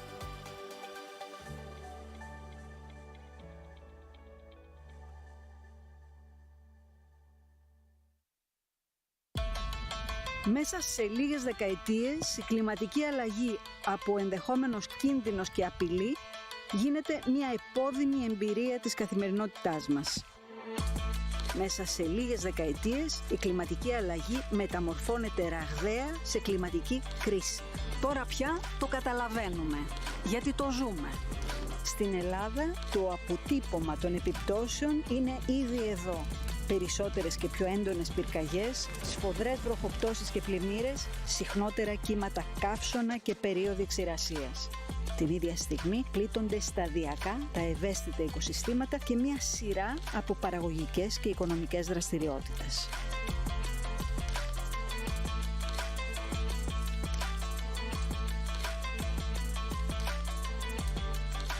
Σε ένα τέτοιο περιβάλλον, η Εθνική Στρατηγική για την Προσαρμογή στην Κλιματική Αλλαγή γίνεται πράξη μέσα από 13 περιφερειακά σχέδια που ενισχύουν την ικανότητα προσαρμογής της Ελλάδας, ικανοποιώντας 5 στόχους. Την πρόβλεψη και τον σχεδιασμό. Την παρακολούθηση δράσεων και πολιτικών προσαρμογής. Την αποτελεσματική θωράκιση ευάλωτων τομέων.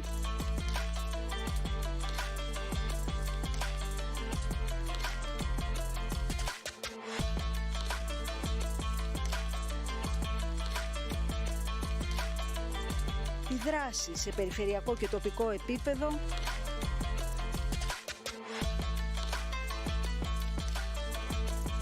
Τέλος, την ευαισθητοποίηση της κοινωνίας.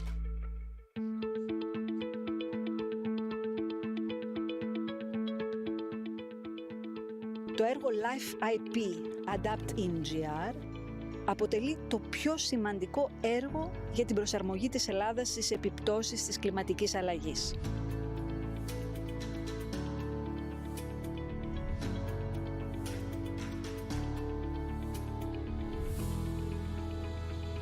Στην καρδιά του βρίσκεται ο συντονισμός και η διαχείριση δράσεων ενίσχυσης της εθνικής στρατηγικής.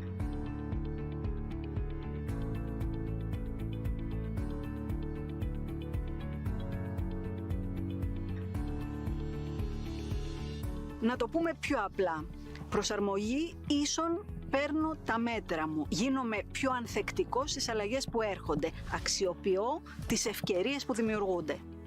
Για παράδειγμα, λόγω της μείωσης των βροχοπτώσεων, το κλίμα θα γίνει χωρίς αμφιβολία ξηρότερο. Ορισμένες ποικιλίες αμπέλου, λοιπόν, που έχουν αυξημένες ανάγκες υγρασίας, θα έχουν πρόβλημα. Προσαρμογή, λοιπόν, εδώ σημαίνει αλλαγές, αναδιαρθρώσεις στις καλλιέργειες. Από την άλλη μεριά, οι ραγδαίες βροχοπτώσεις έχουν καταστροφικές συνέπειες σε έναν αρχαιολογικό χώρο. Εδώ, προσαρμογή σημαίνει έγκαιρα έργα προστασίας και διαφύλαξης.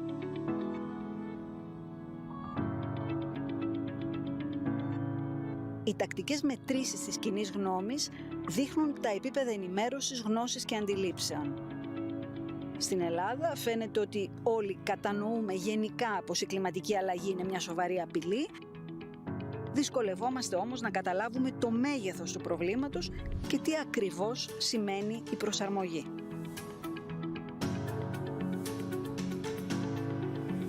Οι δράσεις κατάρτισης και επιμόρφωσης δημόσιας διοίκησης και επαγγελματικών φορέων, η ενημέρωση και ευαισθητοποίηση των νέων αποτελούν ήδη τα πρώτα βήματα προσαρμογής. Οι άνθρωποι έχουμε μόνο έναν πλανήτη σαν τη Γη και μόνο μία χώρα σαν την Ελλάδα. Η προσαρμογή τώρα στην κλιματική αλλαγή είναι η παγκόσμια απάντηση. Για να μετριάσουμε τις επιπτώσεις από ό,τι ήδη έχει συμβεί, για να πάρουμε τα μέτρα μας με πρόβλεψη και γνώση για όσα το μέλλον εγκυμονεί. Είναι η ευθύνη της δικής μας αλλαγής. Οι 3 λέξεις για κάθε έναν από μας. Ενημερώσου, δράσε, προσαρμόσου. Το κλίμα αλλάζει. Εμείς?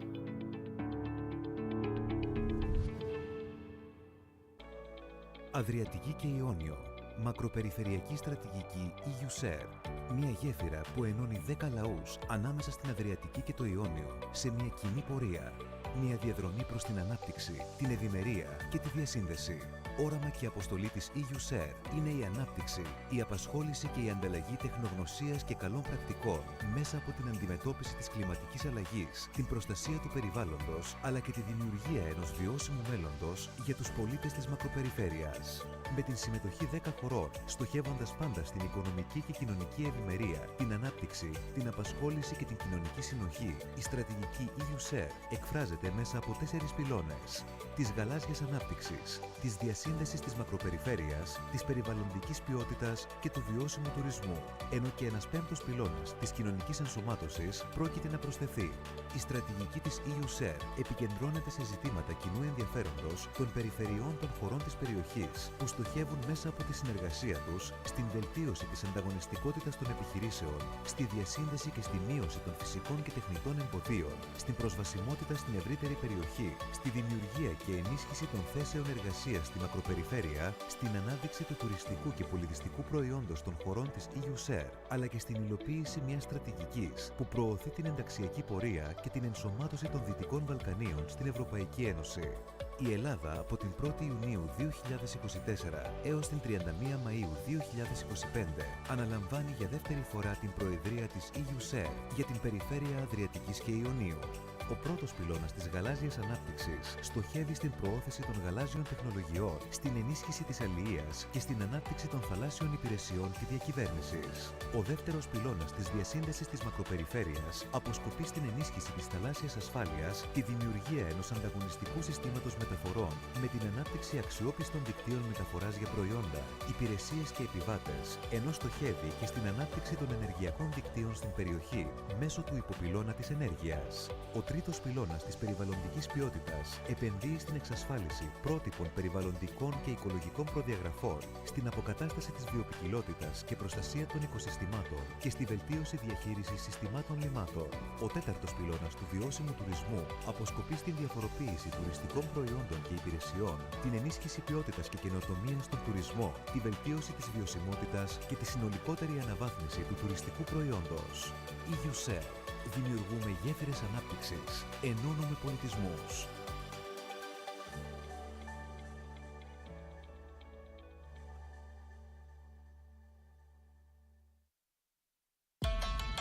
Μέσα σε λίγες δεκαετίες, η κλιματική αλλαγή από ενδεχόμενος κίνδυνος και απειλή γίνεται μια επώδυνη εμπειρία της καθημερινότητάς μας. Μέσα σε λίγες δεκαετίες, η κλιματική αλλαγή μεταμορφώνεται ραγδαία σε κλιματική κρίση. Τώρα πια το καταλαβαίνουμε, γιατί το ζούμε. Στην Ελλάδα, το αποτύπωμα των επιπτώσεων είναι ήδη εδώ. Περισσότερες και πιο έντονες πυρκαγιές, σφοδρές βροχοπτώσεις και πλημμύρες, συχνότερα κύματα καύσωνα και περίοδοι ξηρασίας. Την ίδια στιγμή πλήττονται σταδιακά τα ευαίσθητα οικοσυστήματα και μια σειρά από παραγωγικές και οικονομικές δραστηριότητες.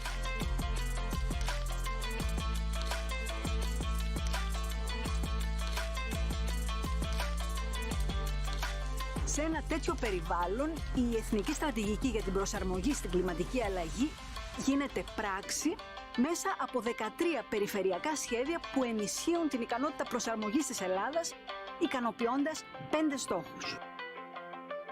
Την πρόβλεψη και τον σχεδιασμό. Την παρακολούθηση δράσεων και πολιτικών προσαρμογής. Την αποτελεσματική θωράκιση ευάλωτων τομέων,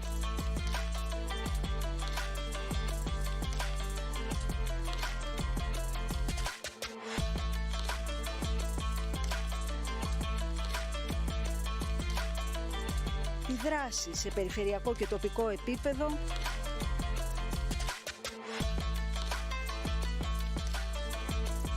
τέλος, την ευαισθητοποίηση της κοινωνίας.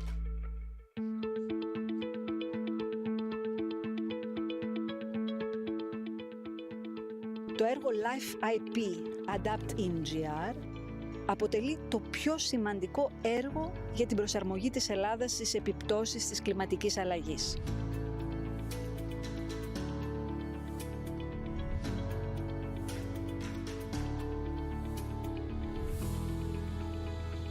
Στην καρδιά του βρίσκεται ο συντονισμός και η διαχείριση δράσεων ενίσχυσης της εθνικής στρατηγικής.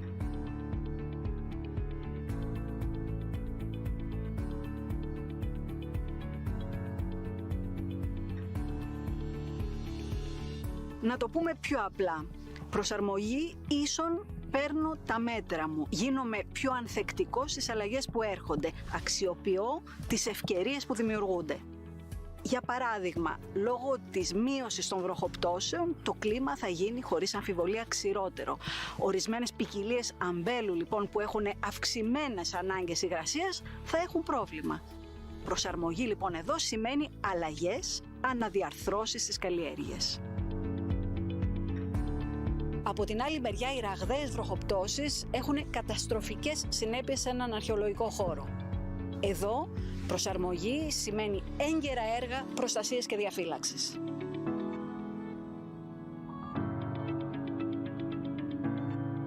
Οι τακτικές μετρήσεις της κοινής γνώμης δείχνουν τα επίπεδα ενημέρωσης, γνώσης και αντιλήψεων. Στην Ελλάδα φαίνεται ότι όλοι κατανοούμε γενικά πως η κλιματική αλλαγή είναι μια σοβαρή απειλή. Δυσκολευόμαστε όμως να καταλάβουμε το μέγεθος του προβλήματος και τι ακριβώς σημαίνει η προσαρμογή.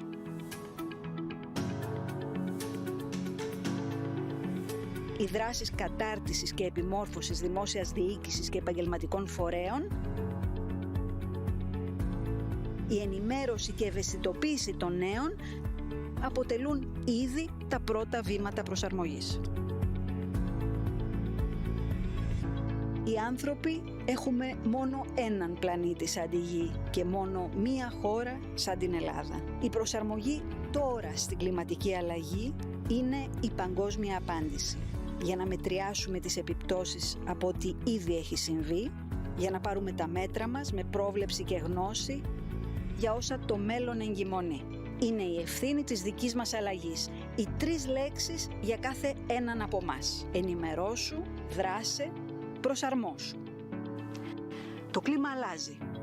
Εμείς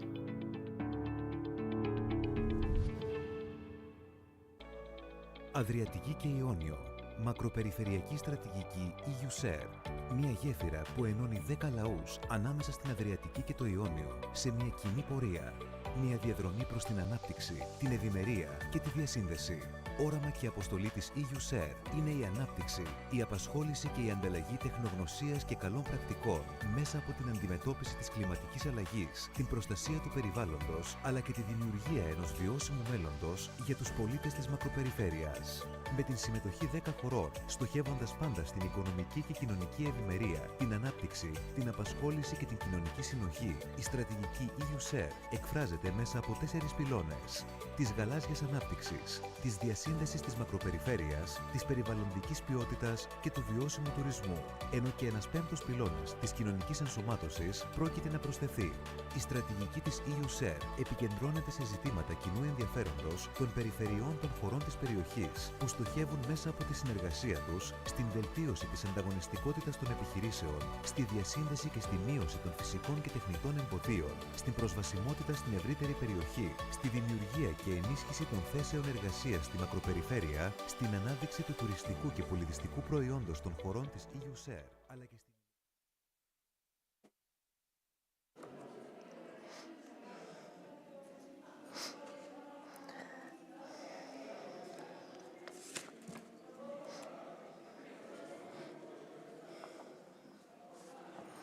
Please welcome back to continue with the section 6, Adaptive Cities and Communities.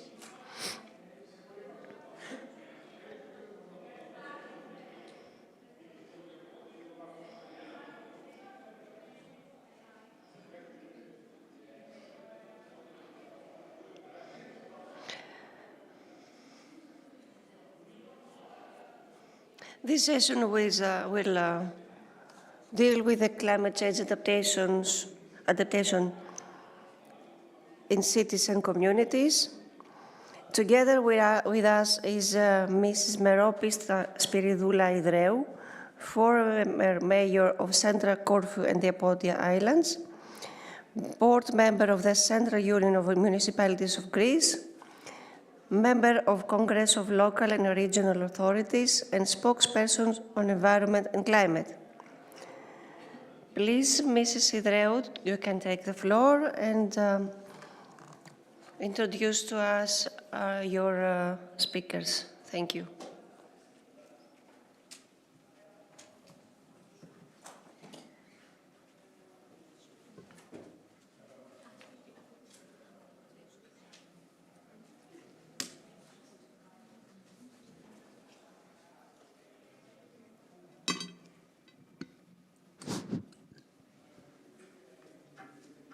Good afternoon to all of you, distinguished guests. Thank you for your invitation. We are in session 6 of this summit, and it concerns about, the topic is about adaptive cities and communities. I'll be glad to welcome here for this session. I don't know if they can be physically here present, but a lot of them are going to speak to us through the Zoom meeting. But we'll be glad to welcome Luigi Albore Masia, who is the president of the Forum of the Adriatic-Ionian cities. He couldn't be here, unfortunately, so I will read a speech that he sent to us. After that, we have Eva Betengo, who is Senior Advisor for Preparation, Implementation, and Presentation of Development Project of City Office for Economy, Environmental and Sustainability and Strategic Planning. whose topic is a nature-based solution as green agents of change. After that, we'll have the topic of Dr. Georgios Papasteriou, who is the head of the Department of Operational Planning and Development Programs Monitoring, ahead of the Resilience Office of the Municipality of Thessaloniki. And we're closing this session with Dr. Maria Makri, who is head of Department of Technical Resource, Directorate of Industry, Energy and Natural Resources of the region of Western Greece. After that, we can make a discussion and we can point out the conclusions of this session. Thank you very much.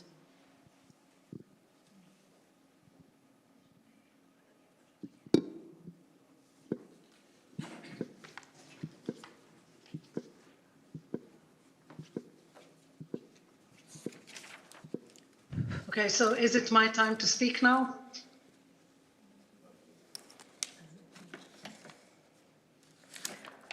Can you hear me?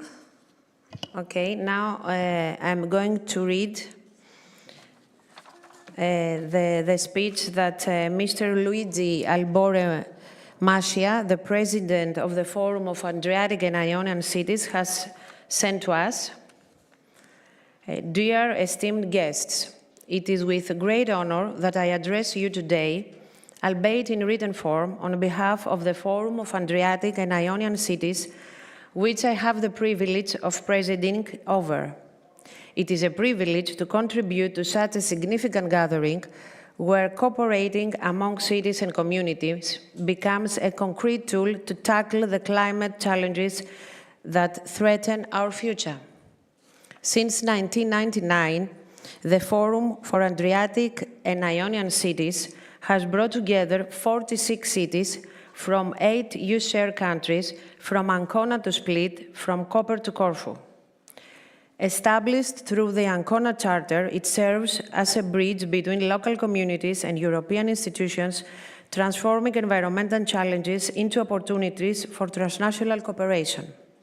In recent years, environmental sustainability has become the core of our commitment, as we recognize that only through a cohesive approach can we effectively address climate change. The crucial questions we pose today is, how can we turn climate risks into opportunities for sustainable growth and long-term well-being for future generations? Climate adaptation is an absolute priority for us. It is not only about protecting the environment, but also of sustainable urban planning strategies designed to make cities safer, more efficient, and more resilient. We need concrete solutions that address both immediate needs and long-term perspectives, integrating sustainability with socio-economic development. Our goal is clear: to build cities capable of evolving in response to climate change without compromising their development. Nature-based solutions represent one of the most effective and innovative responses. Restoring ecosystems, preserving natural resources, and developing green infrastructures not only enhance environmental quality, but also generate tangible economic and social benefits. A significant example is a project implemented by the city of Pescara, which in 2024 completed a major urban development initiative in Piazza Sacro Cuore. This intervention went beyond aesthetic improvements, incorporating nature-based solutions to mitigate climate challenges. Permeable materials to reduce flood risks, expanded green areas to counteract the urban heat island effect, and smart technologies to enhance energy efficiency. This initiative demonstrates how sustainability can transform cities, making them more adaptable and livable.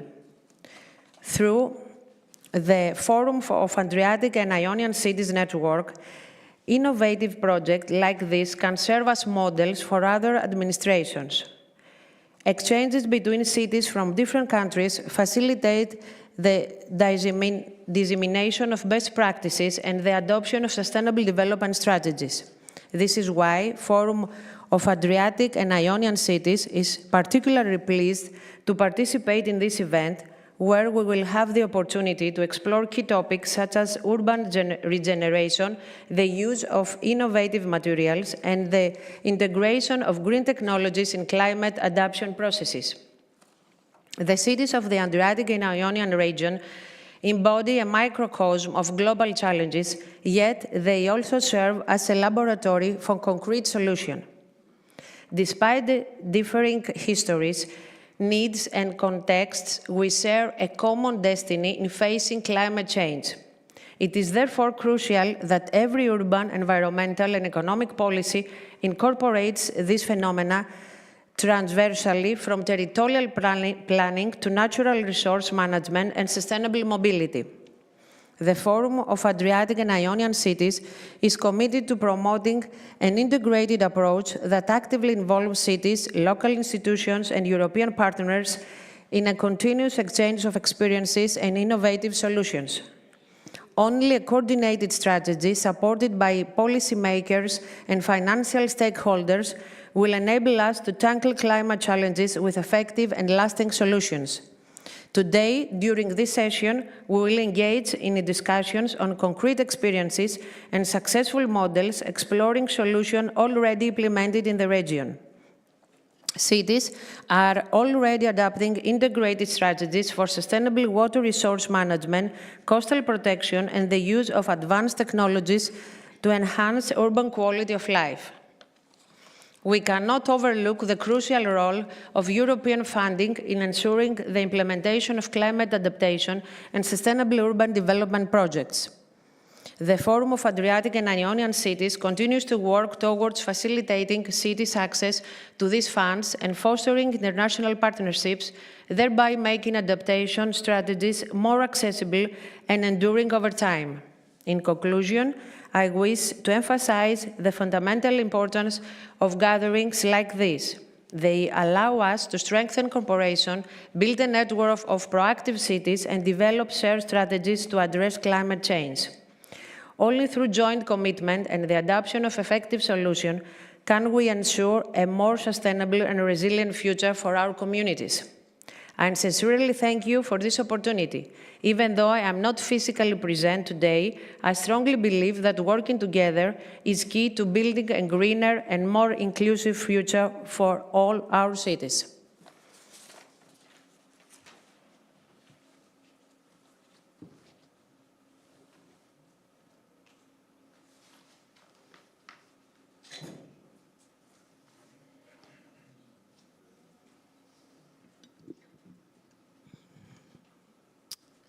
Okay, after this important message from the President of the Forum of Adriatic and Ionian Cities, we can proceed to Mrs. Eva Bedenko.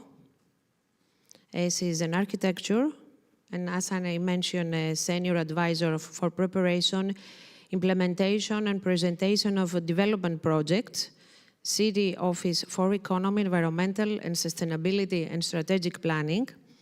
And she will talk to us about natural-based solutions as green agents of change. The floor is yours. Can you hear me? Yes, of course, very clearly. Okay, great. That's good. So I will share my screen. It's great to be here. It would be even better to be there in person, but anyway, this is what I could do. So let me just start the presentation.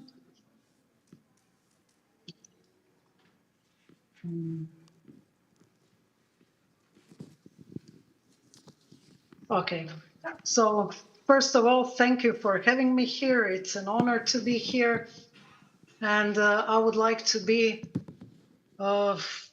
to share my part in this important topic. So I was invited as a person who works in the city of Zagreb, and some of our colleagues and some of our collaborators are Greek, and we had this very good cooperation before. So this is how I came here. And it's an honor to talk about nature-based solution examples that we have implemented in the city of Zagreb. So first, let me tell you a little bit about the city. So Zagreb is a middle European city. It's close to the Mediterranean. It's close to the Alps. It's sort of at the crossroads of all kinds of European zones, all kinds of European identities. It's about 1.5 hours by car to the sea. It has around 800,000 inhabitants, the metropolitan region.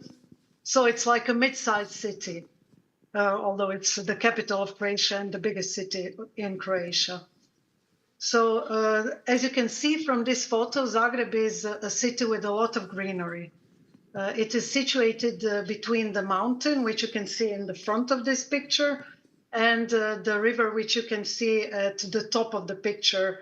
The line is the river Sava. It has a rich history, and it's like a very rich urban fabric of different kinds of urban and peri-urban parts. So the Sava River to the south, I just wanted to show you how Zagreb is a city with a lot of greenery, but still, even in a city which has a lot of green areas, there's always a need to give some new use to these green areas and to put them to use in a way. Because as we all know, we have been reading and learning about climate change adaptation. And we have all learned that nature-based solutions are really important part of this. So in Zagreb, I will tell you about 2 examples that we did. So first of all, just to give you an outline, Zagreb has a really rich and successful project of urban gardens. It has been operating for 12 years now, and it was based on a rich agricultural history of the city. So the city is organizing urban gardens on city-owned areas, which are currently either green areas or not in use. So in order to preserve it from illegal construction and in order to provide an area for growing their own food to the citizens, the city has implemented this project since 2013, and it's been expanding ever since. So right now we have 15 large urban gardens with more than 2,000 garden plots, and since many of the users are families, you can multiply that by 3, 4, or 5. But I'm not going to talk to you about this. There was in this European project called Progereg, which you maybe heard about. It was a Horizon 2020 project. We have implemented a therapeutic garden. So the therapeutic garden was a use that we wanted to implement before, because we have had many approaches from the citizens and from the institutions to implement one of the gardens with the raised garden beds to make it accessible for people with different disabilities. So when we got this opportunity to implement it in the project, so in 2021, we have implemented this garden. Here, what you can see in the picture are the children from the Little Home. It's a daycare center for children with multiple disabilities, and they have been really crucial to help us design this garden. So we have had several workshops, and you can see the result of this whole process photographed from above. So what you can see here is the therapeutic garden, which is located in a former industrial area. So this is an area that hasn't been used by people for a long time. And this was sort of a first step of the city to implement this green gem of a project in order to sort of reclaim this area. So what you can see here are the parts of the therapeutic garden with the raised garden beds. I don't know if you can see my cursor. So anyhow, these are the raised garden beds with the sensory garden. There's a stage for performances, a bio meadow, and a reflexological path, and of course, a common area with benches and with the barbecue. So as you can see, this garden is still, it's in use. This picture was taken when it was open, but it has been in use ever since. It was open in May of 2021. And in the background, you can see what we are actually dealing with here. This is really a way of putting this oasis of humanity into this derelict and sort of unfriendly space. So this is something that we are very proud of. And of course, it's not, this is always a work in progress. So what you can see here, it's a slide of sort of a workshop that we had last year in the spring. We're building a Hugelkultur garden bed. I don't know if you know about this, but I don't have time enough to explain, but you can Google it. It's really an interesting concept where you put all this plant residue and build like a small hill above it, and then by decomposing and by releasing water, this plant material makes this garden bed almost self-sufficient. So another thing that I wanted to talk about are fruit trees in the city. Of course, this is an example from Seville. It's not from Zagreb, but this is something that I really think is beautiful, and I think that to me it's very inspiring. Unlike Seville, Zagreb has this, most of the people in Zagreb have this prejudice against fruit trees in the city because there are wasps and bees and flies and rotting fruit. So this was a problem that we had in mind before starting this other project. So as you can see in the easternmost part of the city of Zagreb is this green neighborhood of Sesvete, and next to an elementary school, to the right you can see the plot in red. This is a new urban orchard that's going to be implemented through another European funded project from the Interreg family, Interreg Central Europe. So what we have here is this blank green area, and we have a very green neighborhood, which you can see on this slide, but with no public green spaces at all. So everybody has their own garden, but people don't really have like a park or an area where children can play. So we wanted to provide this to the neighborhood by implementing an urban orchard. So to make things short, what we learned from Project, what is really important when you implement something like that is you need to involve the local community. You need to make people feel, I mean, not just make them feel like swindle them, but you need to work on that so this new intervention is felt like the citizens own it, like it belongs to them in a way. So we have organized several workshops, first one with the school children and with their parents and with the young people from the area, so teenagers, and we have gotten some really interesting results. I'm just showing you the results from the teenagers workshop. So they wanted to have trees and gazebos and benches and fruits, and areas for reading and writing. So what we did, we collected all this and we gave it to the landscape architect and asked him to incorporate this in the design.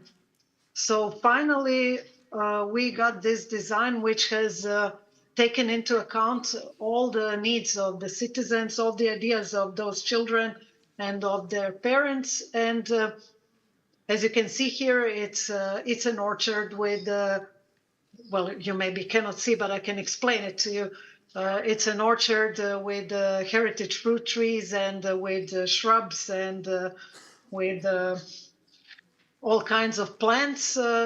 And at the same time, this will be an open park for the children of the school, but also for people from the area, and also the people who walk their dogs here will also be welcome, because in a way, when you have people who walk their dogs, they're there in the evening, and when they're there, when dog walkers are there, there won't be any vandalism, which is like the primary problem that we have with those nice green areas that I talked to you about. So just to conclude, I just wanted to say these are very small examples. So these are not big interventions. These are not expensive interventions, but these are, in a way, I would just like to quote my colleagues from the Zagreb Faculty of Architecture, who 10 years ago made this project, city acupuncture. So these are like acupuncture points. The idea of city acupuncture is to make these precise interventions that then can make, that can sort of start the change on a larger scale. So yeah, thank you for your attention. I hope I didn't cross the time, and thanks, that's all from my side. Of course, if there are some questions, I'll be happy to answer. Thank you very much. You were perfect. I have to make some comments here, because I truly want to give you a lot of congratulations from us for your very important and very crucial initiatives, because I believe through them you achieve most of the goals that we are discussing today. You achieve, first of all, the environmental protection, the raise of the awareness of the community. You make the community, all the stakeholders, the citizens, the private sector, the common sector, to be a part of it, to involve in the protection of the environment. And at the same time, you are giving a social policy approach to all of this. So you achieve, we can say, an eco-social economic goals at the same time. And it has a very sensitive dimension, the one that you protect children and especially vulnerable population. So many congratulations to you, and I think you make the most of the EU funding and you give an extra value to your city and your region. And I think the most crucial thing is that you educate your community, your citizen, and make them to have an eco-friendly culture and to make their own liability and responsibility to protect the environment and to ensure a sustainable future for the next generation. Thank you very much for that. I don't know if there are any questions from the audience. Okay, then we may proceed to the next topic, to Dr. Georgios Papasteriou, who is the head of the Department of Operational Planning and Development Programs Monitoring, Resilience Office of Municipality of Thessaloniki. Mr. Papasteriou, the floor is yours. Yes, thank you. Thank you. Give me a moment to share my screen.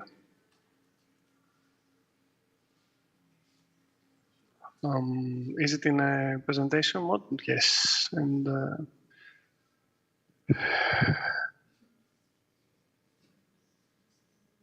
can you see it in a presentation mode now? Or do I need to do it again? Okay, we can hear you, but I think you have a share screen for us. Yes, I on have your shared my topic. screen. Can you see it in presentation mode or Not do I yet. need to? Okay, let me try it again. I think you should press the Yes, I'm button to already. make it full screen, because we Okay. can see it in a small picture just at the side. I've already done so, but I shared it again, so hopefully now it's in full screen mode. Is it? That's better. Okay. Okay. Thank you for this opportunity. I'm sorry I cannot be there. It was due to a lot of obligations that are taking place here. My first comment is that contrary to Zagreb, Thessaloniki, for those of you that do not know it, we have a lot of a lack of green. So a lot of our efforts are focused on, increasing the green areas in the city. Hopefully we'll do so in the following years. So this is the structure of the presentation. Just some general remarks regarding, the current situation on climate crisis. So this slide shows the results of one of the models that are estimating the temperature increase in the Mediterranean Union. Now, I think that it's clear that unless we increase our efforts by the end of the century, the situation will be very difficult. Another such image, I suppose you already know that 2024 was confirmed as the warmest year on record, and the first calendar year to exceed 1.5 degrees Celsius above the pre-industrial area. While this does not mean that we have breached the limit set by the Paris Agreement, which refers, of course, to a 20-year period, it does show that the global temperatures are rising beyond anything that we have experienced. Now going to local situation, we have done a lot of research in Thessaloniki together with local institutions and research organizations.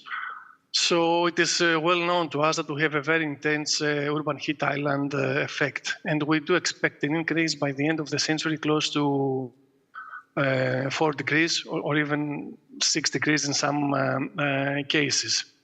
We do expect the days of extreme heat to multiply maybe by 12 times, and an increase in the mortality of approximately 10%. So having all of this in mind, we try to do as much as we can as a municipality. So we participate in a lot of EU initiatives to get funding and also knowledge to implement our strategic plan. So we are actively participating in 2 EU missions, climate adaptation and climate neutral and smart cities.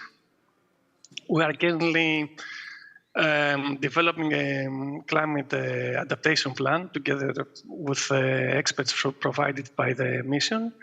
But we already have developed a plan about climate neutrality, as we are one of the 100 European cities, 112 counting all the cooperating countries, and which has been approved by the European Commission, and we are now into the period where we try to implement the actions that we have described. So we have an approved climate neutrality action plan as well as an investment plan. And very briefly, all this effort started at the end of 2021. The action was approved in 2024, and since then we are implementing several actions to reach our climate neutrality efforts, which I must say that we see together with adaptation. We do not see them as individual, let's say, efforts, but we combine them to have what we believe it will be the best effect possible. So these are the 6 sectors that we have described in our action plan. 4 sectors contribute to the emissions that we have as a city. Very briefly, electricity, buildings and heating, transport and logistics and recycling. And our plan includes also 2 sectors, one horizontal, which is called smart city and governance, and the land use and environment, where we plan to increase our green areas in the city to absorb the rest of the CO2 that we cannot decrease.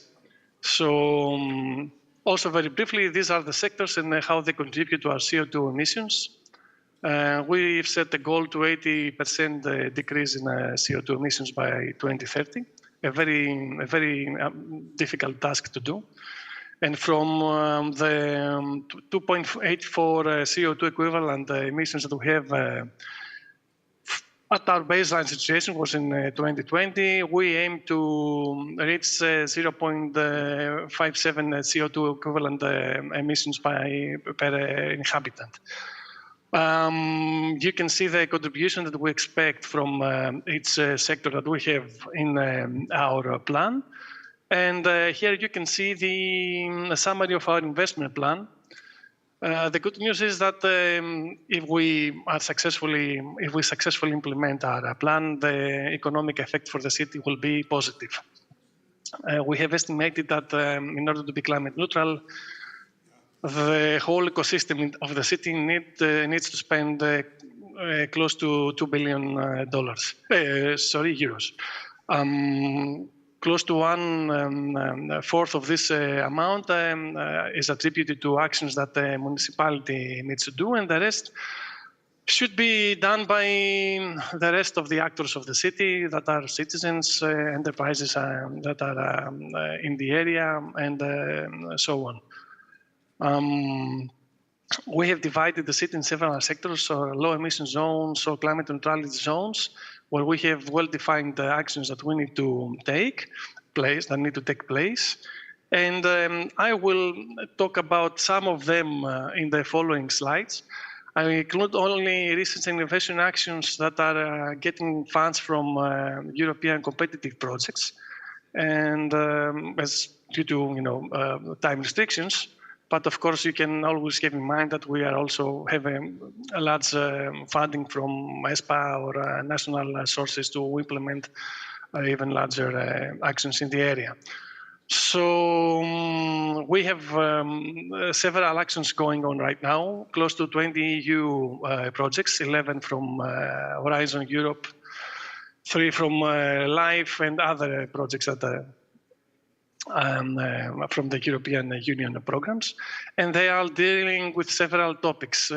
Just to name a few: democratic engagement, food policy, nature-based solutions, new European Bauhaus, digital twins, sustainable mobility, and so on.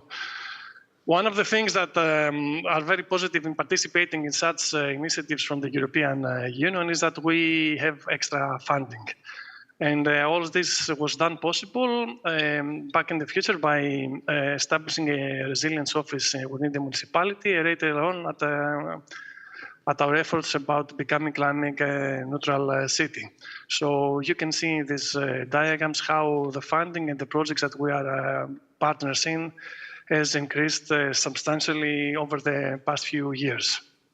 So in terms of adaptation, we have implemented one and implementing another project that is the continuation of the latter, that are dealing with the urban heat island effect. And we have developed an urban heat island forecasting system together with colleagues from the municipality of Rome, and we were able to transfer this knowledge to 2 cities from Greece, Iraklio and Pavlos Melas, and the one in Italy, Civitavecchia. So the citizens and the visitors of the city can take advantage of this knowledge. And this forecasting system takes into account not only extreme temperatures, but also mortality data in the city. And right now we are improving this system into a new integrated environmental monitoring system that takes into account the adverse effects, the combined effects of extreme heat and air pollution in the area.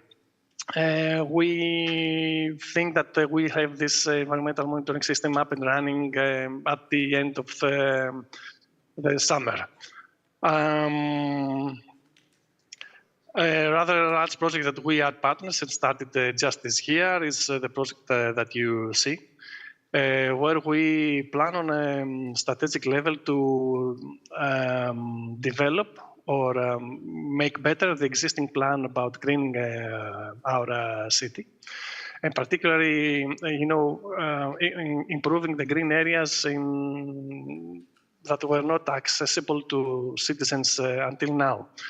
More specifically, we are focusing on two neighborhoods of the city, number 20 and number 21, that the deficiency in green is very substantial. And we have located several schoolyards that can be used as green areas for the neighborhoods. We will execute studies for at least 4 of them, together with the school community in those areas, and we will implement one, or even if it's possible, 4 into these green areas of the city.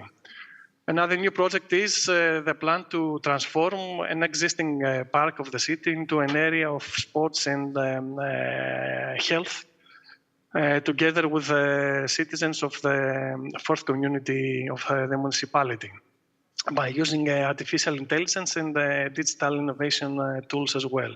It will incorporate new European Bauhaus initiatives, and we're expecting it to start implementation this summer. All of these initiatives are taking place in the east side of the city. Now we're moving to the west side, where we have funding from the Net Zero Cities program, the initiative that is funding the climate neutral cities. And we are planning to implement several actions like nature-based solutions, pocket parks, or green schoolyards as well, in an area that there are 2 metro stations. A metro that started operating just this year, for those of you that do not know it. Those that are from Greece, I suppose you are familiar. So we will promote multimodality, sustainable mobility through mobility interventions and urban logistics. We will also, as I said, try to regenerate some areas with nature-based solutions like pocket parks and green schoolyards. And we'll try to implement just transition and social cohesion actions. So this project seeks to give us in the end a local Green Deal in that area that will come about through synergies and transfer of know-how as a model for integrated urban governance in projects that focus on urban planning and just transition. A very ambitious program for us and very difficult because we are the lead partner. It has a lot of effort. Through several other projects, I'm talking about one of them specifically that's called the Urban Planning and Design Ready for 2030. We are trying to downscale our action plan into specific neighborhoods in the city. And we are involving citizens in suggesting us what kind of actions they want to see. This is the area of the Equiterio in Greece. We have performed several workshops, and we are now in the phase of implementing, of laying down the climate neutrality action for that area. So one of the main challenges in the city to increase the green that we have is how we can make greener the, let's say, private areas in the city. So this is a difficult task that we'll try to resolve from the project Fair Future, where in very plain words, we will engage citizens and try to give them motives and sometimes financial aid so they can green their balconies, their blind areas in their buildings, and whatever is possible through competitions and financial aid, as I already mentioned. We, of course, try to do some things in the sustainable nutrition area. We very recently developed a sustainable nutrition policy in the city and such a council. And we try to promote sustainable nutrition in the schools of the city. This project ended quite recently, just the end of the former year, and fortunately we now have aid from 3 other projects that are trying to help us implement the goals that I've already mentioned. So these are some of the projects that I would like you to know that we're implementing in an effort to adapt to this ongoing climate crisis. Thank you for listening.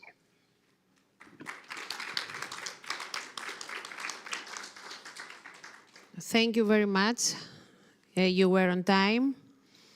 And we can say from all this we have heard that you take advantage of different sources of EU funding to transform your city in a stable and quick rhythm into a smart, green and resilient city with green infrastructure, such as green roofs, urban forests, green parks, pocket parks in the neighborhoods to manage floods and heats, and building and planning infrastructure designed for extreme weather, to make public transportation eco-friendly, to give access to your citizens to smart and rapid services.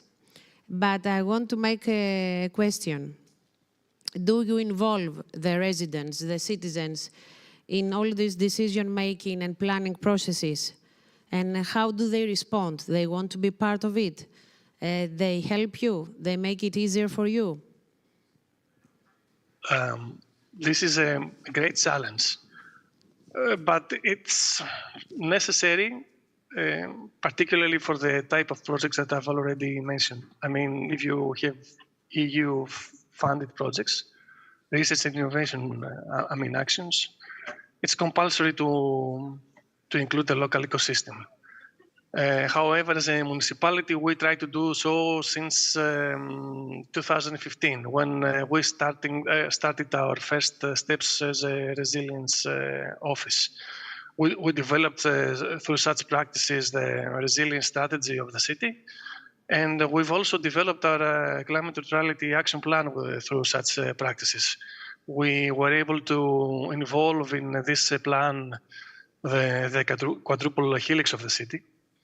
And we were able to do so in a very short amount of time, very challenging and very demanding.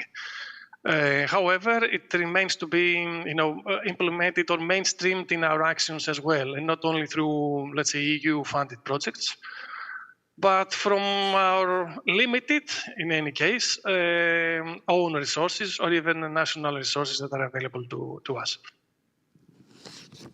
Thank you very much.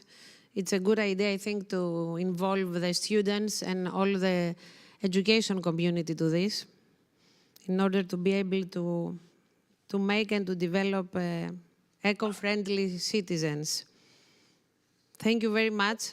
And it's a very good example, the examples we have just heard, for exchange of best practices and initiatives between our cities and our regions. That's because such forums and, of course, the cities network can be very important and in the most of use in the challenges of climate crisis. Thank you very much. Thank you. I think we can proceed now to our last speaker for this session, Dr. Maria Macri, Head of Department of Technical Resource, Directorate of Industry, Energy and Natural Resources, Region of Western Greece, whose topic is about adapting the region of Western Greece to climate change. Thank you very much. Thank you for the introduction. My name is Maria Macri. First of all, I would like to thank you, the organizing committee, for inviting the region of Western Greece to present the actions that we are dealing with in order to have a climate change adaptation.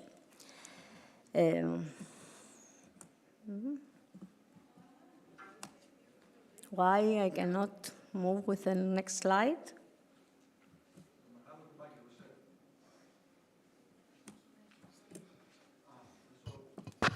Oh, okay. No?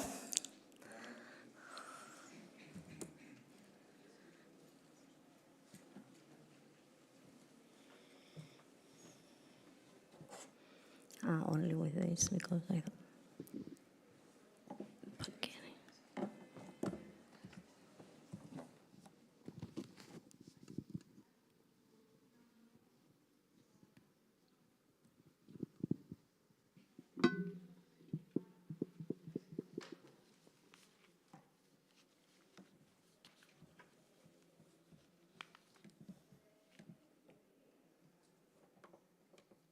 Okay. Thank you. The title of my presentation is Adapting Region of Western Greece to Climate Change. First of all, I can present you region of Western Greece, as is located in West Greece, and it consists of 3 administrative districts, as you can see here, Etolokarnania, Achaia, and Elia.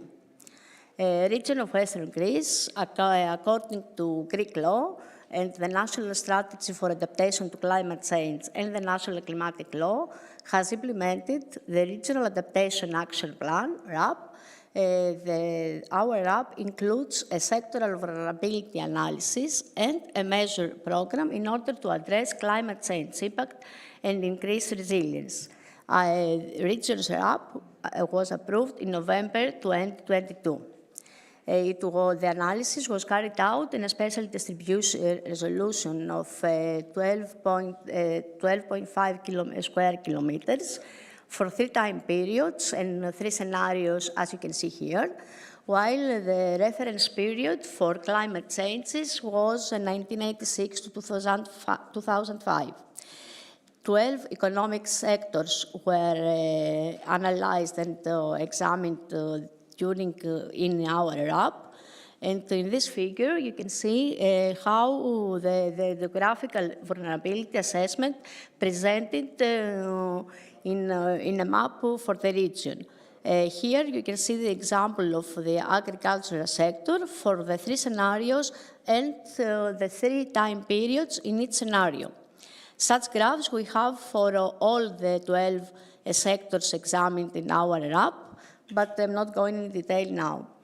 According to our plan for the region adaptation to climate change, climate risks that we have to face is sea level rise, forest fires, inland flooding, temperature increase, and decreased rainfall.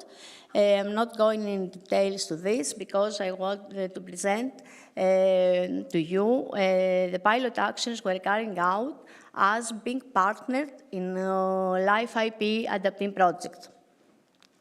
So through this project, we implement 3 pilot actions in 3 vulnerability sectors: flood management, forest fires in drought-prone areas, and coastal zone management in coastal city. Let's start with the pilot action in flood management. In this case, we want to implement climate change in the study of desalination. More specifically, we have chosen for this Inachos River, placed in Etolokarnania prefecture. And the reason why we do this is that this area, the last years, is increasingly affected by intense rainfall, so we have severe flooding effects. As a result, human life properties, agricultural lands, and transportation infrastructure around are a risk.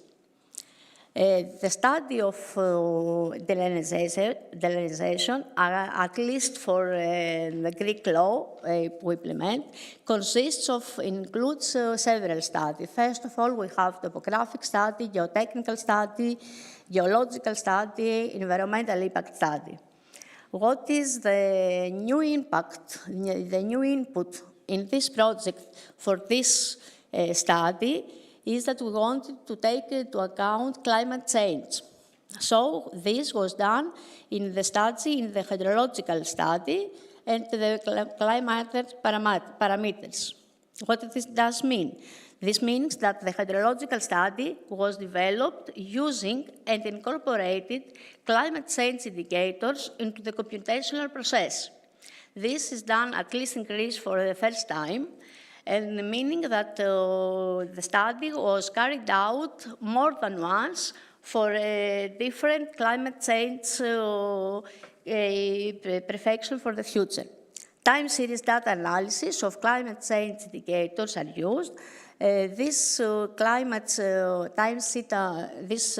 data was provided to us from the National Observatory of Athens, also a partner in this project, and was very detailed and located in this area. An important parameter in order to carry out and is useful in order to design works that resulting from this hydrological study and the flooding effects, in order to avoid flooding effects, is the peak water discharge by flow rate of the river. In order to take into account climate change, the peak water discharge was evaluated during carrying out the hydrological study for 3 return periods. First of all, for 50 years, which reflects the situation without taking into account climate change. Then for 100 years, in this case, climate change in return period of 100 years, in this case, climate change is taken into account for the low emission, the best scenario, RCP 2.6. And as you can see here from the data, we have an increase of the peak flow discharge of the river by 27.5%. While when we take into account the worst scenarios, the intermediate and the worst scenarios, RCP 4.5 and 8.5, the increase in the peak water discharge of the river is by 35.5%. So it's clear that the impact of the climate change on the calculation for the peak water discharges.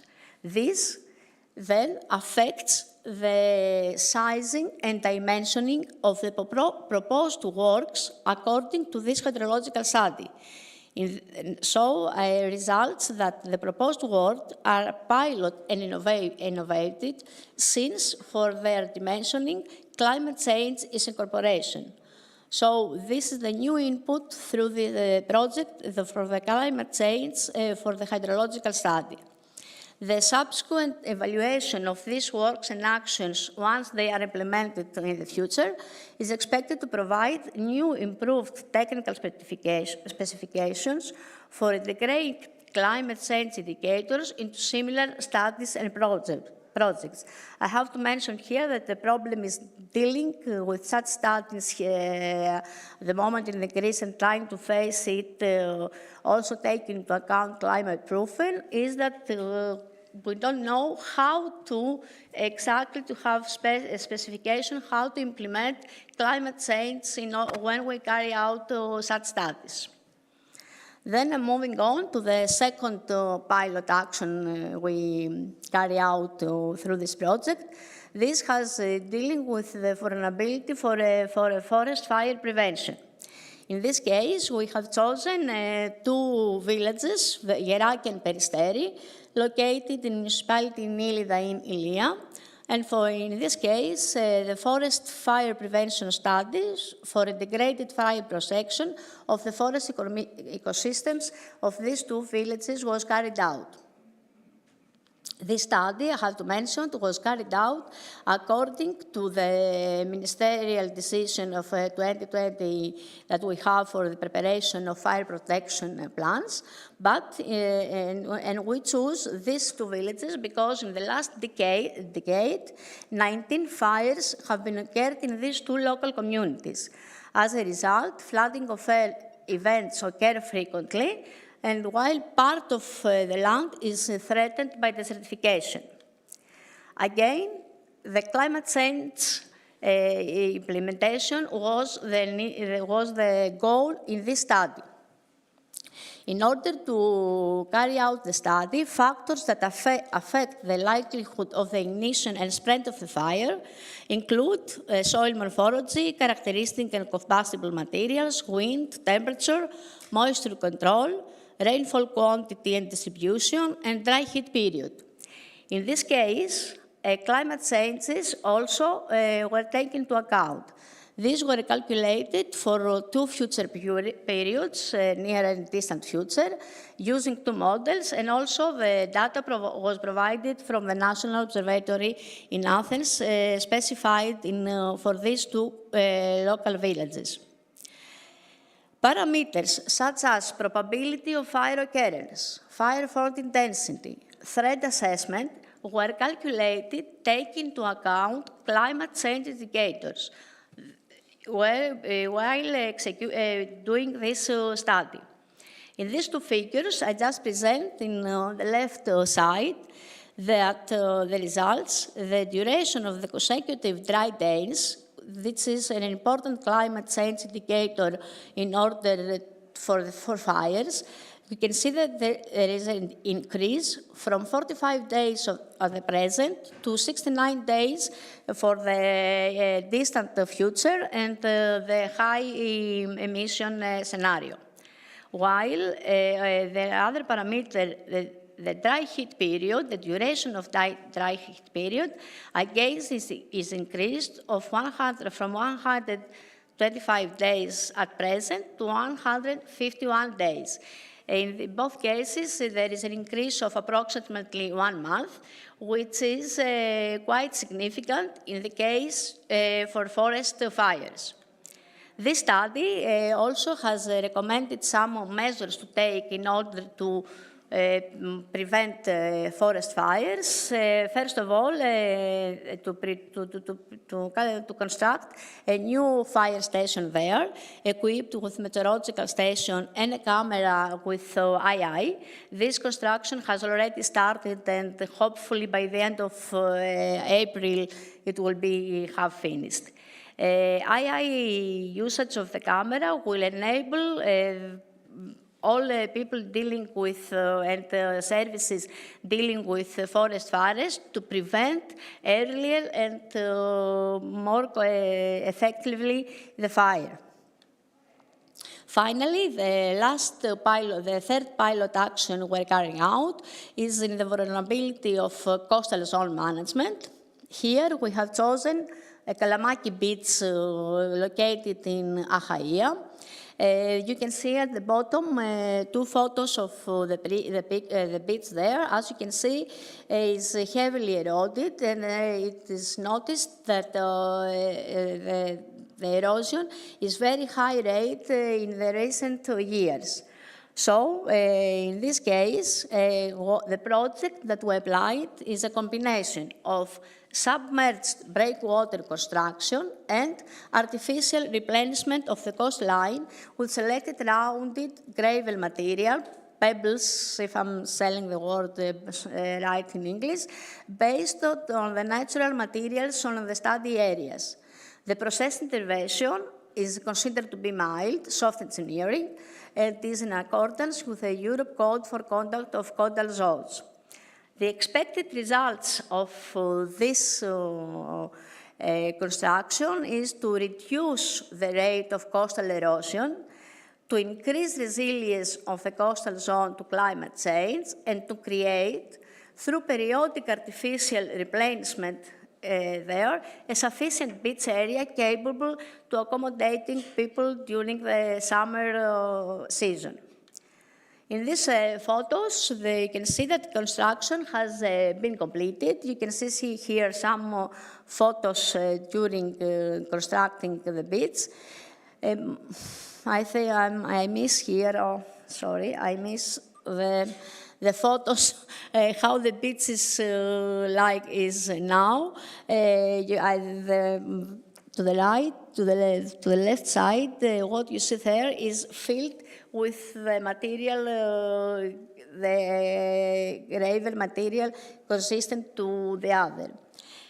We hope now that this, from a pilot action that is actually now, to become a best practice solution and to see the effects of the corrosion. Of course, there will be monitoring of the erosion in the beach in the following years. Finally, I would like just to mention other actions that, except the project Life IP, we take in the region of Western Greece. We are partners. We have a project, Path for PTE, under the Pathways to Resilience project. This is running at this year, and we hope that from this project to have tools and sufficient knowledge to support us in order to identify climate-related risk in Greece, in the region of Western Greece, and pathways to climate resilience. Also, there is another Adriatic-Ionian project, Adaptation project. This is the goal of this project is to preserve cultural heritage against climate change. The pilot case for the region of Western Greece, pilot area, is the temple of Apollo Epicurios that is located in Ilia. A 3D modeling how to observe the monument will be developed, and also through this project, investigation of ways to enhance the protection of the monument's area from forest fires through the installation of cameras and the use of machine learning algorithms for smoke or flame detectors and the creation of alarms. Thank you for your attention, and nice to hear you.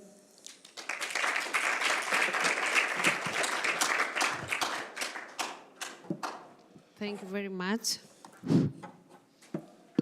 I just took some notes while listening to all these very interesting topics. I think we should all agree that we have another challenge to face, this of the triple planetary crisis, which is pollution, which is climate change, and loss of biodiversity. So I think we have to cooperate. We have to take advantage of all the opportunities from EU funding, from central government's funding, for all these networks to exchange good practices, to take certain initiatives in order to be able to act now, because the clock is ticking. I think climate change and the planetary crisis is in our front door. And we have to be there, we have to be efficient, we have to be able to meet all these contemporary challenges, because I think the cities and the regions are the heart of the economic and the social development, and they play vital and important role in creating sustainable urban environments and developments. So I think only if we can cooperate, only if we can make true the multi-level governance approach, we can meet all these challenges, because cities and regions have to have concrete competencies, concrete powers to be able to take funding, to take actions, to have the means, to have the money, to have the specialized personnel to take concrete actions and initiatives to face and to meet the climate change and the crisis we're talking about. I have to mention here, because it's most relevant, that in the Council of Europe, in the Congress of Regional and Municipalities Congress that I have the honor to be part of, where we have only the municipalities and the regions, and we take certain actions, and we have the Charter of European Local Self-Government. Now, our most important issue is to have an extra protocol, an additional protocol in the Charter of European Self-Government, specialized, and we focus on the protection of the environment and climate change. And next to that is coming the waste and water management and the coastal erosion. So imagine that it's very important to cooperate and to be efficient and to be able to take bold action right now, yesterday. Because the right to a clean and healthy environment, to a sustainable environment and future, is in the heart of the human rights. The human rights, the democracy, and the rule of law. So I think it's our duty to all make it true, to offer to our citizens a quality of life to ensure them that we can offer them a well-being for the present, but most important, to heritage a sustainable future for the next generation. So it's very important to gather all here today and to take some conclusions, and this conclusion and challenges and opportunities to transfer them into actions and policy and strategies, all so we can achieve these goals. Thank you very much for your invitation and your attention. Thank you.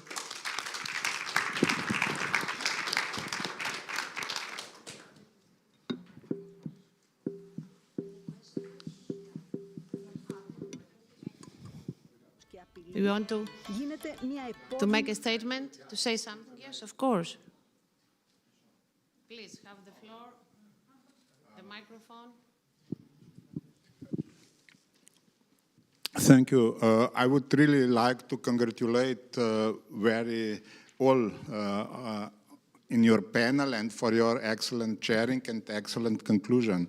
It's really privilege to hear such a statement, because it's clear that you are used and very familiar with all details, let's say, of this governance of local communities, and how important is to really get and implement those goals on the local level and push from the bottom up those activities, because they are tailor-made for locals or nothing. Or to wait for somebody, it's just losing time, and it's not responsible.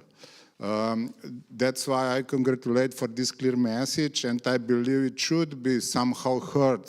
That's the question, how. But definitely with this, I am more than happy and satisfied that this clear message come under the Greek presidency on the top, also as a top message, and go to the USR forum as, I would say, achievements and message to the region, to the European Union and broader, how important it is to act, not to talk about, but to act. Thank you very much. Thank you very much.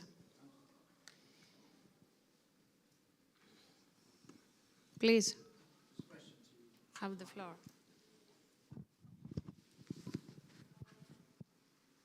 A question for Dr. Macri. I'm curious about the forestry case. The solutions that were mentioned were, say, to increase the speed of reaction, really, to any fire event, I could understand. But is there any notion of changing or introducing new forest management practices, or replanting strategies, for example? Because I understand this is a huge problem in Greece overall. And I'm curious what's cooking, because it's a huge area that needs to be replanted or managed differently, possibly with some production, I don't know. So if you could shed some light on that, that would be useful. This is a very interesting question. Mrs. I will take this question because of the ministry. Okay. My colleagues in the Forest Management Department are not very keen of changing the management or planting new plants. However, with regard to this pilot, we have presented to the General Secretary of Forest, that is part of the Ministry of Environment and Energy. They like very much the project and the fact that we are using a climate projection, and we have discussing about having a capacity training seminar for all the forest services that supervise this kind of the studies at the end of spring, and then that it will also feed into revising the technical specification for having the fire prevention studies for forests. So this, it was a good impact let's say, of this small pilot project. But in Greece, you have to think that the way that we manage our forest is completely different the way that is managed in the in North Europe, because it is more managed on the way of ecosystem, sustainably, and not so much for producing wood, timber, those stuff. Thank you very much. Just a little more, one more. This is going to be my repetitive question, but how deep were the breakwaters? Okay, but it will be in the reports, I guess, yeah? Yeah. Good. I think you can send the reports by mail, and so you'll find there more information. Thank you. Thank you very much for your questions. Anybody else? Okay, in that case, thank you for your attention and your participation. Thank you.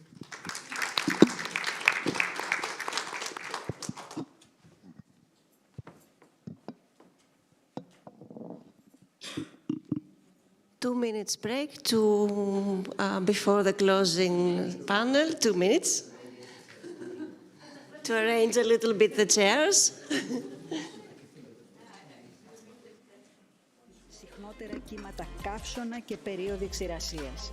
Την ίδια στιγμή πλήττονται σταδιακά τα ευαίσθητα οικοσυστήματα και μια σειρά από παραγωγικές και οικονομικές δραστηριότητες.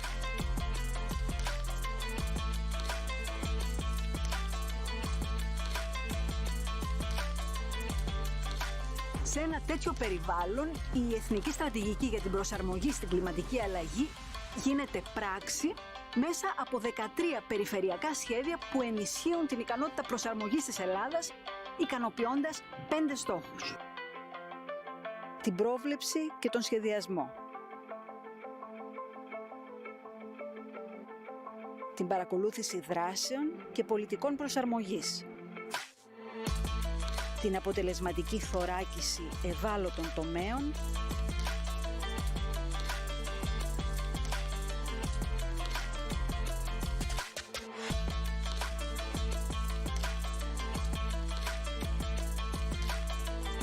τη δράση σε περιφερειακό και τοπικό επίπεδο,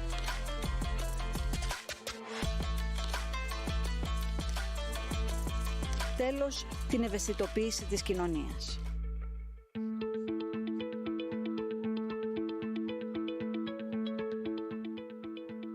Το έργο Life IP Adapt-in-GR αποτελεί το πιο σημαντικό έργο για την προσαρμογή της Ελλάδας στις επιπτώσεις της κλιματικής αλλαγής.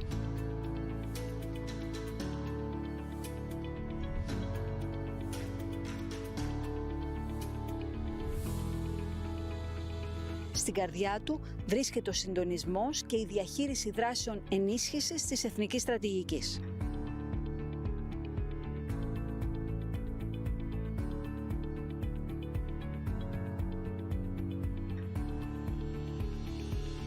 Να το πούμε πιο απλά. Προσαρμογή ίσον παίρνω τα μέτρα μου. Γίνομαι πιο ανθεκτικός στις αλλαγές που έρχονται. Αξιοποιώ τις ευκαιρίες που δημιουργούνται. Για παράδειγμα, λόγω της μείωσης των βροχοπτώσεων, το κλίμα θα γίνει χωρίς αμφιβολία ξηρότερο. Ορισμένες ποικιλίες αμπέλου, λοιπόν, που έχουν αυξημένες ανάγκες υγρασίας, θα έχουν πρόβλημα. Προσαρμογή, λοιπόν, εδώ σημαίνει αλλαγές, αναδιαρθρώσεις στις καλλιέργειες. Από την άλλη μεριά, οι ραγδαίες βροχοπτώσεις έχουν καταστροφικές συνέπειες σε έναν αρχαιολογικό χώρο. Εδώ, προσαρμογή σημαίνει έγκαιρα έργα προστασίας και διαφύλαξης.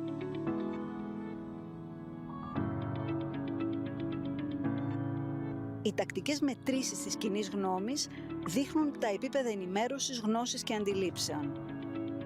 Στην Ελλάδα φαίνεται ότι όλοι κατανοούμε γενικά πως η κλιματική αλλαγή είναι μια σοβαρή απειλή. Δυσκολευόμαστε όμως να καταλάβουμε το μέγεθος του προβλήματος και τι ακριβώς σημαίνει η προσαρμογή.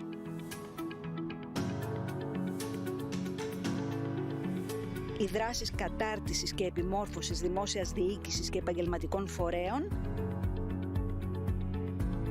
η ενημέρωση και ευαισθητοποίηση των νέων αποτελούν ήδη τα πρώτα βήματα προσαρμογής. Οι άνθρωποι έχουμε μόνο έναν πλανήτη σαν τη Γη και μόνο μία χώρα σαν την Ελλάδα. Η προσαρμογή τώρα στην κλιματική αλλαγή είναι η παγκόσμια απάντηση για να μετριάσουμε τις επιπτώσεις από ό,τι ήδη έχει συμβεί, για να πάρουμε τα μέτρα μας με πρόβλεψη και γνώση για όσα το μέλλον εγκυμονεί. Είναι η ευθύνη της δικής μας αλλαγής. Οι 3 λέξεις για κάθε έναν από εμάς. Ενημερώσου, δράσε, προσαρμόσου. Το κλίμα αλλάζει. Εμείς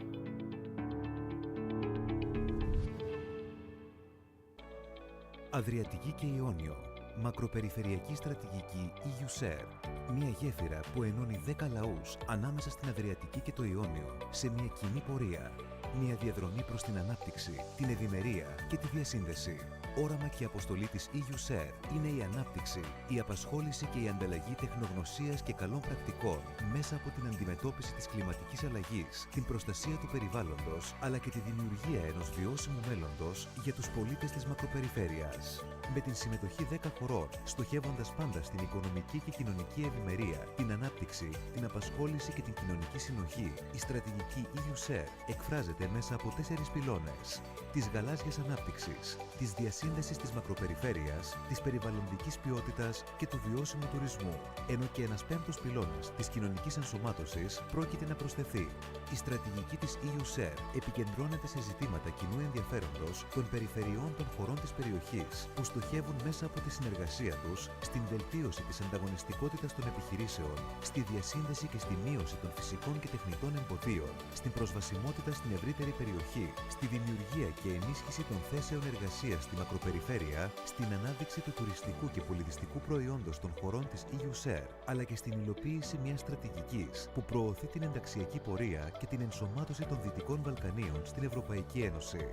Η Ελλάδα από την 1η Ιουνίου 2024 έως την 31 Μαΐου 2025 αναλαμβάνει για δεύτερη φορά την προεδρία της EU-SER για την περιφέρεια Αδριατικής και Ιωνίου.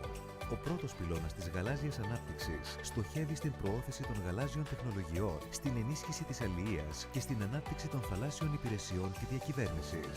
Ο δεύτερος πυλώνας της διασύνδεσης της μακροπεριφέρειας αποσκοπεί στην ενίσχυση της θαλάσσιας ασφάλειας, τη δημιουργία ενός ανταγωνιστικού συστήματος μεταφορών με την ανάπτυξη αξιόπιστων δικτύων μεταφοράς για προϊόντα, υπηρεσίες και επιβάτες, ενώ στοχεύει και στην ανάπτυξη των ενεργειακών δικτύων στην περιοχή μέσω του υποπυλώνα της ενέργειας. Ο τρίτος πυλώνας της περιβαλλοντικής ποιότητας επενδύει στην εξασφάλιση πρότυπων περιβαλλοντικών και οικολογικών προδιαγραφών, στην αποκατάσταση της βιοποικιλότητας και προστασία των οικοσυστημάτων και στη βελτίωση διαχείρισης συστημάτων λιμάτων. Ο τέταρτος πυλώνας του βιώσιμου τουρισμού αποσκοπεί στην διαφοροποίηση τουριστικών προϊόντων και υπηρεσιών, την ενίσχυση ποιότητας και καινοτομίας στον τουρισμό, τη βελτίωση της βιωσιμότητας και τη συνολικότερη αναβάθμιση του τουριστικού προϊόντος. EU-SER. Δημιουργούμε γέφυρες ανάπτυξης. Ενώνουμε πολιτισμούς.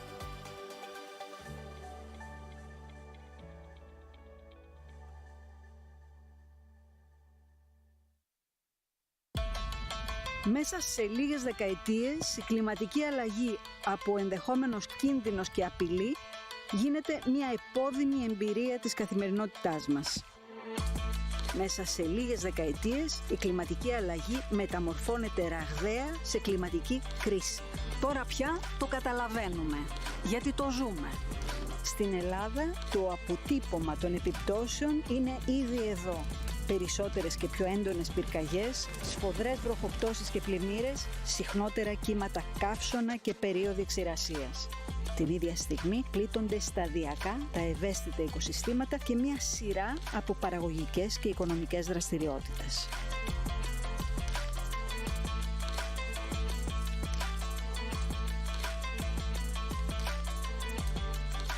Σε ένα τέτοιο περιβάλλον, η Εθνική Στρατηγική για την Προσαρμογή στην Κλιματική Αλλαγή γίνεται πράξη μέσα από 13 περιφερειακά σχέδια που ενισχύουν την ικανότητα προσαρμογής της Ελλάδας, ικανοποιώντας 5 στόχους.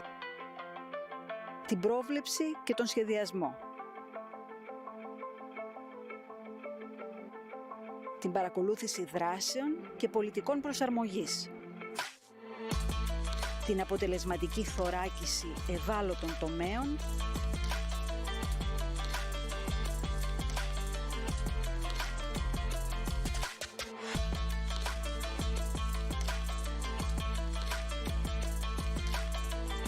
τη δράση σε περιφερειακό και τοπικό επίπεδο,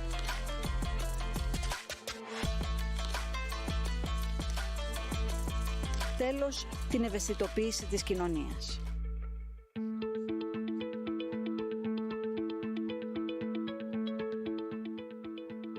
Το έργο Life IP Adapt-in-GR αποτελεί το πιο σημαντικό έργο για την προσαρμογή της Ελλάδας στις επιπτώσεις της κλιματικής αλλαγής.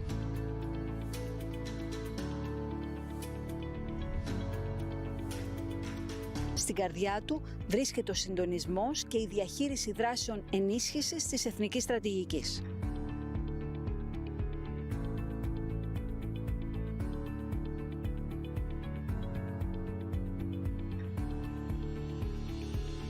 Να το πούμε πιο απλά. Προσαρμογή ίσον παίρνω τα μέτρα μου. Γίνομαι πιο ανθεκτικός στις αλλαγές που έρχονται. Αξιοποιώ τις ευκαιρίες που δημιουργούνται. Για παράδειγμα, λόγω της μείωσης των βροχοπτώσεων, το κλίμα θα γίνει χωρίς αμφιβολία ξηρότερο. Ορισμένες ποικιλίες αμπέλου, λοιπόν, που έχουν αυξημένες ανάγκες υγρασίας, θα έχουν πρόβλημα. Προσαρμογή, λοιπόν, εδώ σημαίνει αλλαγές, αναδιαρθρώσεις στις καλλιέργειες. Από την άλλη μεριά, οι ραγδαίες βροχοπτώσεις έχουν καταστροφικές συνέπειες σε έναν αρχαιολογικό χώρο. Εδώ, προσαρμογή σημαίνει έγκαιρα έργα προστασίας και διαφύλαξης.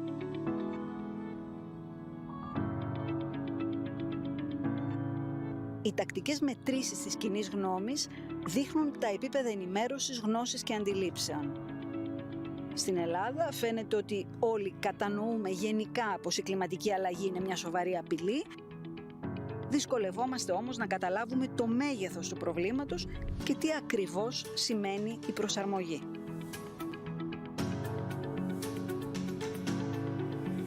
Οι δράσεις κατάρτισης και επιμόρφωσης δημόσιας διοίκησης και επαγγελματικών φορέων, η ενημέρωση και ευαισθητοποίηση των νέων αποτελούν ήδη τα πρώτα βήματα προσαρμογής. Οι άνθρωποι έχουμε μόνο έναν πλανήτη σαν τη Γη και μόνο μία χώρα σαν την Ελλάδα. Η προσαρμογή τώρα στην κλιματική αλλαγή είναι η παγκόσμια απάντηση. Για να μετριάσουμε τις επιπτώσεις από ό,τι ήδη έχει συμβεί, για να πάρουμε τα μέτρα μας με πρόβλεψη και γνώση για όσα το μέλλον εγκυμονεί. Είναι η ευθύνη της δικής μας αλλαγής. Οι 3 λέξεις για κάθε έναν από μας. Ενημερώσου, δράσε, προσαρμόσου. Το κλίμα αλλάζει. Εμείς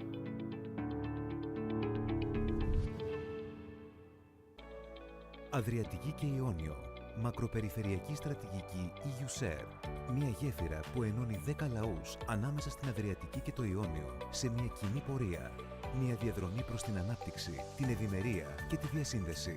Όραμα και αποστολή της EU-SER είναι η ανάπτυξη, η απασχόληση και η ανταλλαγή τεχνογνωσίας και καλών πρακτικών μέσα από την αντιμετώπιση της κλιματικής αλλαγής, την προστασία του περιβάλλοντος, αλλά και τη δημιουργία ενός βιώσιμου μέλλοντος για τους πολίτες της μακροπεριφέρειας. Με την συμμετοχή 10 χωρών, στοχεύοντας πάντα στην οικονομική και κοινωνική ευημερία, την ανάπτυξη, την απασχόληση και την κοινωνική συνοχή, η στρατηγική EU-SER εκφράζεται μέσα από 4 πυλώνες: της γαλάζιας ανάπτυξης, της διασύνδεσης της μακροπεριφέρειας, της περιβαλλοντικής ποιότητας και του βιώσιμου τουρισμού, ενώ και ένας 5ος πυλώνας της κοινωνικής ενσωμάτωσης πρόκειται να προσθεθεί.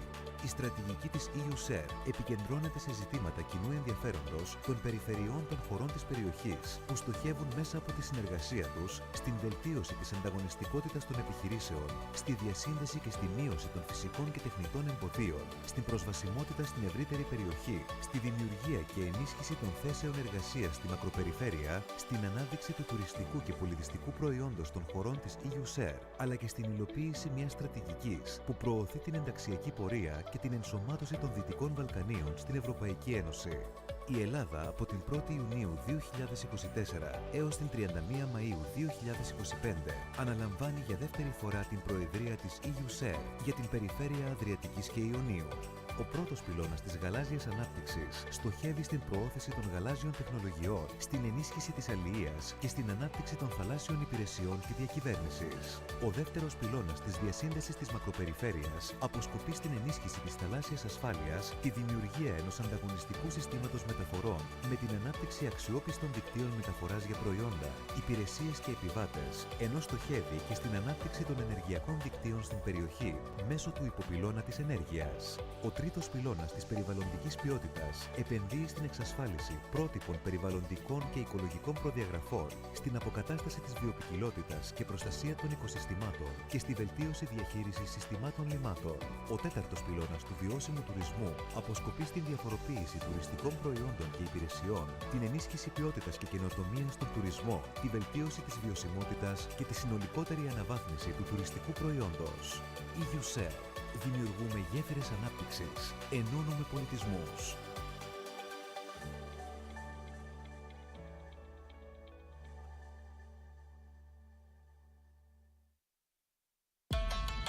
Μέσα σε λίγες δεκαετίες, η κλιματική αλλαγή από ενδεχόμενος κίνδυνος και απειλή γίνεται μια επώδυνη εμπειρία της καθημερινότητάς μας. Μέσα σε λίγες δεκαετίες, η κλιματική αλλαγή μεταμορφώνεται ραγδαία σε κλιματική κρίση. Τώρα πια το καταλαβαίνουμε, γιατί το ζούμε. Στην Ελλάδα, το αποτύπωμα των επιπτώσεων είναι ήδη εδώ. Περισσότερες και πιο έντονες πυρκαγιές, σφοδρές βροχοπτώσεις και πλημμύρες, συχνότερα κύματα καύσωνα και περίοδοι ξηρασίας. Την ίδια στιγμή πλήττονται σταδιακά τα ευαίσθητα οικοσυστήματα και μια σειρά από παραγωγικές και οικονομικές δραστηριότητες.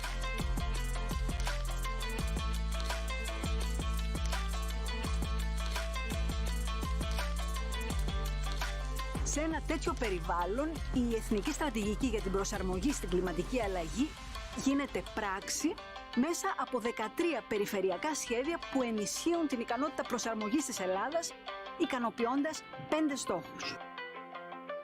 Την πρόβλεψη και τον σχεδιασμό.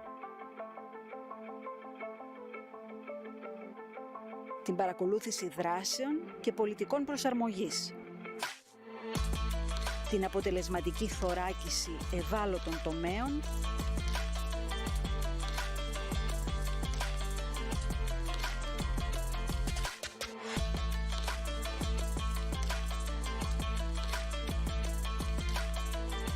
Η δράση σε περιφερειακό και τοπικό επίπεδο.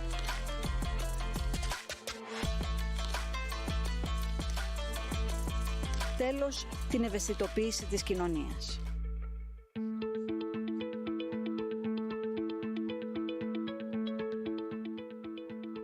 Το έργο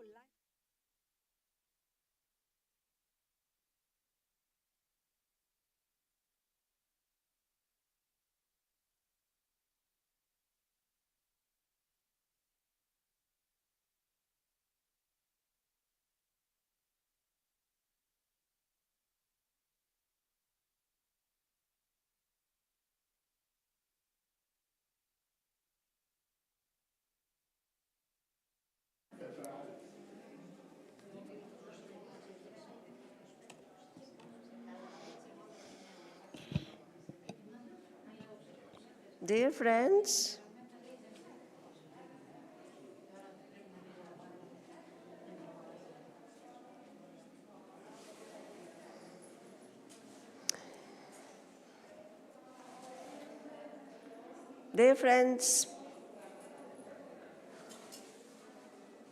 we are finishing now, not now exactly, but we are getting closer to the ending of the workshop.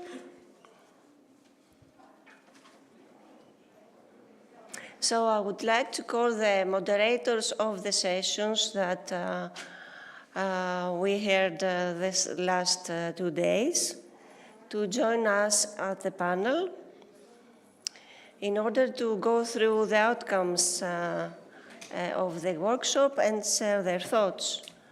please, Ms. Kati Matern, Ms. Matilde Konstantopoulou, Ms. Ioanna Kurti, Ms. Eva Tsaleta Plesa, Ms. Meropi Spiridou-Laidreu to take the floor, and the moderator, my friend Mitya Bricelli, to start, please.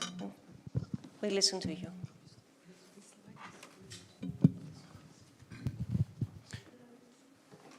Thank you.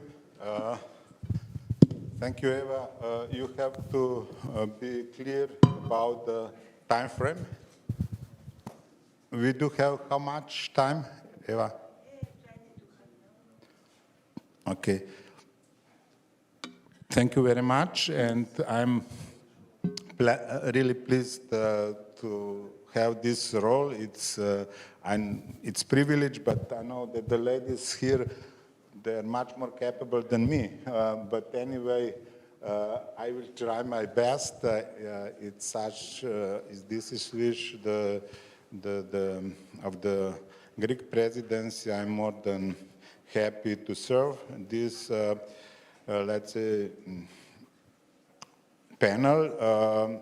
And I would like really first to thank all of ladies here because it was pleasure to hear their, let's say, approach and achievements from the past, and also presented approach on the panels and moderating these very important issues. So, Kati, Matilde, Ioanna, Eva, and Meropi, thank you, big thank you for that. I believe, and this is what I can say, I am here in, let's say, the oldest fossil or animal. That's why I know how develop the Adriatic-Ionian strategy and how start from the early beginning and where are we now. And thanks to your contribution yesterday and today, I am really, let's say, very satisfied that with so, let's say, not long time, but ups and downs, we are really, with these today's, I hope, very good on the way addressing this very important issue, accelerating the climate change adaptation. Thanks to your activities and to your, let's say, vision, also with the products of your, let's say, thematic sessions. With this, I would like just, and then it's turn on you, present the question, which is nothing very special, but it's actually implementation of the Greek presidency priority, accelerating climate change adaptation in Adriatic-Ionian region. And this is the question for you. What is for you the most important to accelerate climate change adaptation in the new phase of the strategy for the Adriatic and Ionian? If I may help, just, and then it's on you, I'm the coordinator, co-coordinator on thematic steering group 3. This is pillar quality of environment. We do have 4 pillars. 5, yes. And now all 5 pillars should be involved in this,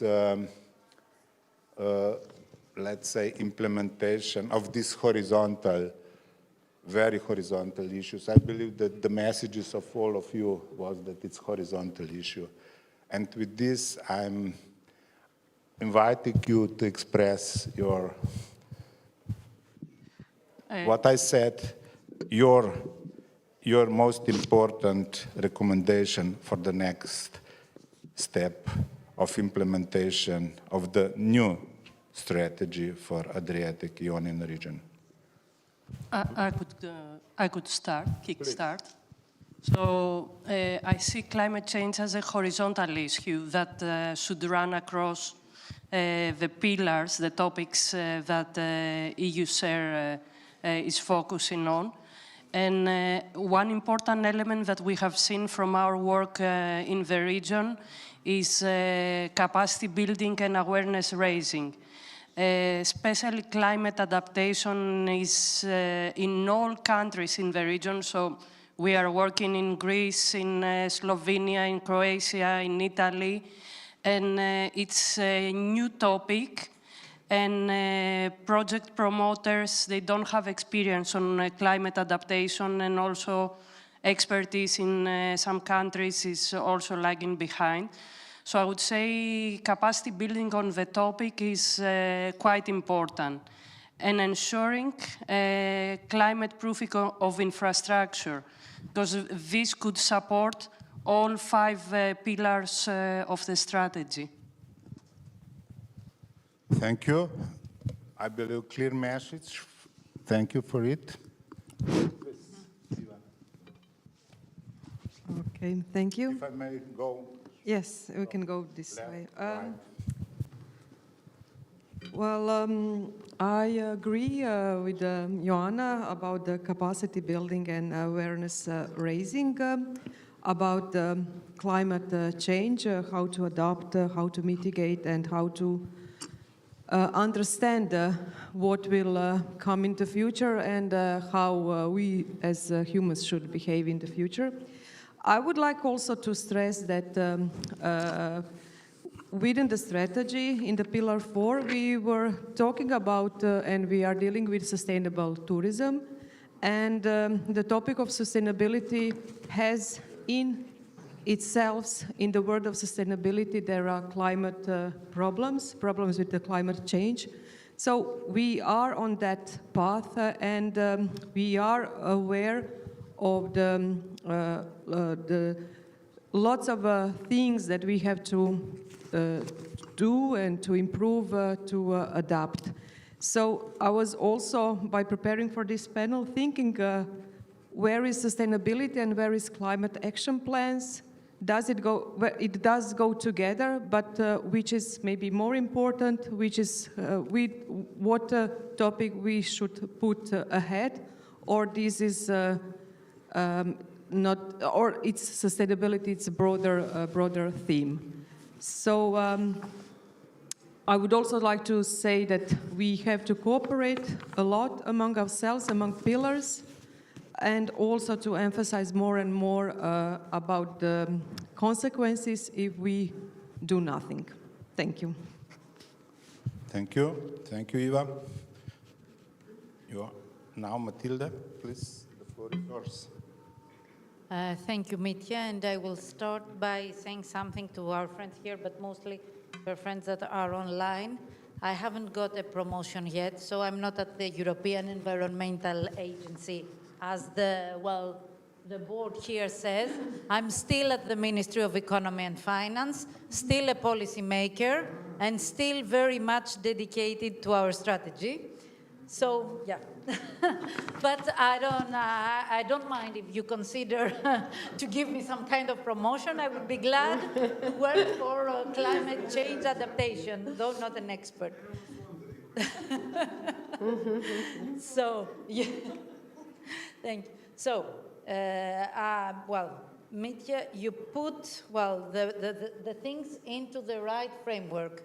And the ladies here have already mentioned almost all the things that I wanted to mention. So I will go back to the topics and to the issues that were discussed during my panel.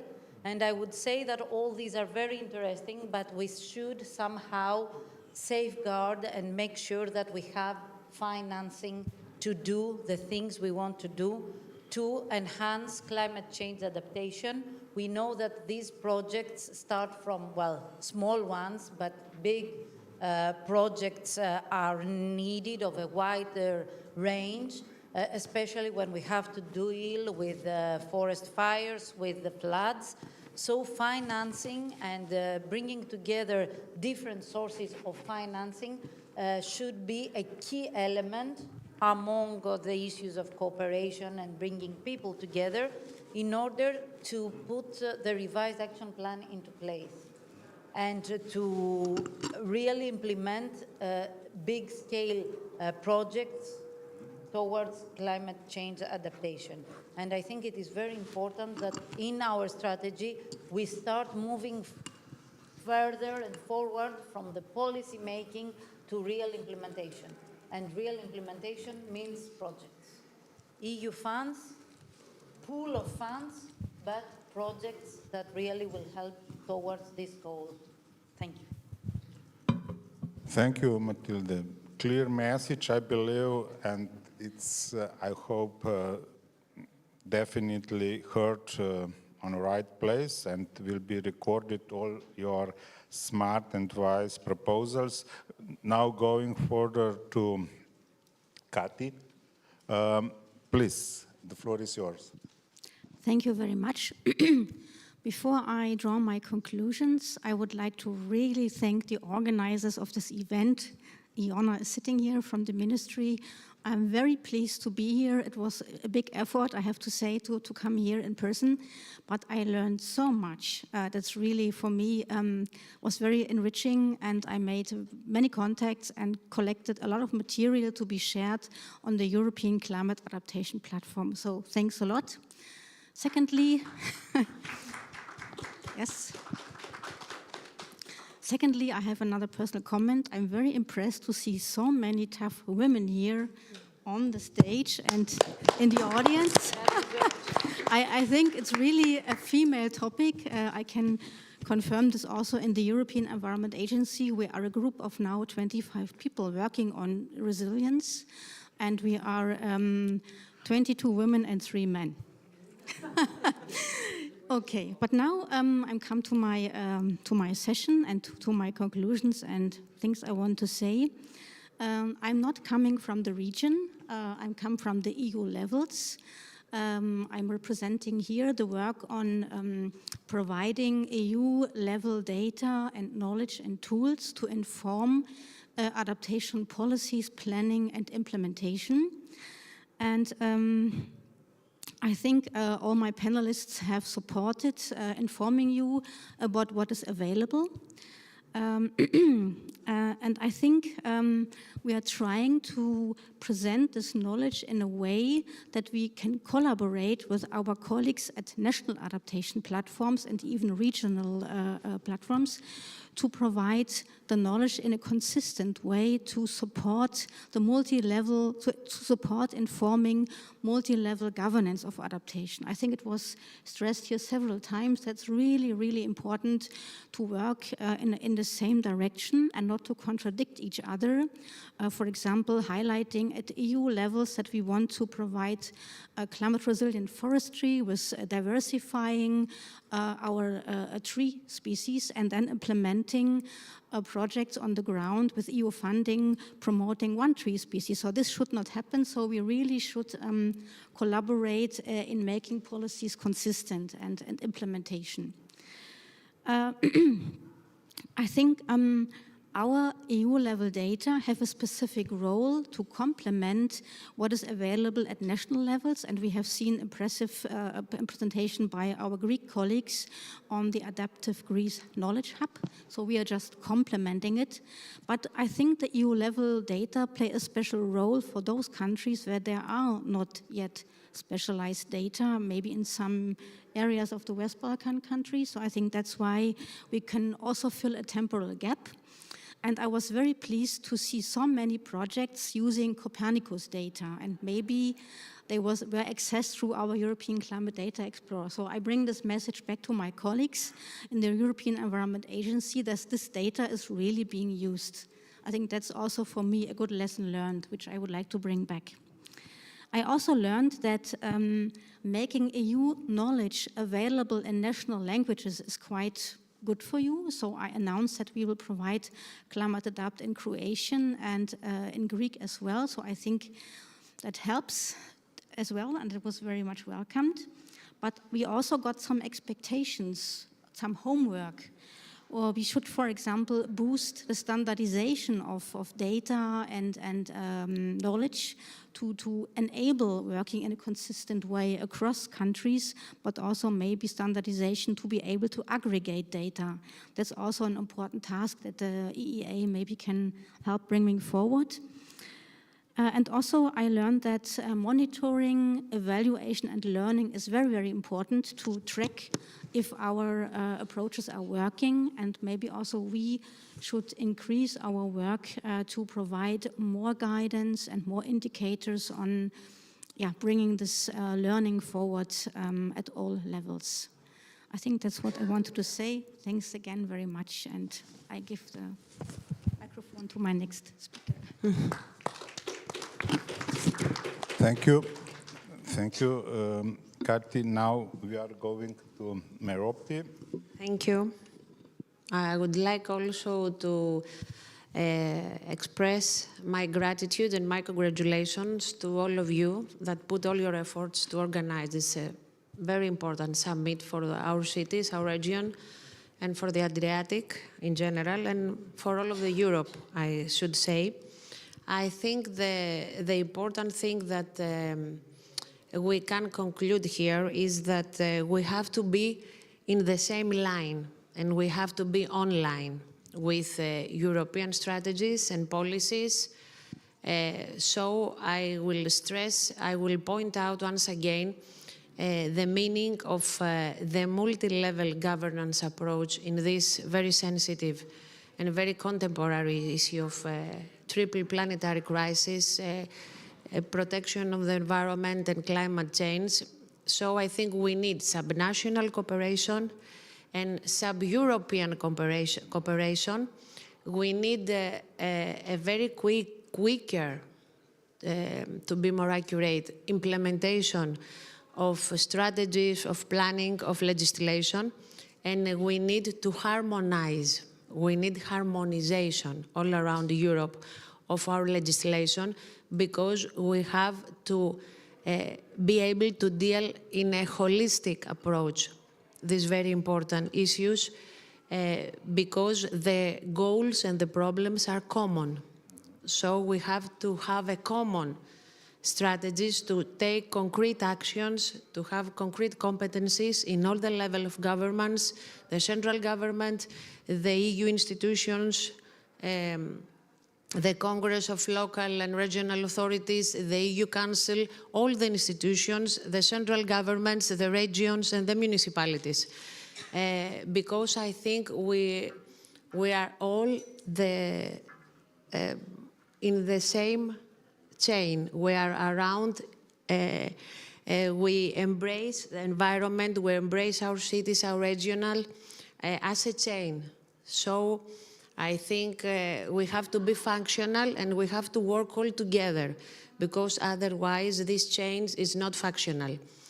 And the pillars are common. The pillars that we have to put our effort to take actions is the raise of awareness, of course, it's very important, and to educate our citizens, the children, the youths, to develop citizens with eco-friendly habits and culture, to develop green infrastructure and resilient infrastructure, to educate the administrations, to have specialized personnel, to be ourselves to be educated, because we have the responsibility for our communities, for our cities, for our regions, and to develop smart, green, early warning systems for climate crisis and climate change. And of course, a very crucial issue for our region and our islands is the waste and water management and the coastal erosion. We mentioned before, I think it's something that we have already from yesterday, to take some concrete actions. But in order to be able to fulfill all this that we're discussing now, we need to have the funding. No money, no action. So we have, in order to be able to get a practical benefit to our cities, to our regions, to our islands, to our citizens, we need the planning, the strategy, which should be common and holistic, but we want the funds, the means, and the expertise to make it happen, to make it reality. So that's what I conclude from our very meaningful discussion, and I think with good cooperation, if we are in the same line and online, I think we can meet the challenges of climate crisis. Thank you very much. Thank you, Merope, for this wise and I would say optimistic also and constructive proposal. I believe that all of you express very concrete proposal how to enhance cooperation and, as I'm using now Merope wording, to be online. To be online. This is something what it's not very often to be online, via whatever screen, but to be online eye to eye, to listen to each other needs and problems, to addressing solutions, because one cannot find solution. Two, maybe yes, especially when the neighbors are. Both, you should cooperate. It's not solution outside. And this is local level and neighborhood, and this is something what should be very clear that we should invest to enhance or to improve those relations on bottom up from top down, to be fair, to be transparent. And then I believe it's enough money to serve the citizens' needs on efficient way, also for climate change adaptation. With this, I would also like to be even more concrete. With your recommendations, we are going to create to the forum of EOSR to continue this and developing this recommendation also now mentioning the funds and projects with the IPA Adriatic new call. We are organizing new, as I understood, the special session on that to address these needs of the countries and how to apply for the new funds, and merging with, this was also our discussion with other regional frameworks, as for example, Convention for the Protection Mediterranean and Coastal Areas, Barcelona Convention, UNEP MAP, and their Mediterranean Strategy for Sustainable Development, which is now exactly in the phase of, last phase of, let's say, last version before adoption in the December. It's right time to find complementarity, sub-regional, regional, and vice versa, to demonstrate synergies along the shared sea. And not to forget, but you mentioned, Merope, young generation, come here, Milica and Jerry. This is the hope, and this is somehow our, let's say, assets, and we should do our best to bring them the knowledge and the projects for them. It's not for us, it's too late. Yes. It's for them. It's never late. But yeah, we are working for their future, and we should take care really on a way which is transparent, and that's why I'm proud that here happened first time, so concrete, that they are with us when we are discussing. This is the best monitoring.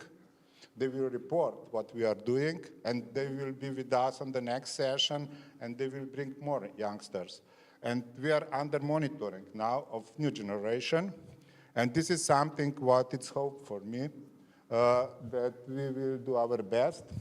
And thank you for that. And we are looking also to come together on Crete. And here is the mic for your message. Yeah, sorry. Before we get the message from the youngsters here, I would like to say that, well, the Youth Council was officially formulated almost a year ago. They started working in September, so more or less the start of their work coincided with the Hellenic presidency of the strategy, and we are very happy to be the pioneers, having the youngsters with us, being involved in all our workshops and in all our meetings during our presidency.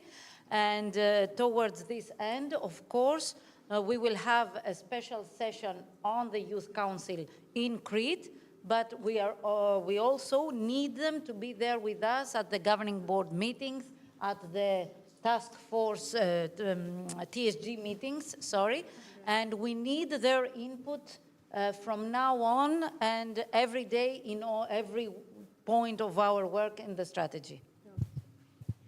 Thank you so much for giving us this opportunity. And our message is, let's be united, let's cooperate, and make even this strategy on the higher level.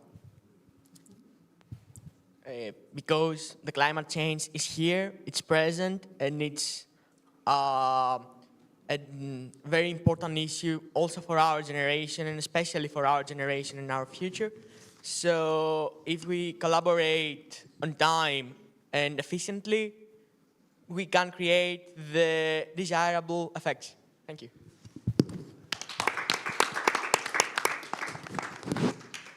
With this, we are on the end. Allow me to say two words that I've heard, and I think they are very simple and very wise, from the youth delegation in the last plenary session of the Council of Europe, of the Congress of Local and Regional Authorities, that the message from the youth delegation was: the present demands, the future will ask, and the history will remember. Thank you, Mirov, again. Yes, and you? I'm sorry, I don't want to interrupt your final words, but I wanted to raise your awareness also, because I have asked several colleagues here, have you been in touch with other European regions? And many of them said no. So I want to make you aware that there's a lot can be learned from other regions. I'm attending the Nordic Adaptation Conference in May, and their main topic is what are the borders of the limits of adaptation and what can we do. So I would like to make you aware that maybe also the cooperation with other regions may be interesting for the Adriatic-Ionian region. Thank you. Thank you. Definitely very important message. And with this, dear colleagues, dear friends, dear ladies, thank you once again, and we are continuing with the organizer. Thank you.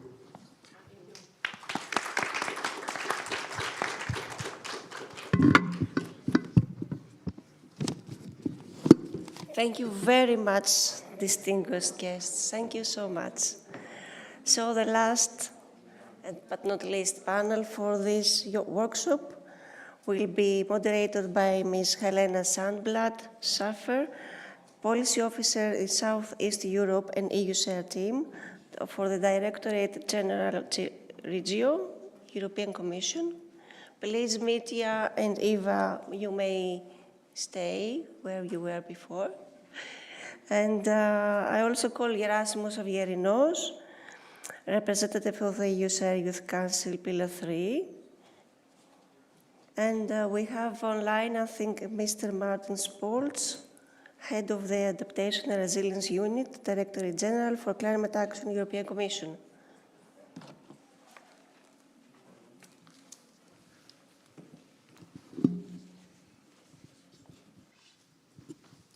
So, thank you very much for this opportunity to lead this very last panel. It has been 2 very exciting days, very intensive days.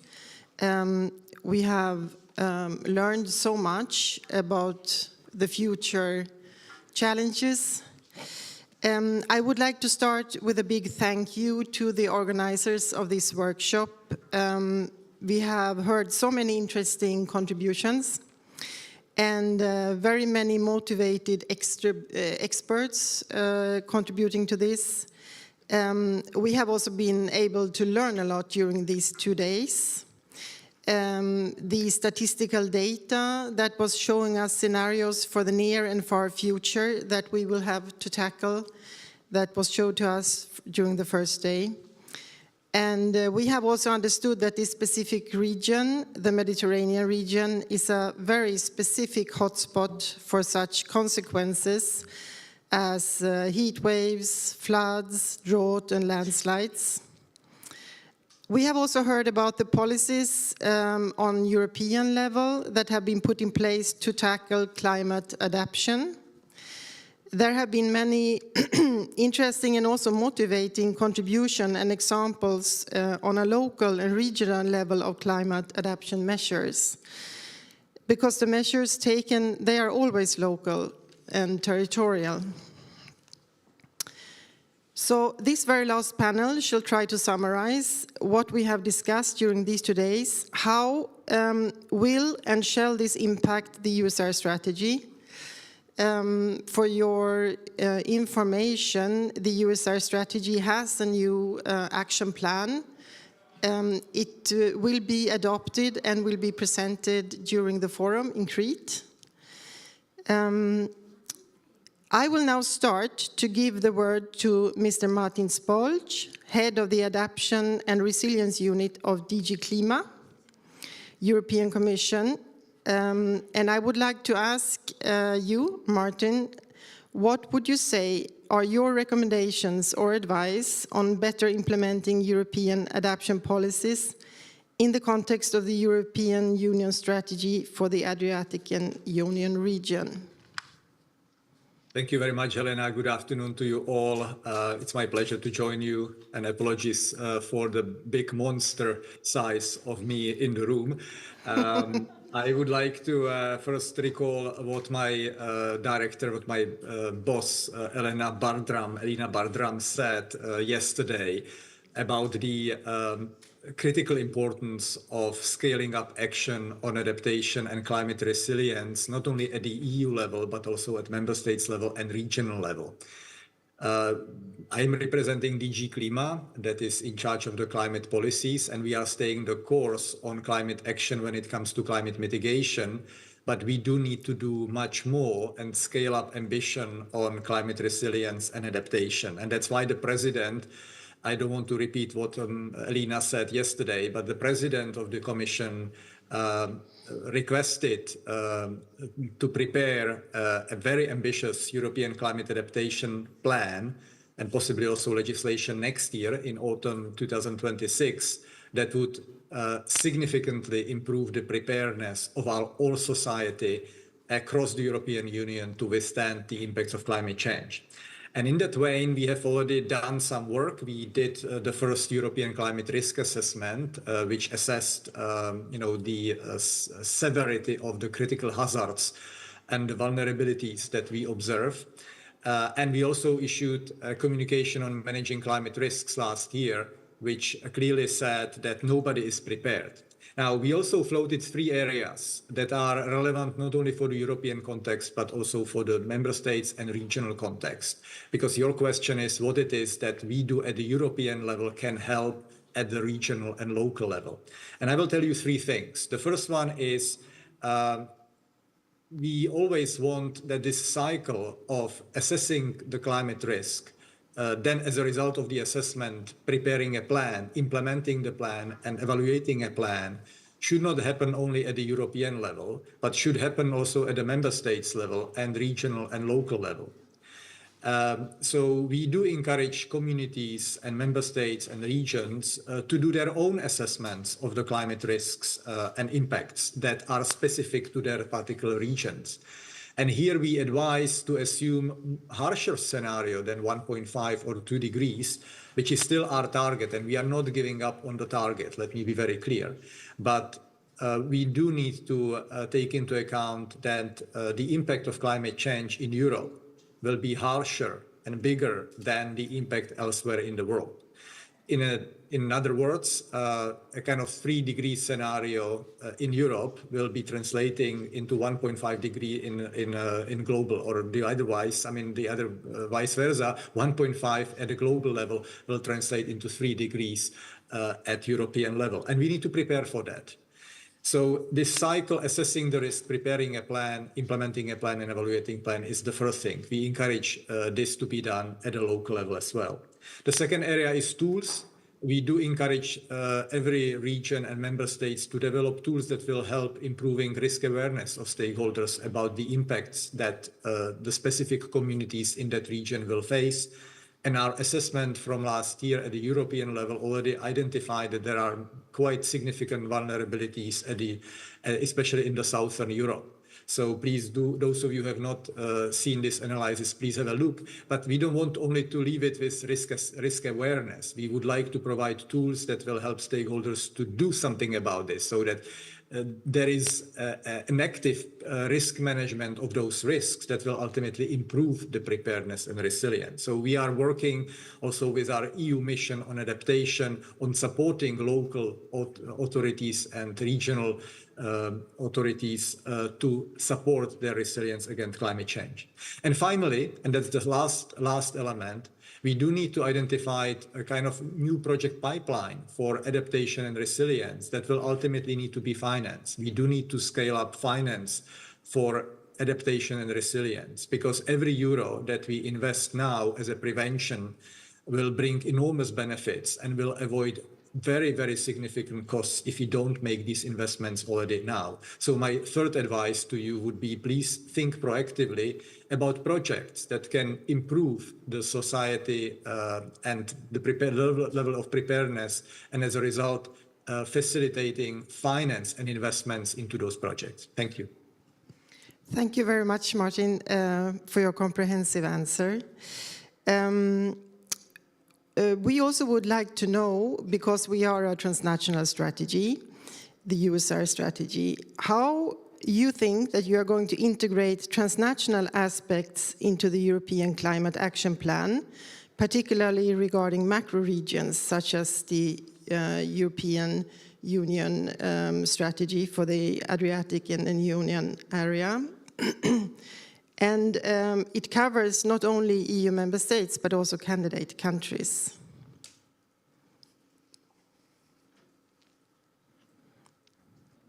Thank you for the question. Look, the reason why we are acting at the EU level is that we believe that there are important synergies that we can reap and we can make use of by learning from every region that is working on climate resilience. It doesn't make sense that every region and every local authority or every member state makes an effort to, for instance, to design a climate scenario. I think that this is something that we can do at the European level, where we can define a common climate reference scenario, and we can kind of translate the science that we observe into practical tools that can be then applied in the local specific context, because ultimately we do need to respect the fact that the impacts of climate change will be different in different regions of European Union.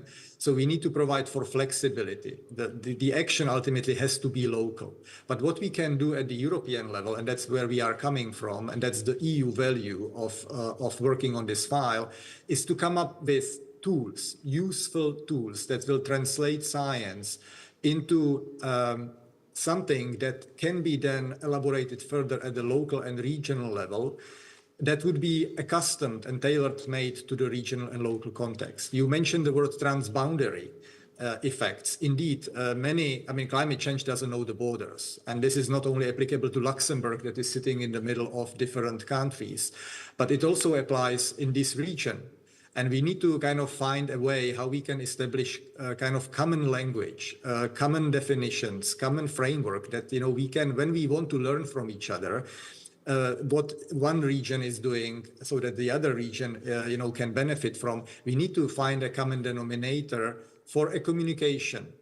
And then what can be done at the European level can be done maybe at a high level, but then the local and regional level can then apply in a much more granular level and a granular way that would leverage on the specific knowledge in that particular region and the specific challenges that this region is facing. So again, we need to be smart about, being aware what can be done and should be done at the EU level, what has to be done at the member states level, what has to be done at the regional level. And we believe that there is a lack of clarity currently about who ultimately is the risk owner of these different challenges. If we identify that, for instance, droughts or sea level rise or excessive risk of floodings are applicable to a particular region, we need to zoom into where the hotspots of these hazards will be at the local level. And for that, it's the responsibility of the local and regional communities to identify how these massive hazards that we identify at the European level in broad terms will impact local community on the ground. And also it's the responsibility of the local and regional community to find appropriate measures and tools. But again, leveraging on the wealth of knowledge that we can gather at the EU level and member states level and can provide as a kind of useful tool and support to those actions on the ground. So again, it's a combination ultimately of action at the EU level, member states level and local level. And we do believe that every party here has to, again, play the ball very proactively. Thank you. Thank you very much, Martin. Indeed, everybody has to do his job. All the countries need to cooperate. Climate change doesn't make halt at a border. That is also what the USR strategy is for, to cooperate and to find common solutions. Mitja, as a coordinator of Pillar 3 of the USR strategy, how would you say have the conclusions of this workshop that you have just finalized in the former panel, how do they influence and have implications for the USR strategy? Thank you. Yeah, I believe that during this our conversation, it's somehow intention really to bring together, as all of speakers mentioning, common, let's say, efforts to accelerate climate change adaptation. Now the question is where and how. Of course, on the local level, but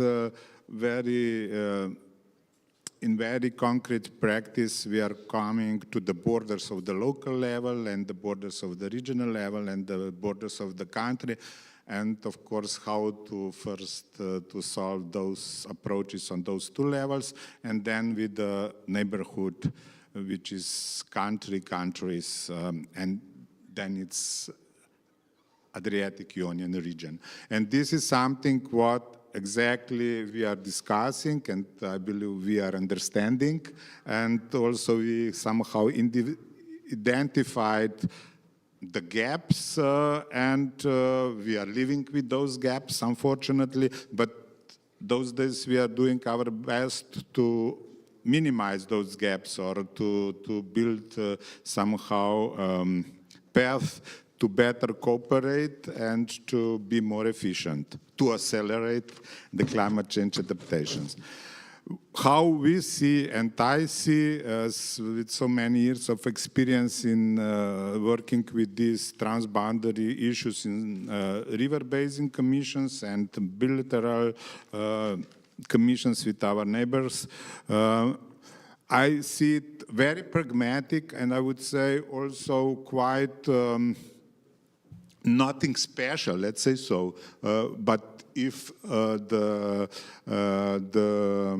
let's say, understanding of the problem on each side is similar or if not the same. And this is something about the dialogue, about the trust, about the, let's say, also knowledge, and all this together brings us to solution. And when it's this supported with the EU funds, then it's almost here, at least the action. Now, how efficient the action it's up again of these dialogues among the partners, among the countries, or starting with local communities, regional, and between the countries, and then in the region of Adriatic-Ionian. And now taking very pragmatically also into account EU level, because it's EU strategy,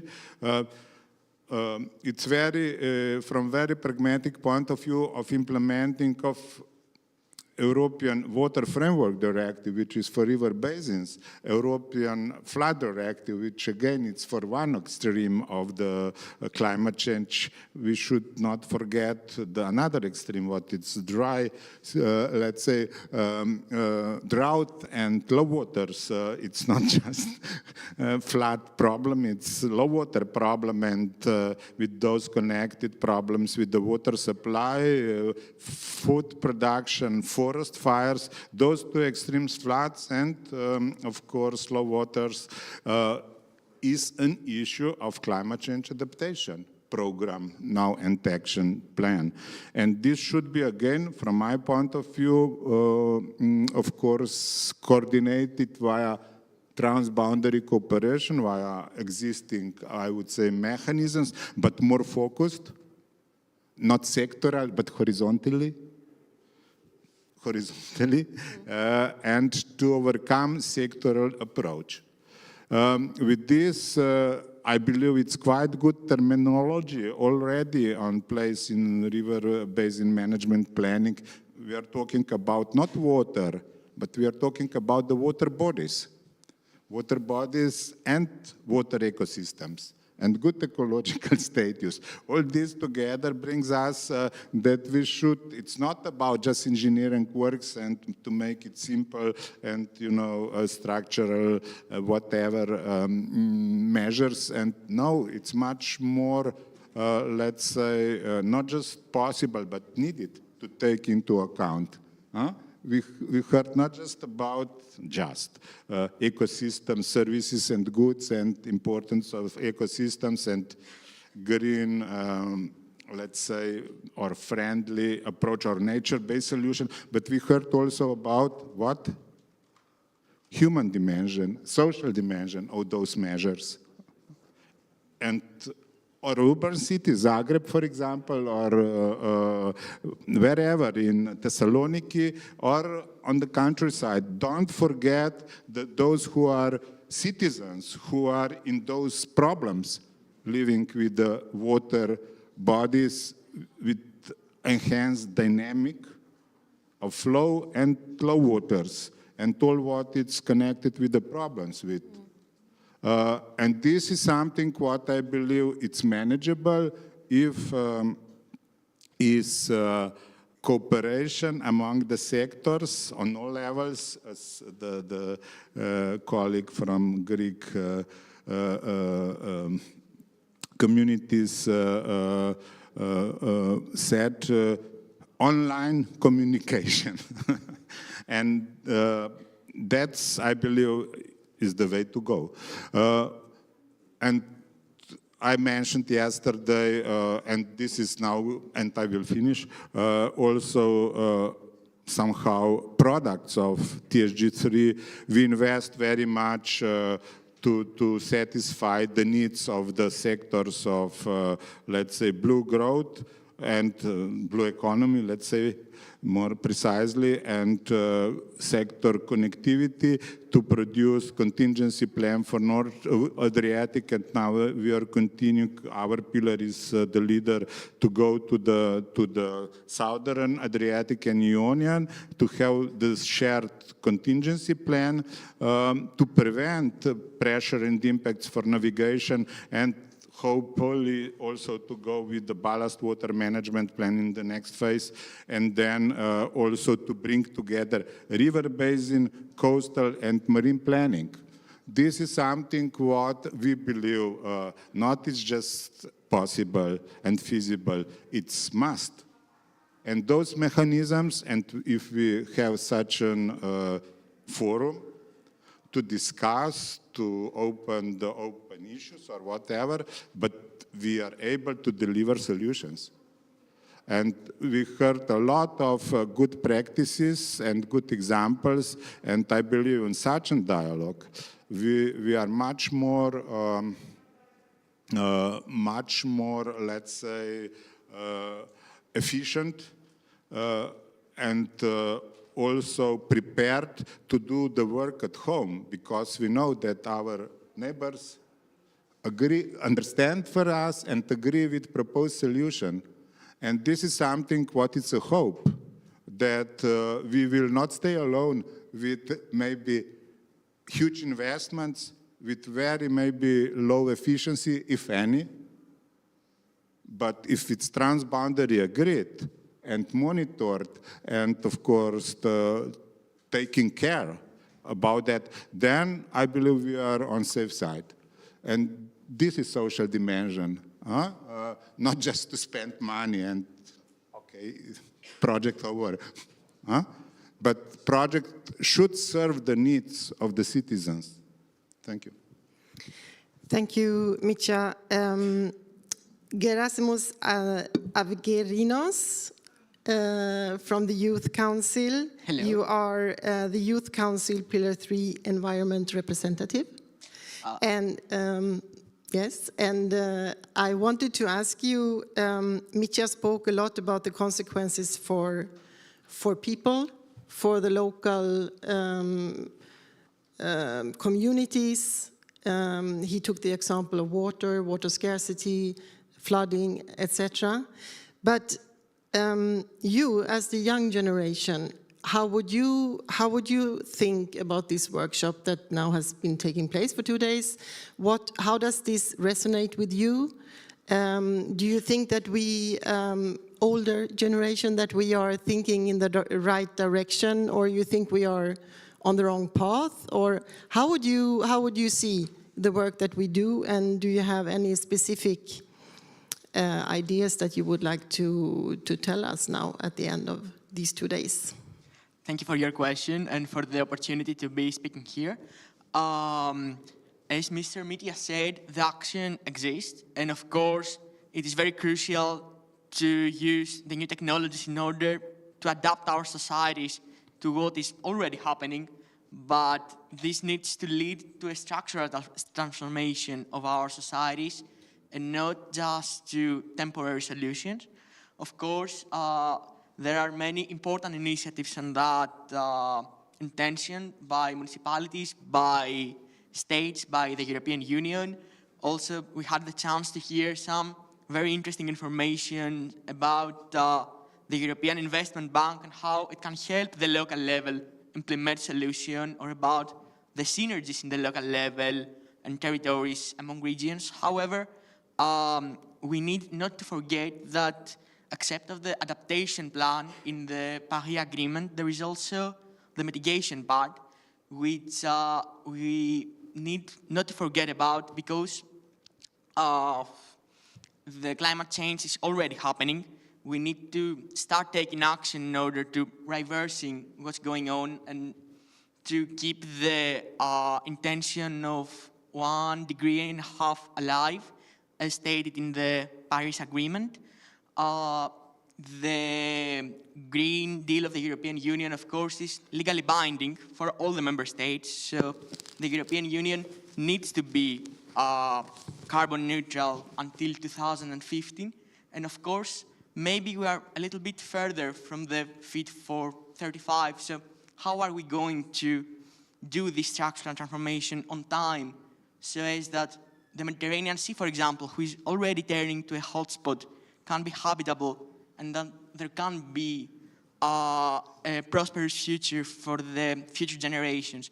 Of course, these are questions that cannot be easily approached, and our generation is engaging in the discussion about the cohesion and about the integration to the contemporary system on that issues, because we are going to be the first generation that will be raised and that will have directly the consequences of the climate change.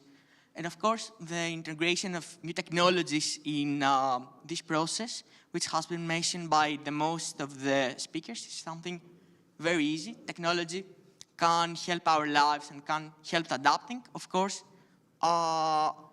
in the way we intend to use it and to the extent we use it. For example, there are very interesting solutions about the use of artificial intelligence and the prediction of water scarcity, about international development and how it can be more sustainable and in accordance with the resources that we can have in it.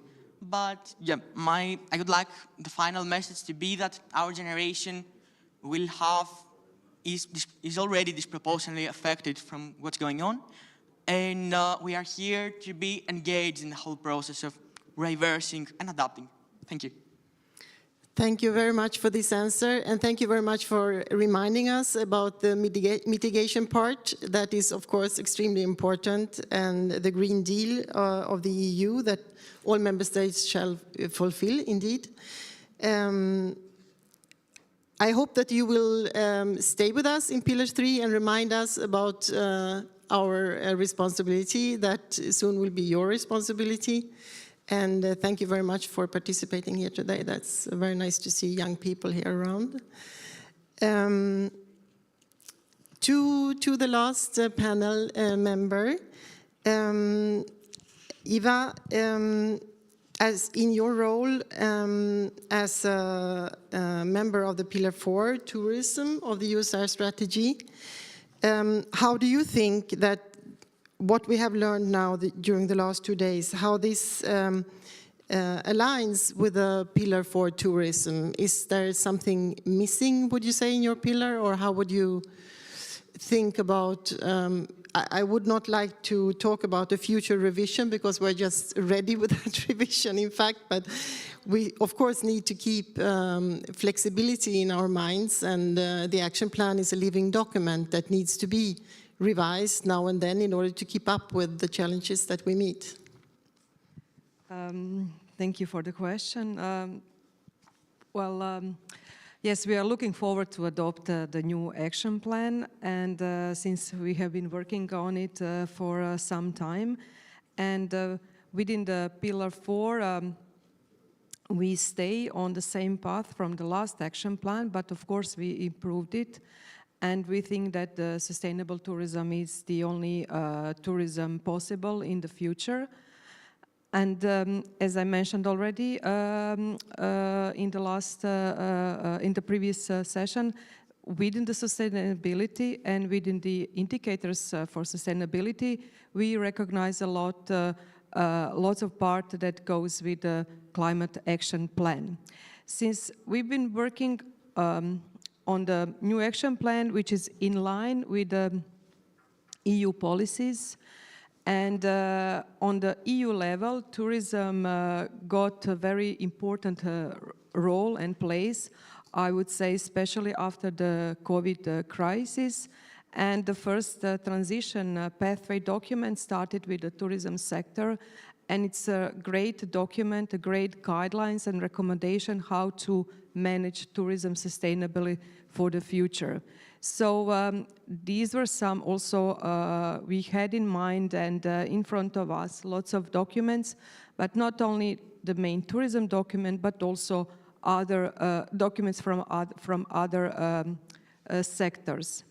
So the climate change, as a young colleague said, it's happening. It's not just affecting his generations, but us also. We are all aware of the negative sides of tourism, but also we want to use the tourism as a tool for improvement of the conditions in society, and also we have to be aware that that we can help for with adaptation measures and mitigations measures.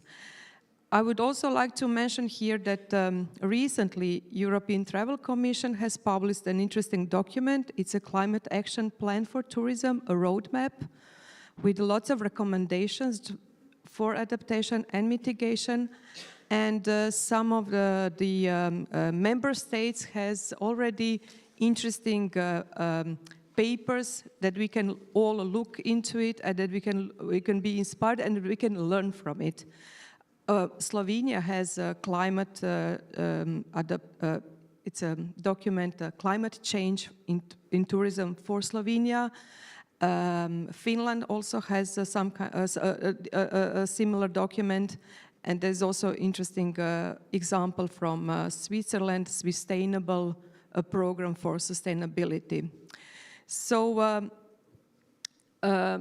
we are completely aware that we have to adapt the infrastructure to develop new products, that we have to measure lots of things, we have to reduce lots of things, and we have to finance those things and work together and collaborate. And actually, by learning from each other and by sharing good examples, but also bad examples, I think also that we can learn a lot from our failures as a country, as a region, as a individual. We are becoming aware of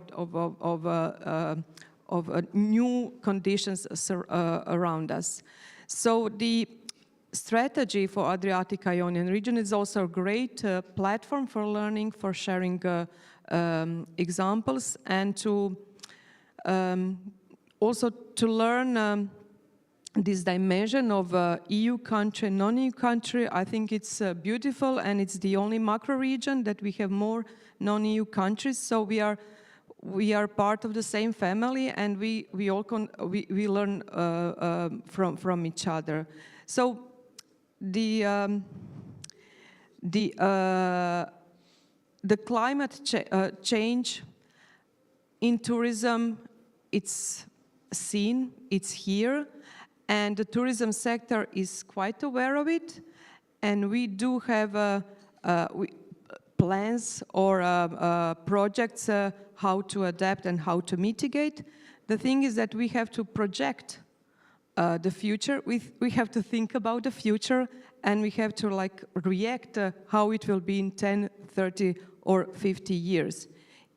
So the sustainable tourism is the only way how to manage it, and hoping that everybody will take responsibility for its work and for its words that he says, and educate all of us how to deal with these challenges.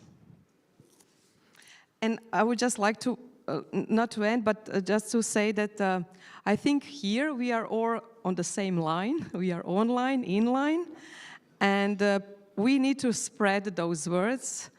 We can do it within our office, family, strategy, and the best also. The word of mouth is very important in tourism. Everybody knows it. So maybe we can use this word of mouth for other important things within our strategy.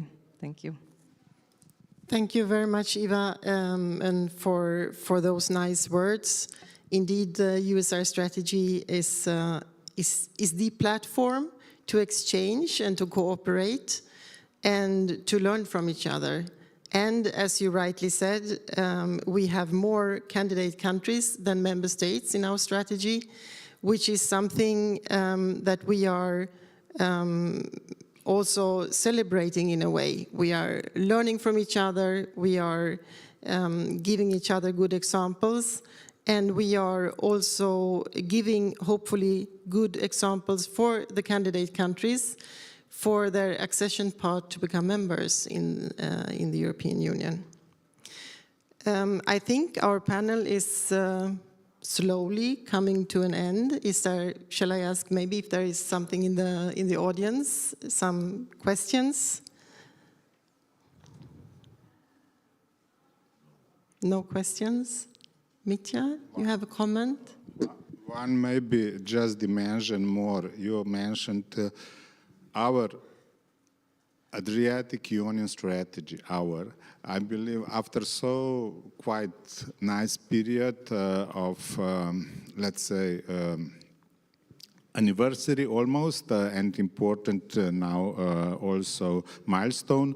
I believe that it's time to really think a little bit broader and with more, let's say, ambitious and with responsibility too.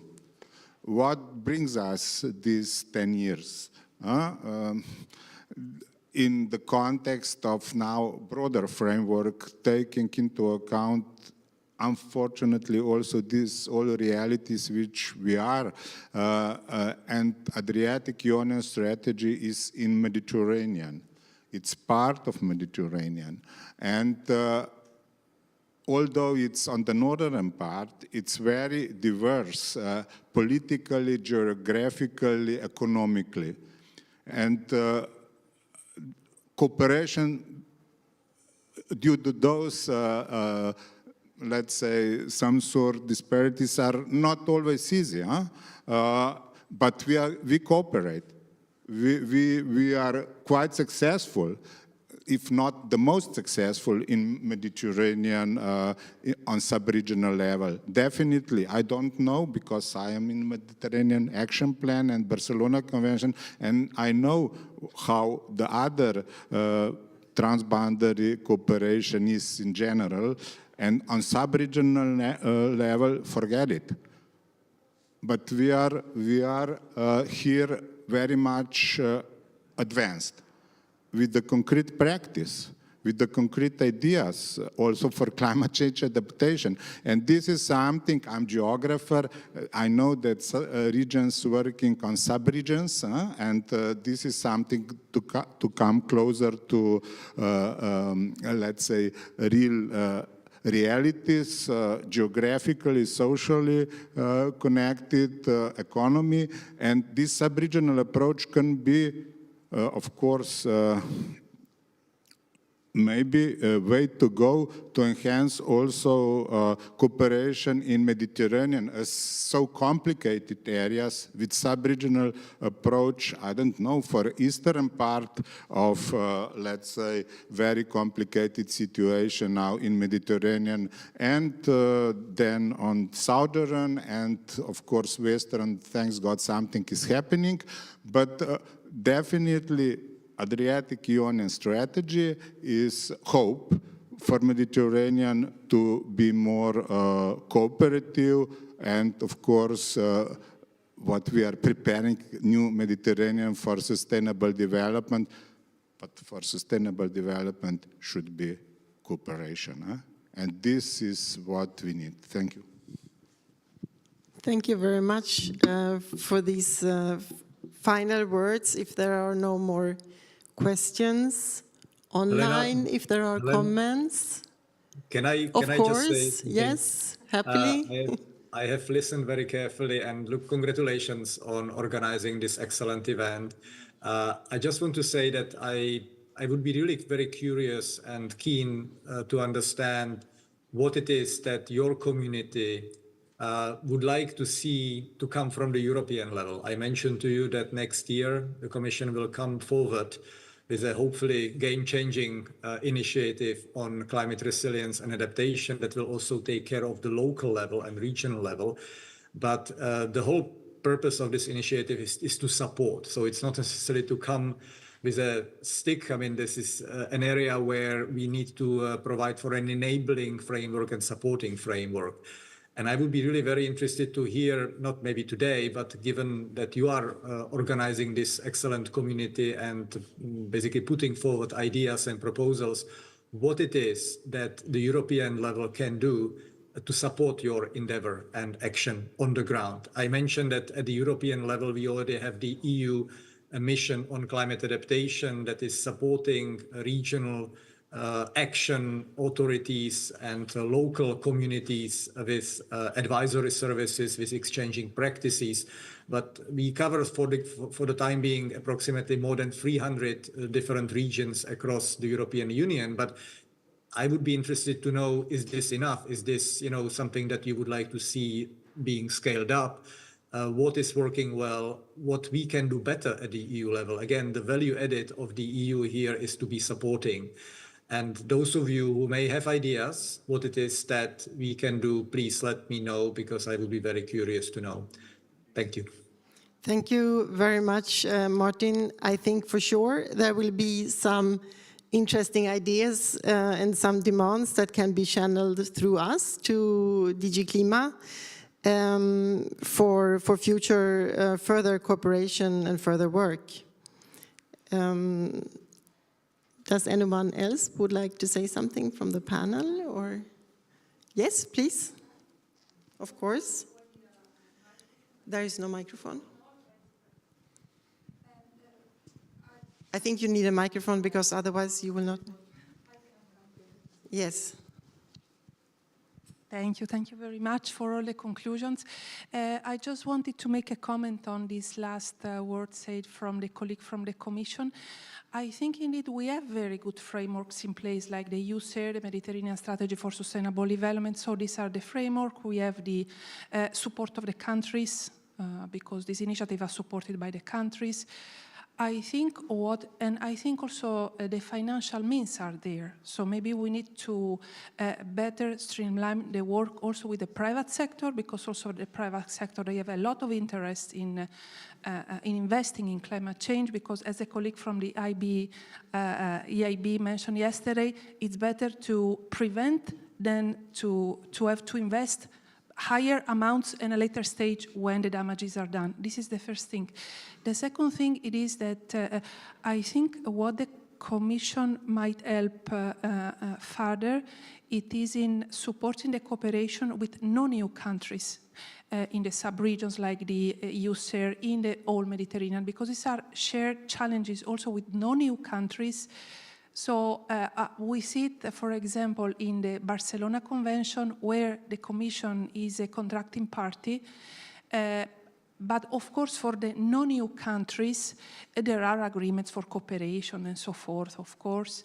With the Western Balkans and with Turkey, there is all a process for association and so forth. So it would be very much useful to support this further cooperation also with the non-EU countries, because the EU countries, they work with the same mindset, let's say. They are somehow obliged to receive the same laws, programs, to comply with the same requirements to receive funds. With the non-EU countries, it's different. So maybe this would be very much helpful. Of course, also when it comes in more practical terms, in regional, sub-regional projects, concrete projects, where again, I think both the USAID, but also the Mediterranean Strategy for Sustainable Development, we have a number of regional and sub-regional flagship initiatives that the Commission, I think they can look into it to plan potential financial support. Thank you. Thank you very much for this comment. Indeed, of course, funding is extremely important. We have been discussing this also during the last 2 days. There is also funding available in the mainstream funds, in the Interreg funds, which are also used. And some of them, some of those programs do also incorporate not member state countries, so the candidate countries, for example. But this can, of course, always be enhanced. And also here, cooperation is really needed, even between the authorities that are responsible for the so-called mainstream funds and the authorities for the Interreg funds, that there also cooperation could be sometimes enhanced. Yes, of course. Please go ahead. Yeah, I would just like to add that I think we as a society, we need to learn how to communicate these problems. And we need to, to spread the news. Well, there are some really terrible negative news about the climate, and the future sometimes doesn't look very bright. But we need to be aware of it, and we need to communicate to really large stakeholders, not only like tourism stakeholders or energy or climate, but probably from the kindergartens, just to learn how to adapt to heat waves, what to do when the earthquake comes, what to do if the river floods. So something also, you know, we need really broader approach to this crisis, to this problem. And within our sector, within our strategy, we do what we can. But maybe also for the EU level, just, you know, just to be aware of it. And that might not be tomorrow if we don't start to react and to communicate this in a very simple language and together with youth and together with kids. This is something that we, maybe like an open question and open thoughts for everybody. Yes, indeed. Thank you very much. I think youth and the Youth Council here for the USR strategy is key when it comes to communication and when it comes to new technology, as you were speaking about, of course. That is, it feels very, very good to have their support in this area. So I conclude. Yes, of course, go ahead. And if I may add, except of the part of communication, which is really important, we also intend to engage with in the deliberations about the proposed flagships of the EU share. And as Milica explained yesterday, we will come up with very specific projects. Thank you. Yeah, we look forward to that. Thank you very much. So I think we can conclude. Yes. I think we can now conclude. We have had the second final panel just here now today. I must say I admit the patience of the audience also, because we have had so many expert panels and very much difficult technical information that has been not very easy to digest, but people have been very engaged and it has been so nice to see. Thank you very much, and thank you very much for the very good organization as well.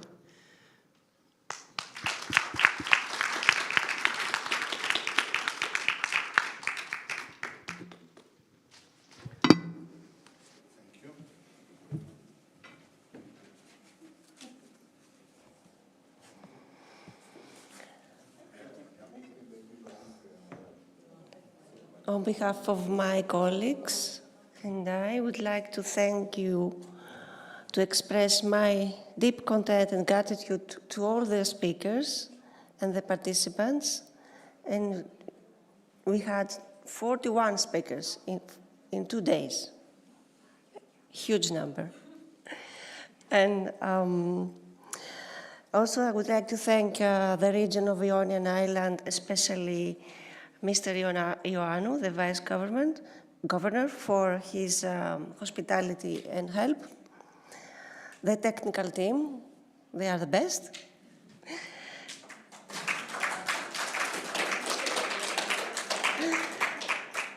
Our team and colleagues from the Ministry of Environment and Ministry of Finance.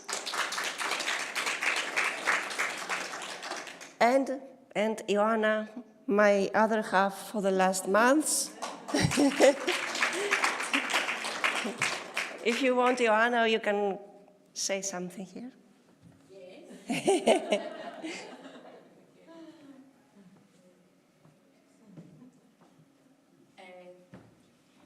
We would like to thank everybody that is being here the 2 days and have the patience to attend this very intensive event. This was a cooperation of 2 departments of our ministry.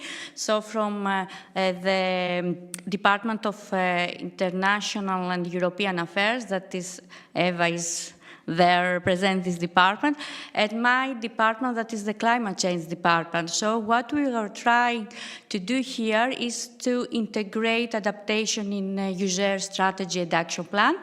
And I think that this is something that I think that we have managed to succeed on that today, because I could see that all the people of the user, they are start thinking more on how to integrate adaptation in their activities. And I'm really happy to realize that, because this means that our work was impactful.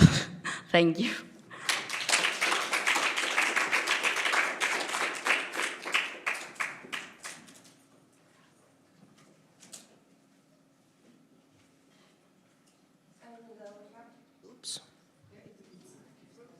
we have to visit the San Giacomo Theater, where two very exceptional scientists, two architects from the national universities are going to have a presentation regarding the cultural heritage of Corfu.